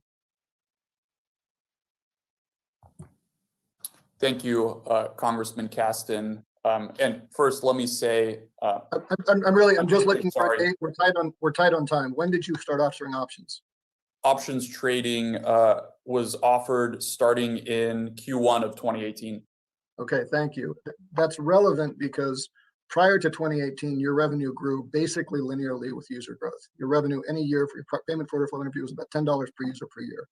2020, it got to $50 per user per year. So your revenue model went from growing revenue by growing users to growing revenue by growing revenue earned on the back of each user, consistent with taking on options. How many firms do you route options orders to, Mr. Tenev? Congressman, we have 7 market makers. I can get back to you with the precise number for options under 7. According to your 606 disclosures, you only list 4: Citadel, Susquehanna, Wolverine, and Morgan Stanley. Are there any others besides the ones listed in your 606 disclosures? If that's in the 606, Congressman, I'm sure it's accurate. Okay, so do you route options trades to anyone who you do not have a payment for order flow agreement with? Currently, we have, Congressman, uniform payment for order flow arrangements with all of our market makers. So they would all be under the same arrangements. Okay, so how do you ensure that you're getting best pricing if every single firm, you're ruling out anybody who is not paying you for the privilege to trade? Congressman, we believe having uniform payment for order flow arrangements with all market makers ensures structurally that there is no conflict of interest because it prevents payment for order flow from being an input in decision-making for where to route orders. Okay, I'm almost out of time, but there is an innate conflict in your model. Let's imagine right now that we are today's version of Alex Cairns. I'm nervous. I think I've got an exposure, and I call your helpline now. Let's call and let's listen in the time we have remaining to what I'm going to hear on the other end of the phone. Oh, man. Robinhood. Please visit us at Robinhood.com or on our app for support. If you have an urgent trading need, please make sure to include details of your order when reaching out. Thanks and have a great day. Wow. Mr. Caston, you may wrap up. I mean, that was one of the complaints I had. You There's may no wrap customer up. service at all. Go ahead, Mr. Caston. Or very little, I should say. Nah, I wouldn't say at all. I have no further questions, Madam Chair. Compared to the Thank you brokers that very I much. use. I will now call on Mr. Gooden for 5 minutes.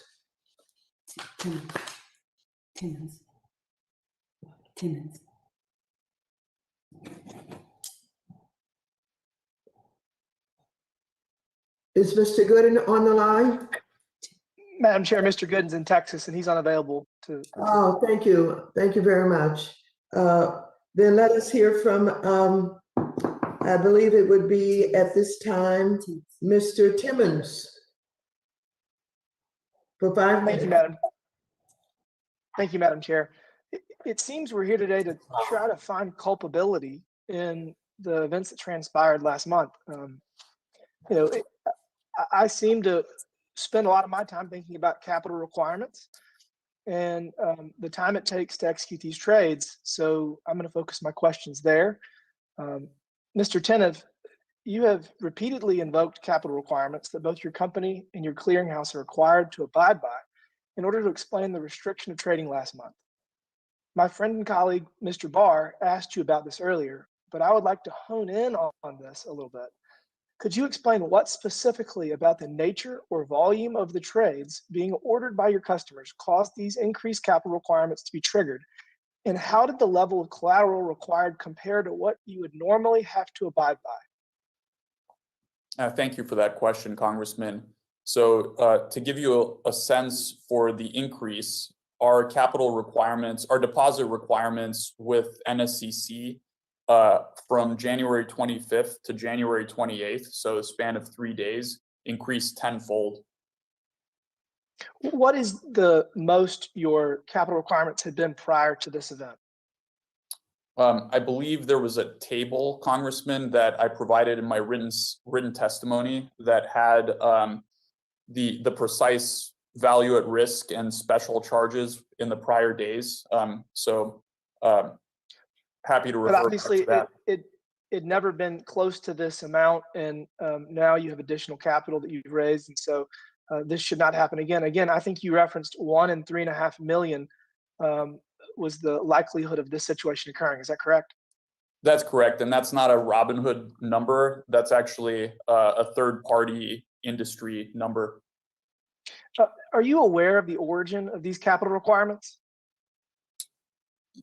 I do believe that these capital requirements, and specifically the NSCC deposit, was spelled out in Dodd-Frank. So the Dodd-Frank Wall Street Reform and Consumer Protection Act is arguably to blame for what happened. You would not have halted trading in this case, but for. So they told Vlad just said that they it's a third party number.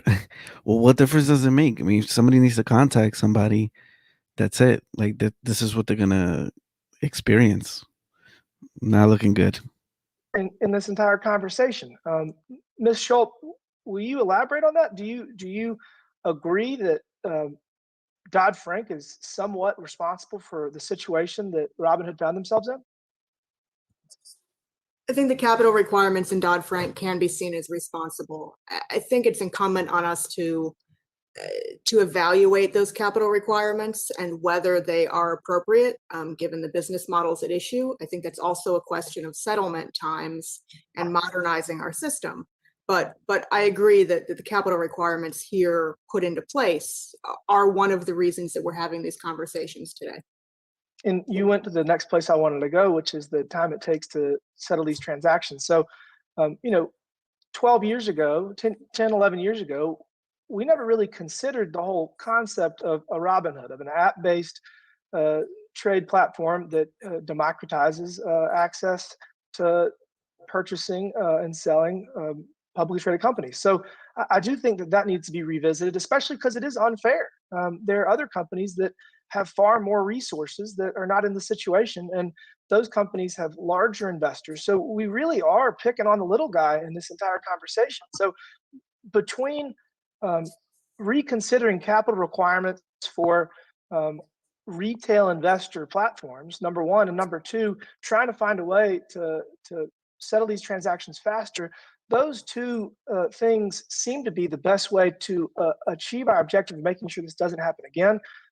I do hope that we can hear from Michael Bodson from the DTCC in the next hearing, or perhaps someone from the NSC.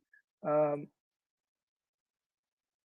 hearing something strange on my computer. I'm sorry, 1 second. Thank you. I'll end with this. One of my colleagues across the aisle said the deck is stacked against the little guy, and I couldn't agree more. But in this case, the very committee that is conducting this hearing has more culpability, I would say, than any of the witnesses that we have brought before us today. So we need to make sure this doesn't happen again. I look forward to working with my colleagues across the aisle. With that, I yield back. Thank you. Time has expired. At the request of one of our witnesses, we will take a short recess. The committee stands in recess for 5 minutes.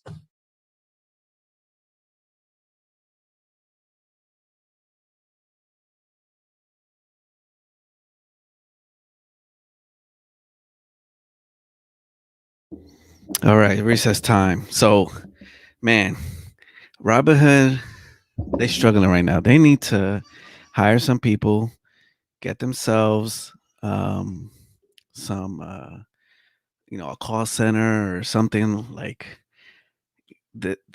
That just proved what a lot of people's concerns were, even before the GameStop situation. Because if they need to call somebody, what's gonna happen? Like you saw the congressman, he calls or whatever, and they pretty much just hang up. And that's terrible customer service, especially when it has to do with your money. So yeah, that sucks. Yeah, Chris, Robinhood needs to hire people and create a call center today. I agree. I agree. That's definitely should be a priority. It should have been a priority, a while ago. Um, and that's not just Robinhood; it's all the other ones. I mean, I don't have experience with Webull calling them or Public or any of these other uh, brokerages, but man, that's not looking good for them. Not looking good at all. But anyway, in the meantime, let's see what the stock is doing. Remove here. Let me pull up Webull again, so that way we see. Here we go. And I am sharing. What's this? GameStop. All right. So after hours, we're at 40.40. So we just keep on dropping. Keep on dropping. AMC after hours 5.46. So that's also dropping. Wow, everything's red, even after hours. Apple, yeah, 129. Bitcoin's a little red, but that's $52,000. Ethereum back up to 19. Yeah, craziness. Let's see if they came back yet. Oh, I hear my kid in the background.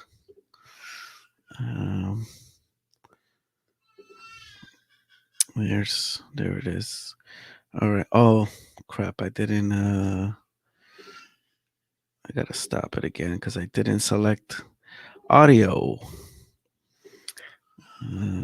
Chrome here. Share audio. All right. Here we go.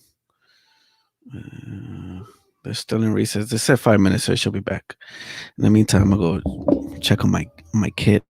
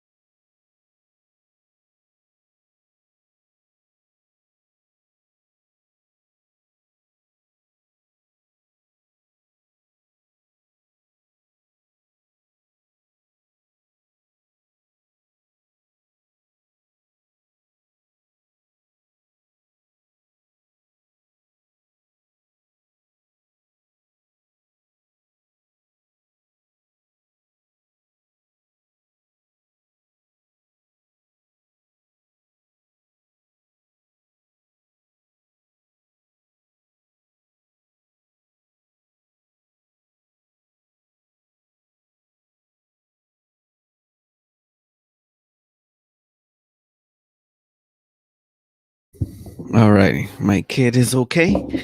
Wow, these people still on recess, huh? What should we do? What should we do?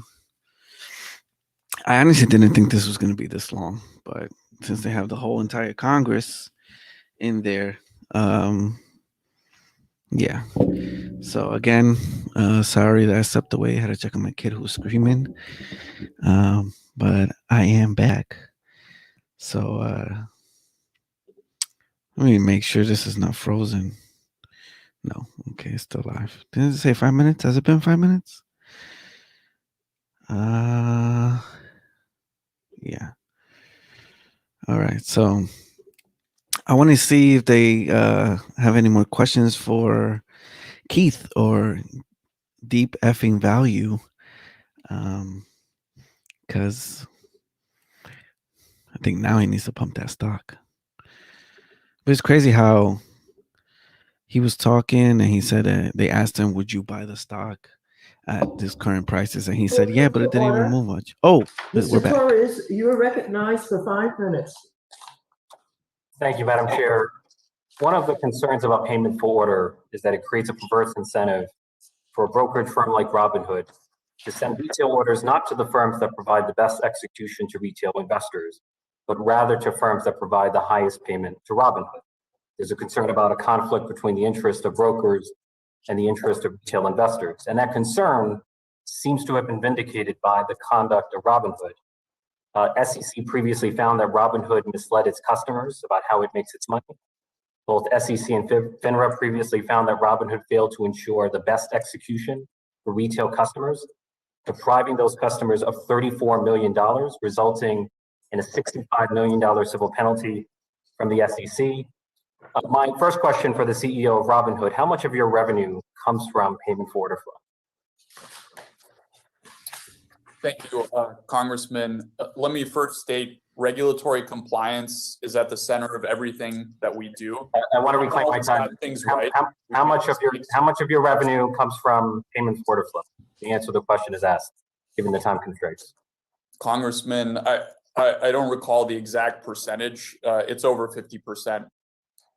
And how much do you know? How much of your order flow revenue comes specifically from Citadel? Citadel is indeed a important counterparty. It's our largest counterparty in terms of where we route orders to. And I want to explain that a little bit, Congressman. Well, I want to move on because I do have to. I want to cover the concerns about gamification. The stated mission of Robinhood is the democratization of finance, but I worry that the real world impact of Robinhood is the democratization of financial addiction.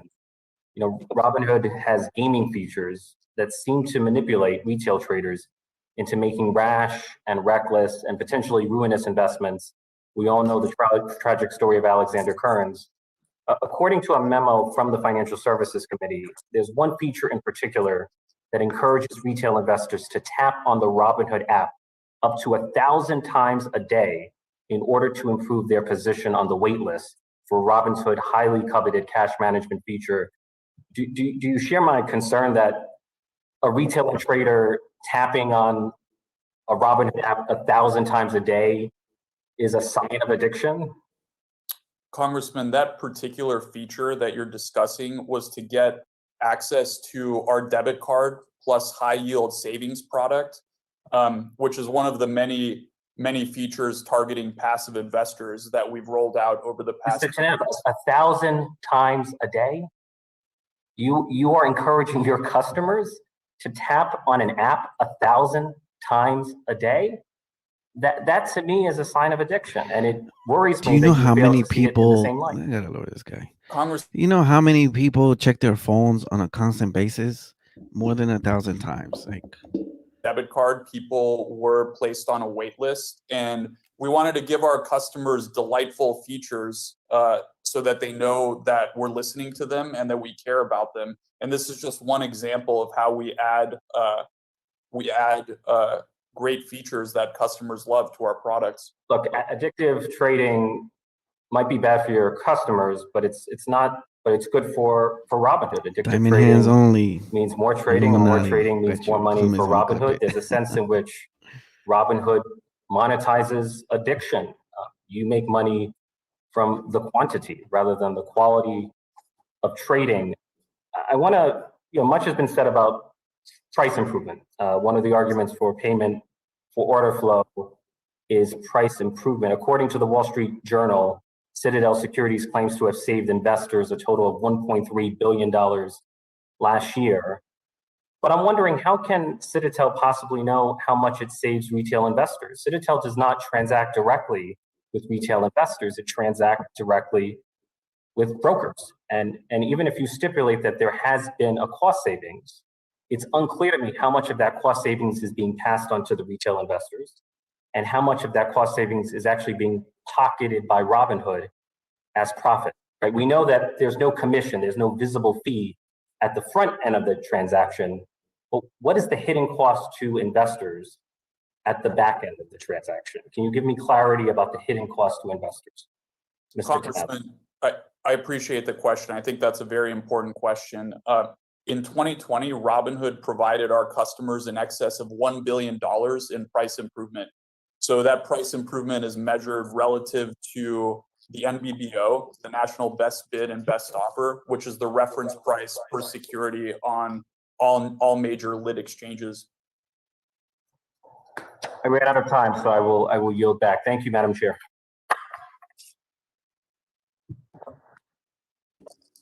Madam Chair bounced. She's not there. There she is. Oh, man. Come on, lady. Who's next? Who's next?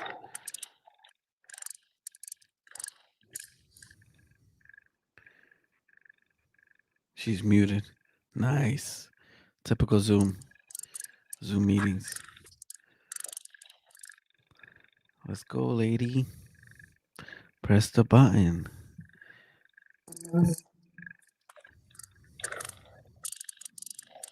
It sounds like there's a fly or a dragonfly. Oh no. They killed the stream? Or she just froze up? What happened? Oh, they killed the stream. Oh, nope. Okay. I'm going to put 2 signs because she has 1. Okay. Okay. We were having a technical problem here. No, but you I just think don't know it's how to been use the computer. corrected. Mr. Taylor, you're recognized for 5 minutes. Okay. We'll point out that today and this week has been very hard for my home state of Texas and for my district in Collin County. We have faced a record-breaking freeze across the state, which has crushed our power generation capability. And we have had some really heartbreaking stories of need. In fact, during this hearing, I was called away to help a mayor try to get power back to their water pumping stations to make sure that they have water for their citizens in Anna, Texas today. So for those members of the committee, I encourage you to send your thoughts and prayers to the people of Texas as they go through this really challenging time. On to the topic of this hearing, Mr. Tennant, I just wanted to go in. I know there's been a lot of questions about the margin call that we got on the morning of the 28th of January. But I'm not sure that we really understand how the margin call changed from $3 billion to $1.5 billion to $600 million. Can you sort of go through how did you negotiate the margin call down? And I mean, and these are very sizable decreases, right? You're saying 50% and 50% again to something that you could then in turn manage. How did you decrease the margin call?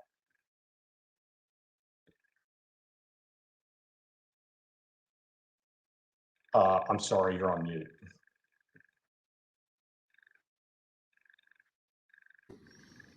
You're still on mute. I haven't been able to hear a word you said, unfortunately. They're all bailing. That's it. How about now? I can hear you now. Madam Chair, can I have 30 seconds back for that? Congressman, I appreciate the question. And first, I want to send my thoughts and prayers to the people of the great state of Texas. Oh my gosh, answer the question. I appreciate you mentioning that. I'd like to just refer to my written testimony, which gives the detailed tick-tock of everything that happened. I believe pages 9 to 11. No, I've read that. I don't, but like, did you go in and say, hey, you need 3 billion, but hey, I won't sell these stocks if you reduce it, and that's how you got to the point where people could only sell the stock, not buy it? Is that what you did? I believe because that's not in your written testimony. So I'm just trying to get your answer.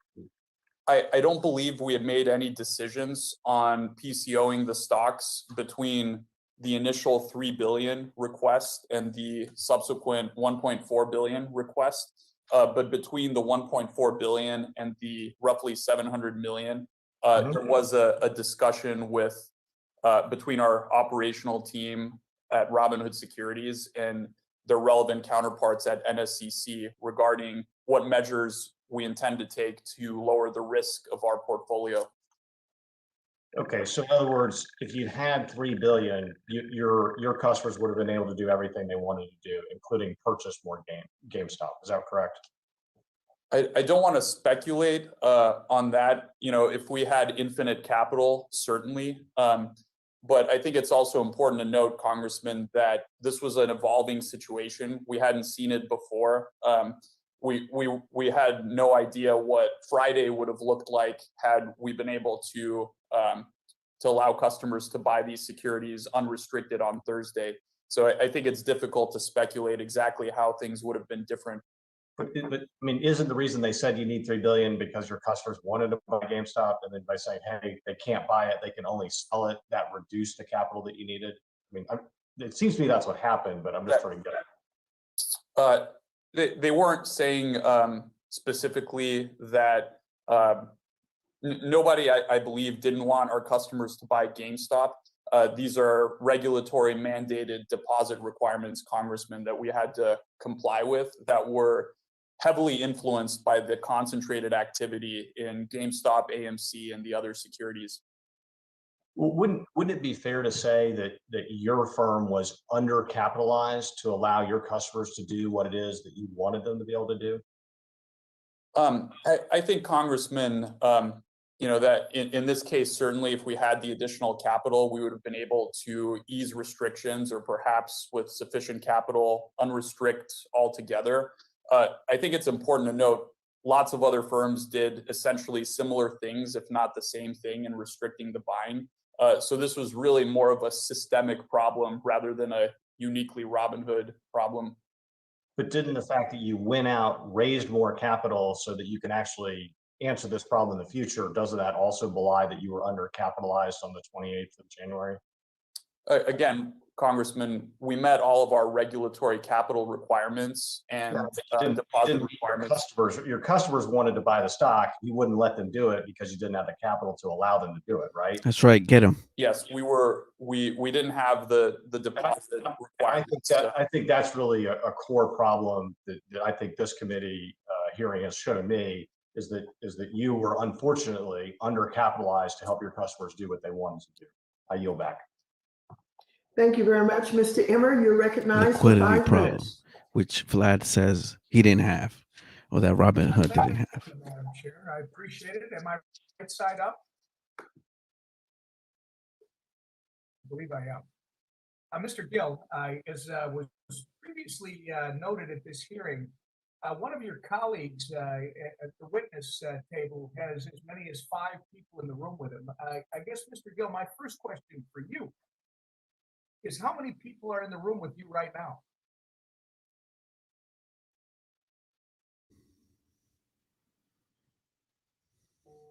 Mr. Gill? 0, Congressman. Gone? Right. That's what I thought, Mr. Gill. And I just want to note for the entire committee that Mr. Gill is actually appearing before our panel by himself while many others are receiving significant, obviously underestimating the sophistication and the independence of these individual investors. Now, we've heard a lot of reasons for concern today. Some are legitimate, but also some proposed overreactions by members of Congress that could create even more problems. attention has been given to the positive sides of this story. Others temporarily limiting its investors from trading, which deserves an investigation. What we saw was a movement of individuals investing to try to make money. I don't see what's wrong with that, even if that motivation is fueled by a desire to stick it to a hedge fund they don't like. Mr. Gill, you're the only retail investor involved in this GameStop situation on our panel today. Why, I don't know, but you are. Yet members on the committee have hardly asked you any questions. That's what I'm saying. We've heard from a lot of the companies and funds involved in this event, but we've barely heard from the people that made this happen. Is there anything you would like to add to this hearing that you haven't been able to add yet, given that we're past the 4-hour mark on this hearing? Let's go. I appreciate that, Congressman. I do. I don't have anything to add at this time, just that I would be the first to acknowledge that investing in stocks and options is incredibly risky, and it's so important for people to do their own thorough research before investing.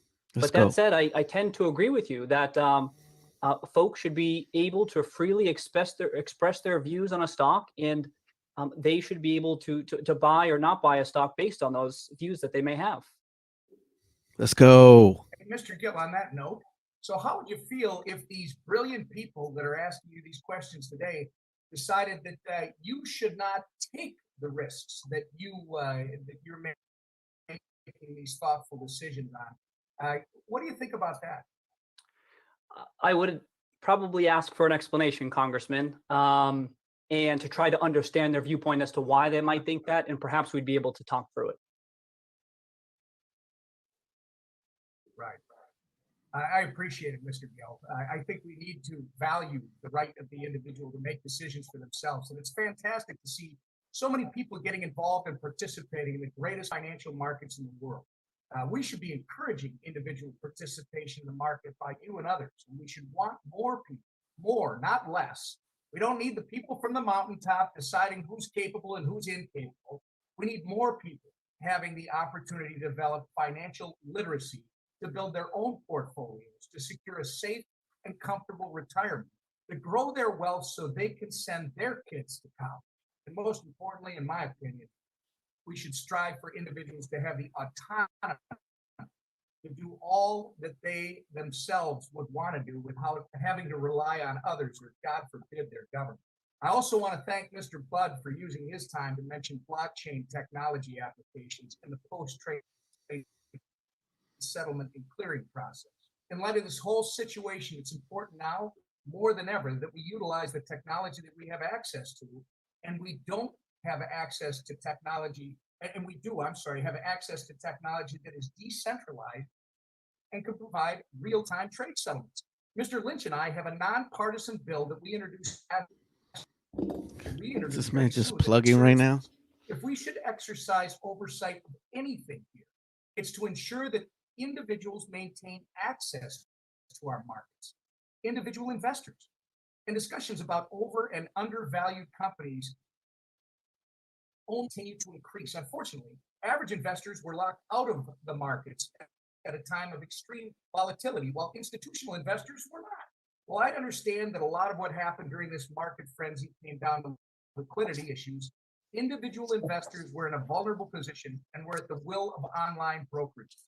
We should be taking this time to discuss how to move forward in a way that promotes market access to all investors, just like it did last month. Congress clearly does not understand what credit is and how you utilize social media and catalyze the market movement. We've significantly underestimated the sophistication of America's retail investors, and we've not been focusing on improving market access. The gentleman's time has expired. Madam Chair, I appreciate You're recognized for 5 minutes. Mr. Lynch. Thank you, Madam Chair. And speaking for the families of the 8th Congressional District, we just want the gentleman from Texas to know that we are indeed praying for all the good people of Texas, and hope you come out okay and get the power that you need. I do want to follow up with on Mr. Perlmutter's questions, Mr. Gill. I represent the 8th Congressional District, which includes Brockton, Massachusetts, your home. So I figure I more than anyone owe you the opportunity to respond, but You earlier said that that you began your trading in GameStop when it was around $5 a share, with the hope that it might go to 20 or 25. And I want to say I accept your analysis, your initial analysis that GameStop was undervalued, and I think your belief was sincere, and I think it was fact based. And in your defense, we are talking about GameStop, right? It's a shopping mall retailer. We all know it. It's a well-known commodity. But at some point, the stock really takes off, right? It goes from $5 to $100 to $200 to $300. It gains escape velocity, as they say, and it ends up almost $500 a share. So we're still in the midst of a pandemic, right? And you can land a jumbo jet in the parking lot of the Westgate Mall in Brockton or any major mall in America, right? So no one's going to the malls. Nobody's feeding this company. And so it's up around $400, $500. Is there a role for someone to play here, for you to play, or the SEC or Robinhood to say, okay, this price dislocation has become detached from reality, and a note of caution might be given to other day traders and individuals, retail traders who might get jammed if they get into this trade. From your perspective, I mean, you've got a unique perspective. What do you think is the proper thing that should have happened? At some point, this thing got away from you and went totally into the stratosphere. And I'm just wondering what your thoughts are on how this should have worked. Thank you, Congressman Lynch. I do know Westgate Mall quite well. I would say that, just to be clear, I had thought that maybe roughly $20 or $25 per share. I had thought that at that time, but investment theses, they evolve over time. As the fundamental events change over time, it's important to update theses accordingly. And I had mentioned that it appeared as though the stock price had got a little bit ahead of itself last month, but there's a lot outstanding. There's a lot that has happened in recent months to suggest that GameStop could indeed turn around its business significantly. And one big element of that is indeed one of the largest investors in GameStop, Brian Cohen, and he has brought in some colleagues that could help him turn around this company. And fair value could indeed, sorry. Yeah. Okay, I'm going to reclaim my time. Ms. Schulp, I want to ask you, so we've got this convergence between fintech, social media, and the traditional markets. And if anything, the GameStop incident and the convergence of all this has demonstrated a certain vulnerability in our markets. And I'm just wondering if a loosely association of day traders could cause all of this upset in our markets. Isn't there a wider national security issue that's out there in terms of other people who might be nefarious actors who are actually intentionally trying to disrupt our markets? Isn't there a national security dimension to all of this as well? Again, I can say that national security is not my area of expertise, but to the extent that the markets... Something more specific then. So FINRA, you said earlier that you were with FINRA. They're under regulation SCI. Is it appropriate to put some of these trading platforms under that same regulation, which requires them to develop systems and policies that protect the integrity of their systems? I think protecting the integrity of systems is important for all trading platforms, not simply the Robinhoods of the world. We need to look to make sure that there is integrity on the platforms. And I would agree with that. Not necessarily Reg SCI in particular, but having platforms that are strong is important here. Okay, thank you. Madam Chair, I yield back the balance of my time. Thank you. Thank you very much. We have a few technical difficulties and we'll be right back And we are back. Thank you very much. Ms. Adams, you are recognized for 5 minutes. We'll be right back. Oh, we're back. Thank you, Madam Chair. It's been a very interesting meeting. I do want to thank you for organizing this. I think it's been certainly very helpful. Ms. Schultz, let me ask you, first of all, in the case of GameStop and AMC stocks, the prevailing narrative has been that a band of Reddit-inspired folks rose up against Wall Street, forced a short squeeze by professional hedge fund managers who were forced to cover their negative bets or risk catastrophic losses. But according to a JP Morgan analyst, several signs are pointing to institutional investors as big drivers of the wild price action on the way up. In your opinion, and based on historical data on retail investors' ability to move the markets, what is the likelihood that GameStop and AMC's market volatility was largely driven by institutional investors looking to ride the wave? Look, I think these are questions that we are going to find out the answers to as we get deeper into the data. But I think that it's likely that at some point in this increase in value for all of these stocks, institutional investors were involved. Retail investors traditionally have not been able to move markets in the same way, but it's important to note here that these were not large stocks to begin with. This was not a massive increase in price in Apple or Google. It was GameStop, a much smaller company. So the ability of retail investors to have outsized influence here is entirely possible as well. Thank you, ma'am. Mr. Griffin, Mr. Plotnick, do you have any thoughts on this likelihood as well? Congresswoman, I believe you are asking one of the single most important questions posed today.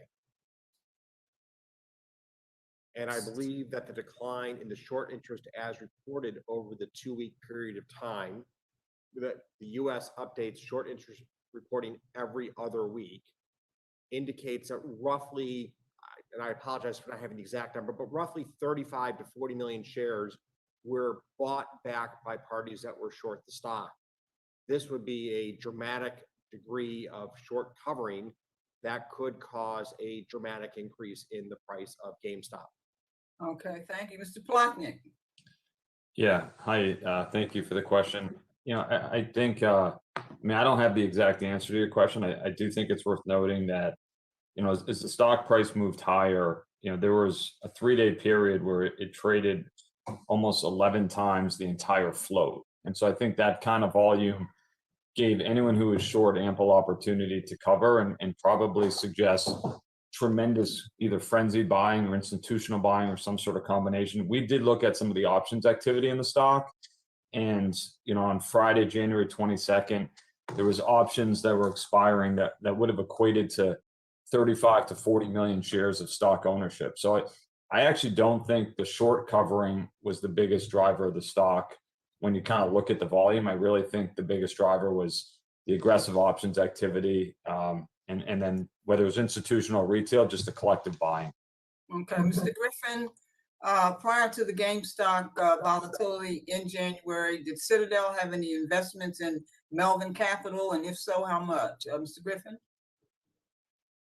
So we first invested in Melvin Capital the Monday of the week in question. I want to say that was the 24th of January. Uh-huh. And prior to that, we had no investment with Melvin Capital. Obviously, Gabe Plotkin, by reputation, one of the best money managers of his generation, well known to my partners here at Citadel. Gabe actually trained one of my best portfolio managers that worked with me over the course of his career. So well known to my colleagues here at Citadel. Okay, Mr. Plotnick, can you confirm that you worked at Citadel LLC before? He trained my portfolio manager.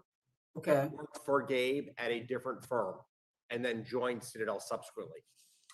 Okay, all right. So, Mr. Plotkin, can you confirm that you worked at Citadel LLC before eventually starting your own hedge fund, Melvin Capital, in 2014? When I was 23 years old, I worked at Citadel for 1 year. Okay, did you solicit or receive any advice from Mr. Griffin during the GameStop volatility that occurred in January? All my conversations with Mr. Griffin really centered around his investment in our firm. Okay, and did you reach out to Citadel or 172 for significant investments? The gentlewoman's time has expired. Thank you, Madam Chair. I yield back. You're welcome. Ms. Talib, you're recognized for 5 minutes. Thank you, Madam Chair. Hello, everyone. I'm so glad that we're having this hearing. I'm super appreciative of the leadership of our chairwoman, of at least having some sort of transparency on exactly what happened. As we all know, the wealthiest 10% own 84% of all stocks. In fact, 50% of American families own no stock at all. I say this to emphasize that to many of my residents, the stock market is simply a casino for the rich whose gambling hurts pension and retirement funds. And when you all screw up, the people end up paying the tab through losses or bailouts. So I want to talk about the high frequency trading.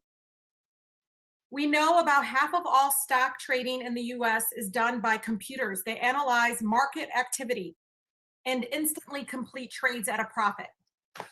So this high frequency trading allows Wall Street traders to get ahead of transactions done by pension accounts and retirement funds. So Mr. Griffin, and this truly is a yes or no question, is Citadel's trading algorithm programmed to identify and trade ahead of large trades done by pension and retirement funds? Yes or no? Congresswoman, today, virtually all trades executed by institutional investors are in the form of program trades such as VWAP and other algorithm trades. So that's a yes, right, Mr. Griffin? Just so it's clear. I'm answering the question. It's a very complex question that deserves an appropriate level of answer. Okay. VWAP trades are not large trades that you can, it's not like there's 10 million shares about to be bought. It is a trade that is sliced into small slices, 100 or 200 shares, and executed over the course of a day, a week, or a month. Well, help me out with this one. Does this increase cost, this kind of algorithm or whatever program to identify and trade, you know, the computer's doing the trading, does this increase cost for people who have pension and retirement funds, yes or no? So given that we, for example, manage money on behalf of pension. Oh, well, I really, because they're so timed, this is not out of disrespect. We just got a limited time. We use VWAP orders to execute on behalf of our hedge fund and have generated exceptional returns for pension plans and for endowments. So well, I'm going to help you out. I'm going to help you out, Mr. Griffin. In effect, some estimates indicate that as a result of the high frequency trading, though, pension and retirement accounts pay nearly $5 billion in a tax. This means that Wall Street firms like yours engaging in high frequency trades are actually making money at the expense of my residents' retirement funds. So one way to ensure that this enormous wealth generated on Wall Street actually reaches the real economy, y'all, you know, what's happening right here in our communities and in my district, is to enact and look at proposals like a financial transaction tax. And let me tell you, according to recent polling, the majority of Americans, all of you need to hear this, and it's going to grow. The majority of Americans support taxing Wall Street transactions. Taxing them at just 0.1% would actually raise $800 billion over 10 years, which could fund programs like helping my district expand healthcare, nutrition, public education. I heard my friend from Texas, who we all are praying all the families will be taken care of, talk about access to water and electricity. But guess what? Right now in my community, it's so poor that I have families melting snow so they can flush their toilets because they have no access to water. So this tax to me would discourage risky and high frequency trading, unfair high frequency trading. Mr. Griffin, does Citadel's lobbyist right now been hired to oppose federal proposals to financial transaction tax because it would make high frequency trading less profitable? So we firmly believe that a transaction tax will injure Americans hoping to save the retirement. I believe that Vanguard has publicly come out and said that we'd have to work about 2.5 years. Well, I want to make this, yeah. I'd like to finish my answer. I think it's important. Oh, no, I'm reclaiming my time. The Hong Kong stock market, Mr. Griffin, imposes 0.2% tax on transactions as a result. and sees little high frequency trading. But this hasn't stopped the Hong Kong stock market from thriving or becoming the third largest in the world after New York and London. So just to be clear, let's not gaslight the American people. Y'all be fine with the tax. And it's fair, because let me tell you, our folks are tired of bailing you all out when you screw up and gamble with the retirement fund. And that's exactly what happens every single moment. And that's the reason why we're having this hearing, is that sometimes you are irresponsible and it's set up in a way that helps only the wealthy and leaves people like my community here with this large income inequality that I feel like never ever gets the bailout it deserves. Thank you so much. I yield.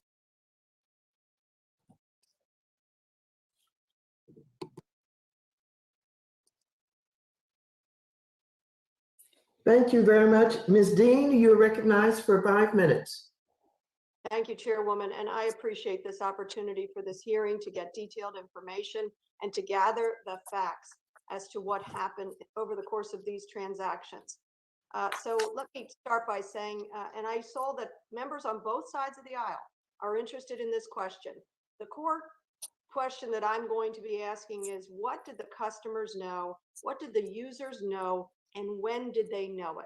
That's the theme of what I want to ask, because I believe if we understand what happened and what they knew and what they didn't, we're going to be able to prevent some of the harm in the future. So let's go to the narrative. Mr. Tanev, I want to take a look at your page 9. You said that at approximately 5:11 a.m., Robinhood Securities received the automated notice saying that you had a deposit deficit of approximately $3 billion. You then said between 6:30 and 7:30 Eastern Standard Time, Robinhood decided to impose the trading restrictions, meaning no more purchases of GameStop. And you said in your testimony, in conversations with NSCC staff early that morning, you notified NSCC of your intention. In that time period, from 5:11 to the time you were having the conversations, what did you tell your users? What notice did they have? Thank you, Congresswoman.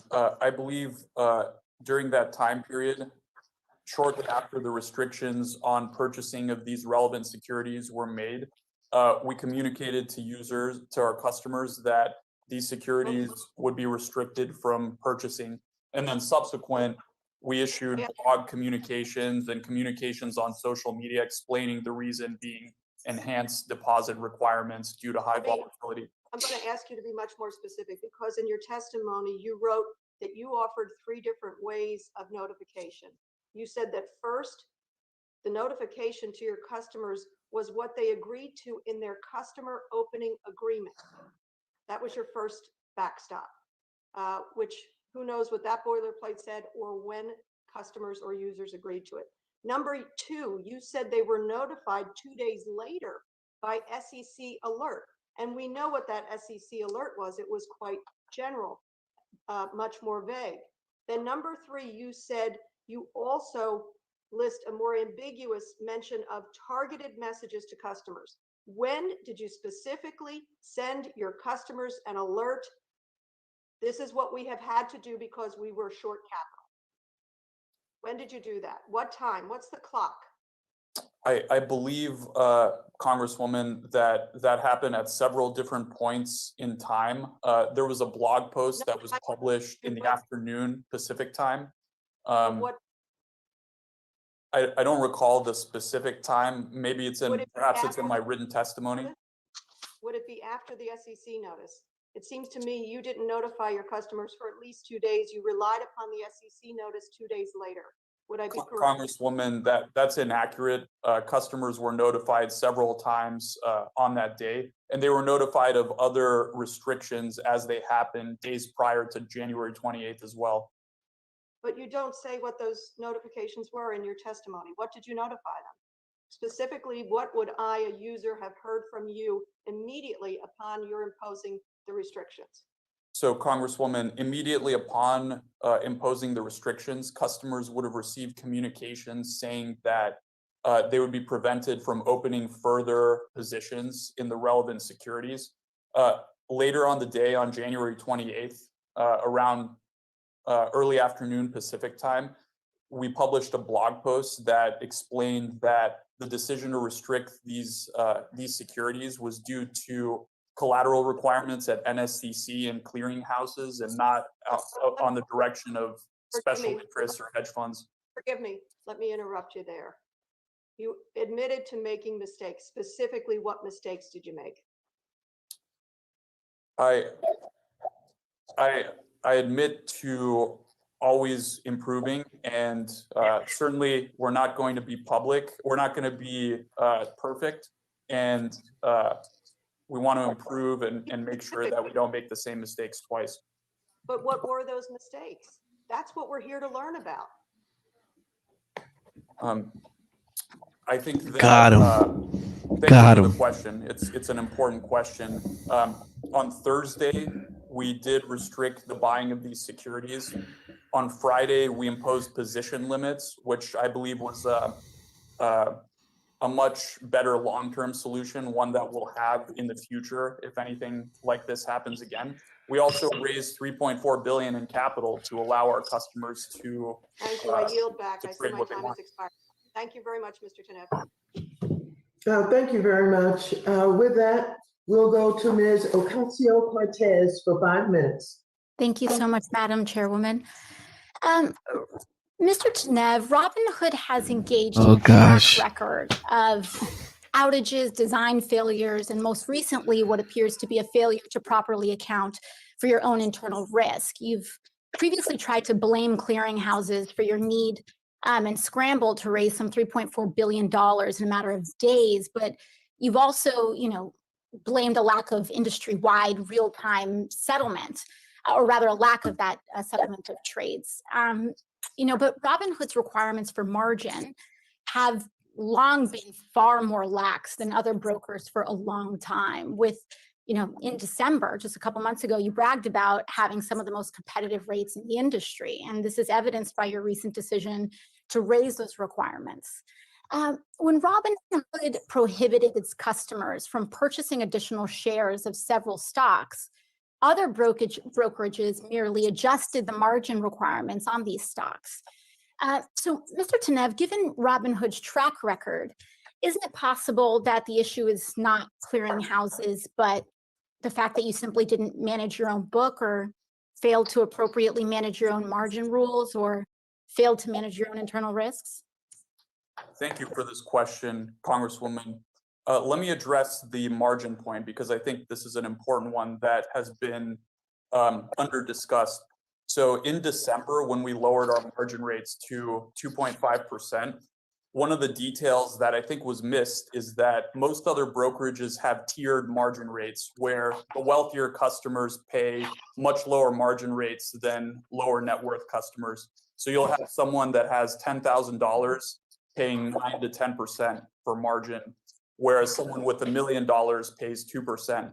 So our approach was give everyone a uniform rate so that wealthier customers are not advantaged with lower rates than lower income customers. And I think that's a unique approach in our industry and is representative. Thank you. I have to apologize. I have to reclaim my time for questioning. As many of my colleagues have also pointed out, Robinhood generates much of its revenue from the payment for order flow arrangements with market makers like Citadel, as well as Two Sigma and Virtue. And in 2016, the SEC highlighted ways that the payment for order flow created a, quote, potential conflict of interest with a broker's duty of best execution. And then one of the ideas that the commission floated in 2016 for addressing these conflicts of interest was to require that brokers pass on the proceeds of a payment for order flow. Now, earlier, one of my colleagues, Representative San Nicolas, said that Robinhood owes its customers a lot more than an apology. And I happen to agree with him. I believe that the decisions made by you and this company have harmed your customers. Mr. Tanev, would you be willing to commit today to voluntarily pass on the proceeds of the payment for order flow to Robinhood customers? Dang. Congresswoman, I appreciate that question. When the statement you referred to was made, I believe 2015 or 2016, it was before Robinhood forced the entire industry to drop commissions. and replicate our business model, which made payment. So is that I should take that as a no? You're not willing to pass on the proceeds of payment for order flow to your customers? When the other brokers dropped. I'm just talking about today, right now. Payment for order flow, Congresswoman, allows for commission-free trading. In the context of trading commissions, it's a much larger source of revenue in the past than payment. Mr. Tenev, I apologize, and I don't want to be rude. I just have limited time. But if removing the revenues that you make from a payment for order flow would cause the removal of free commissions, doesn't that mean that trading on Robinhood isn't actually free to begin with? Because you're just hiding the cost in terms of potentially poor execution or the cost of lost rebates to your customers. So certainly, Congresswoman, Robinhood is a for-profit business and needs to generate some revenue to pay for the costs of running this business. People were initially skeptical that the model, even with payment for order flow, would work when you remove commissions. And I think we've proven that otherwise by making this the standard model by which brokerages operate now. I see. Okay, Mr. Tenet, I have to move on very quickly. I have a timeline question here for Mr. Plotkin. I see that earlier your testimony today was that your testimony today was that Melvin Capital had not engaged in. Sorry, Madam Chairwoman. I'm sorry. I think you're not muted. Sorry about that. Mr. Plotkin, earlier today, you mentioned that Melvin Capital had not engaged in a naked short of GameStop, and Melvin closed out its position on GME on the 20th, correct? I'm sorry, the gentle lady's time has expired, but we have to go to Mr. Auchincloss for 5 minutes. Thank you, Madam Chair, and I want to thank our panel for being with us through a very substantive and long afternoon. I think I might be a welcome face for them because as the most junior member, I'm the last one to ask questions here. And I want to talk with Mr. Tenev about options.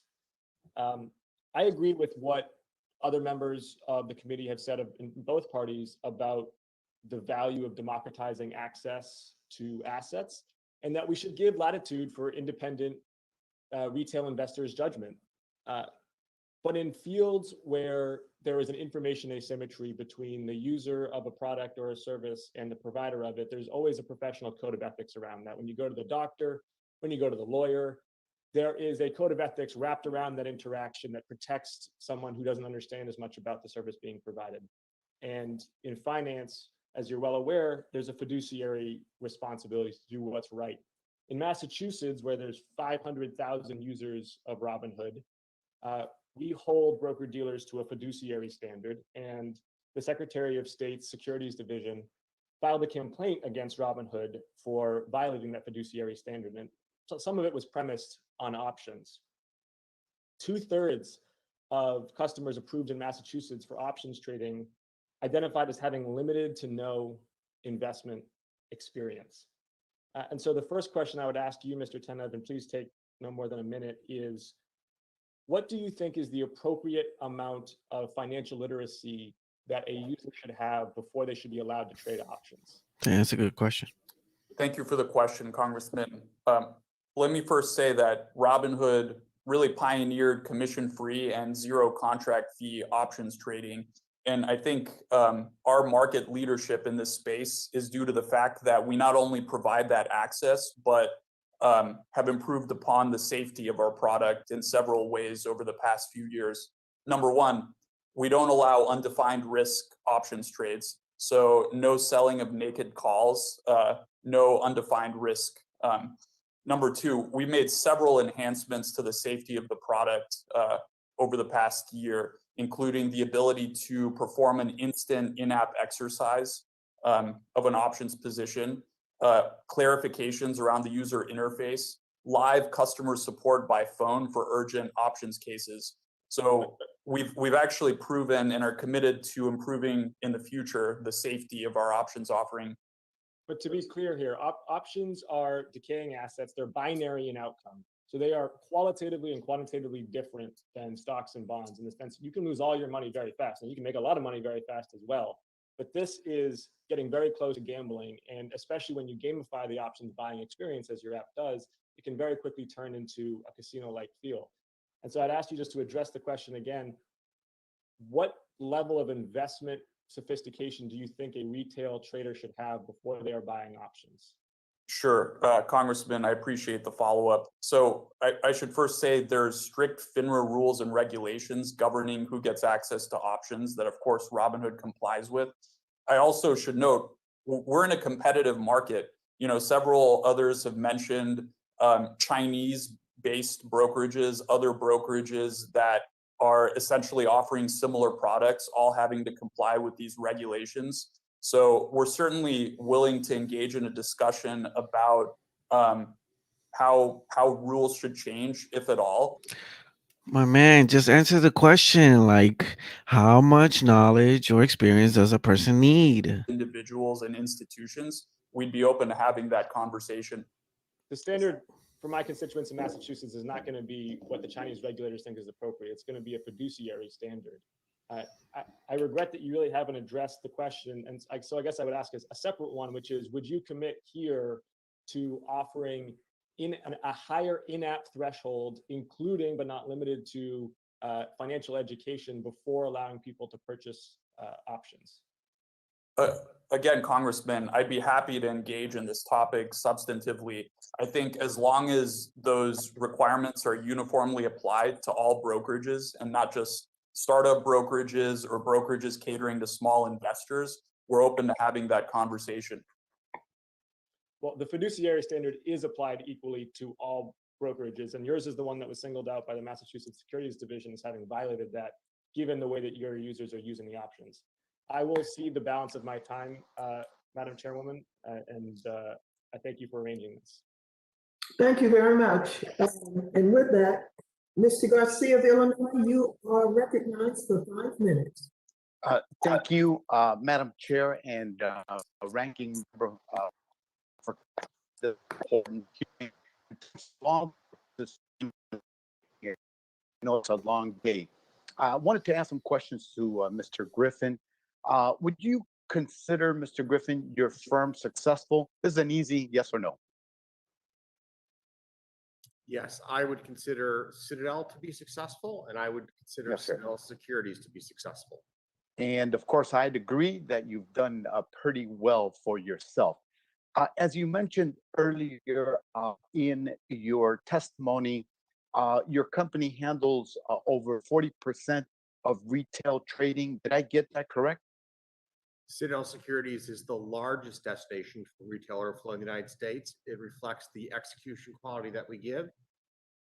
And Citadel is a leading market marker for interest rate swaps as well. Is that correct? Due to the great work of the House and Senate on the back of Dodd-Frank, where we permitted competition to exist in the interest rate swap market, and I'm grateful for that opportunity to compete in that market. We are now a swap dealer at Citadel Securities and a significant participant in that market. And I'd like to express my gratitude very well for Dodd-Frank's derivatives reform. Good. Your hedge fund managers, do you manage over 30 billion? Is that correct? Congressman, yes, that is correct. We manage approximately $35 billion of assets 35? For pension plans, for endowments, for colleges, for charities. Okay. Very well. That's pretty significant. I'd say that's a lot. It seems to me that your company is systemically important to our financial system. Would you agree with that? I believe that we play an important role in the U.S. capital markets. I believe that our hedge fund would not be in the category of systemically important. With 30-some billion dollars of equity, it is simply not at the scale or magnitude of a JP Morgan, a Bank of America, a Wells Fargo. And in Yes. particular, having worked on these policy issues with members of the Fed in various contexts, we don't have to make payroll on Friday. Okay. Bank of America doesn't make payroll. You're doing pretty well. And yes, you're not one of the big guys that we have visit us frequently, at least a couple of times a year.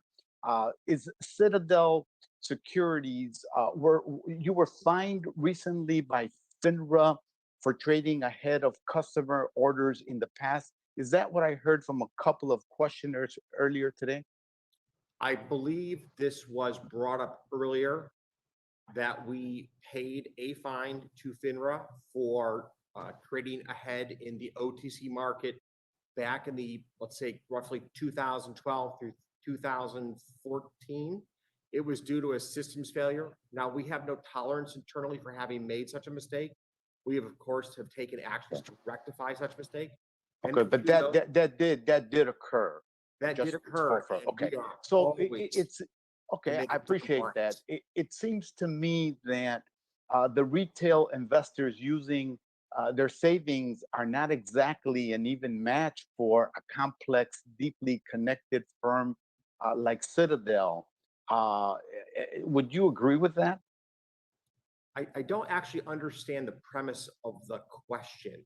Retail investors who do good research, and one of our fellow panelists said earlier, many retail investors have understood the game-changing technologies unfolding before us, electric cars, solar energy, and have done extraordinarily well investing their assets into these newly emerging parts of the economy.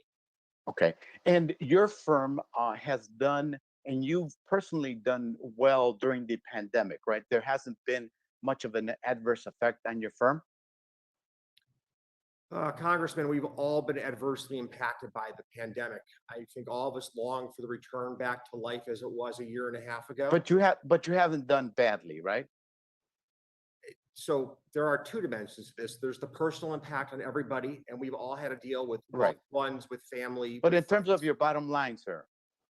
Our bottom line over the course of the last year has been successful, sir, Congressman. Okay, good. That's what I thought.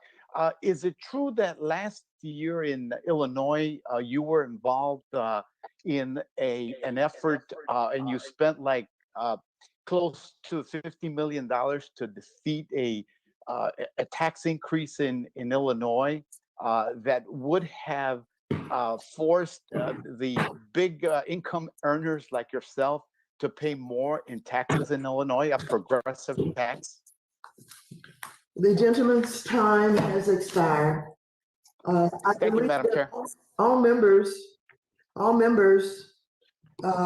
the platform today have been heard and had an opportunity to raise their questions.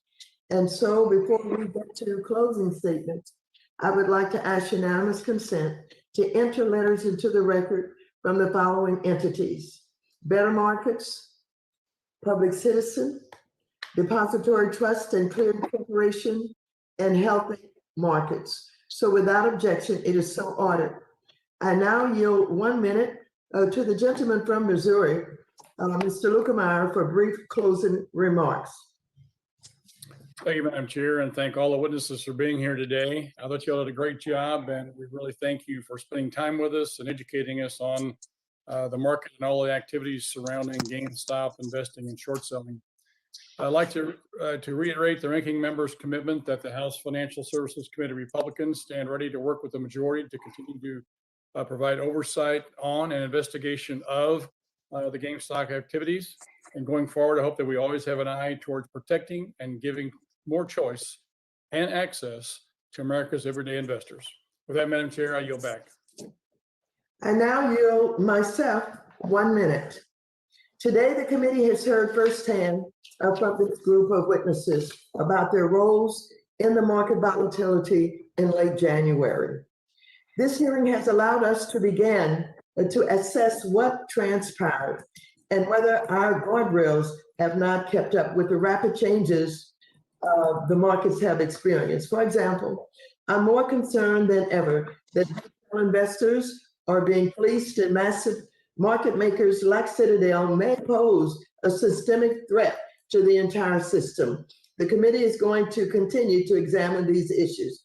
Our next hearing will include securities market experts, investor advocates to discuss the policy issues that are involved, and potential solutions to problems with our system that these events have eliminated.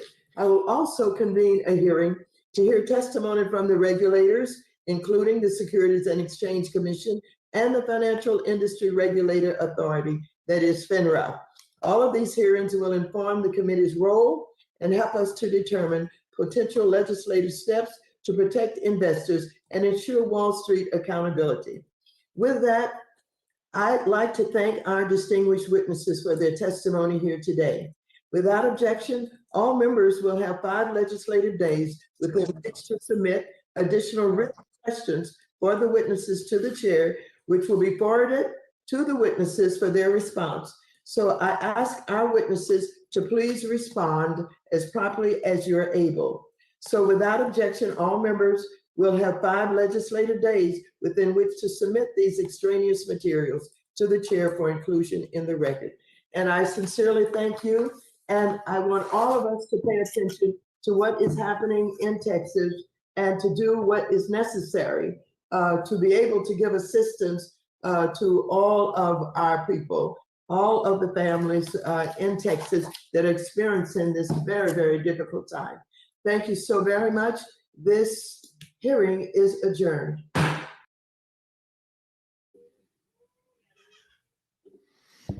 All right. After 5 hours and 25 minutes, it is over. So what did we learn? Keith continues to supposedly buy. We'll see what the stock does tomorrow. Wow, this was really long, but thank you for watching. If you stayed this long, don't forget to subscribe, get your merch, shop.that'snotchristian.com, and we'll see you in the next episode. Peace.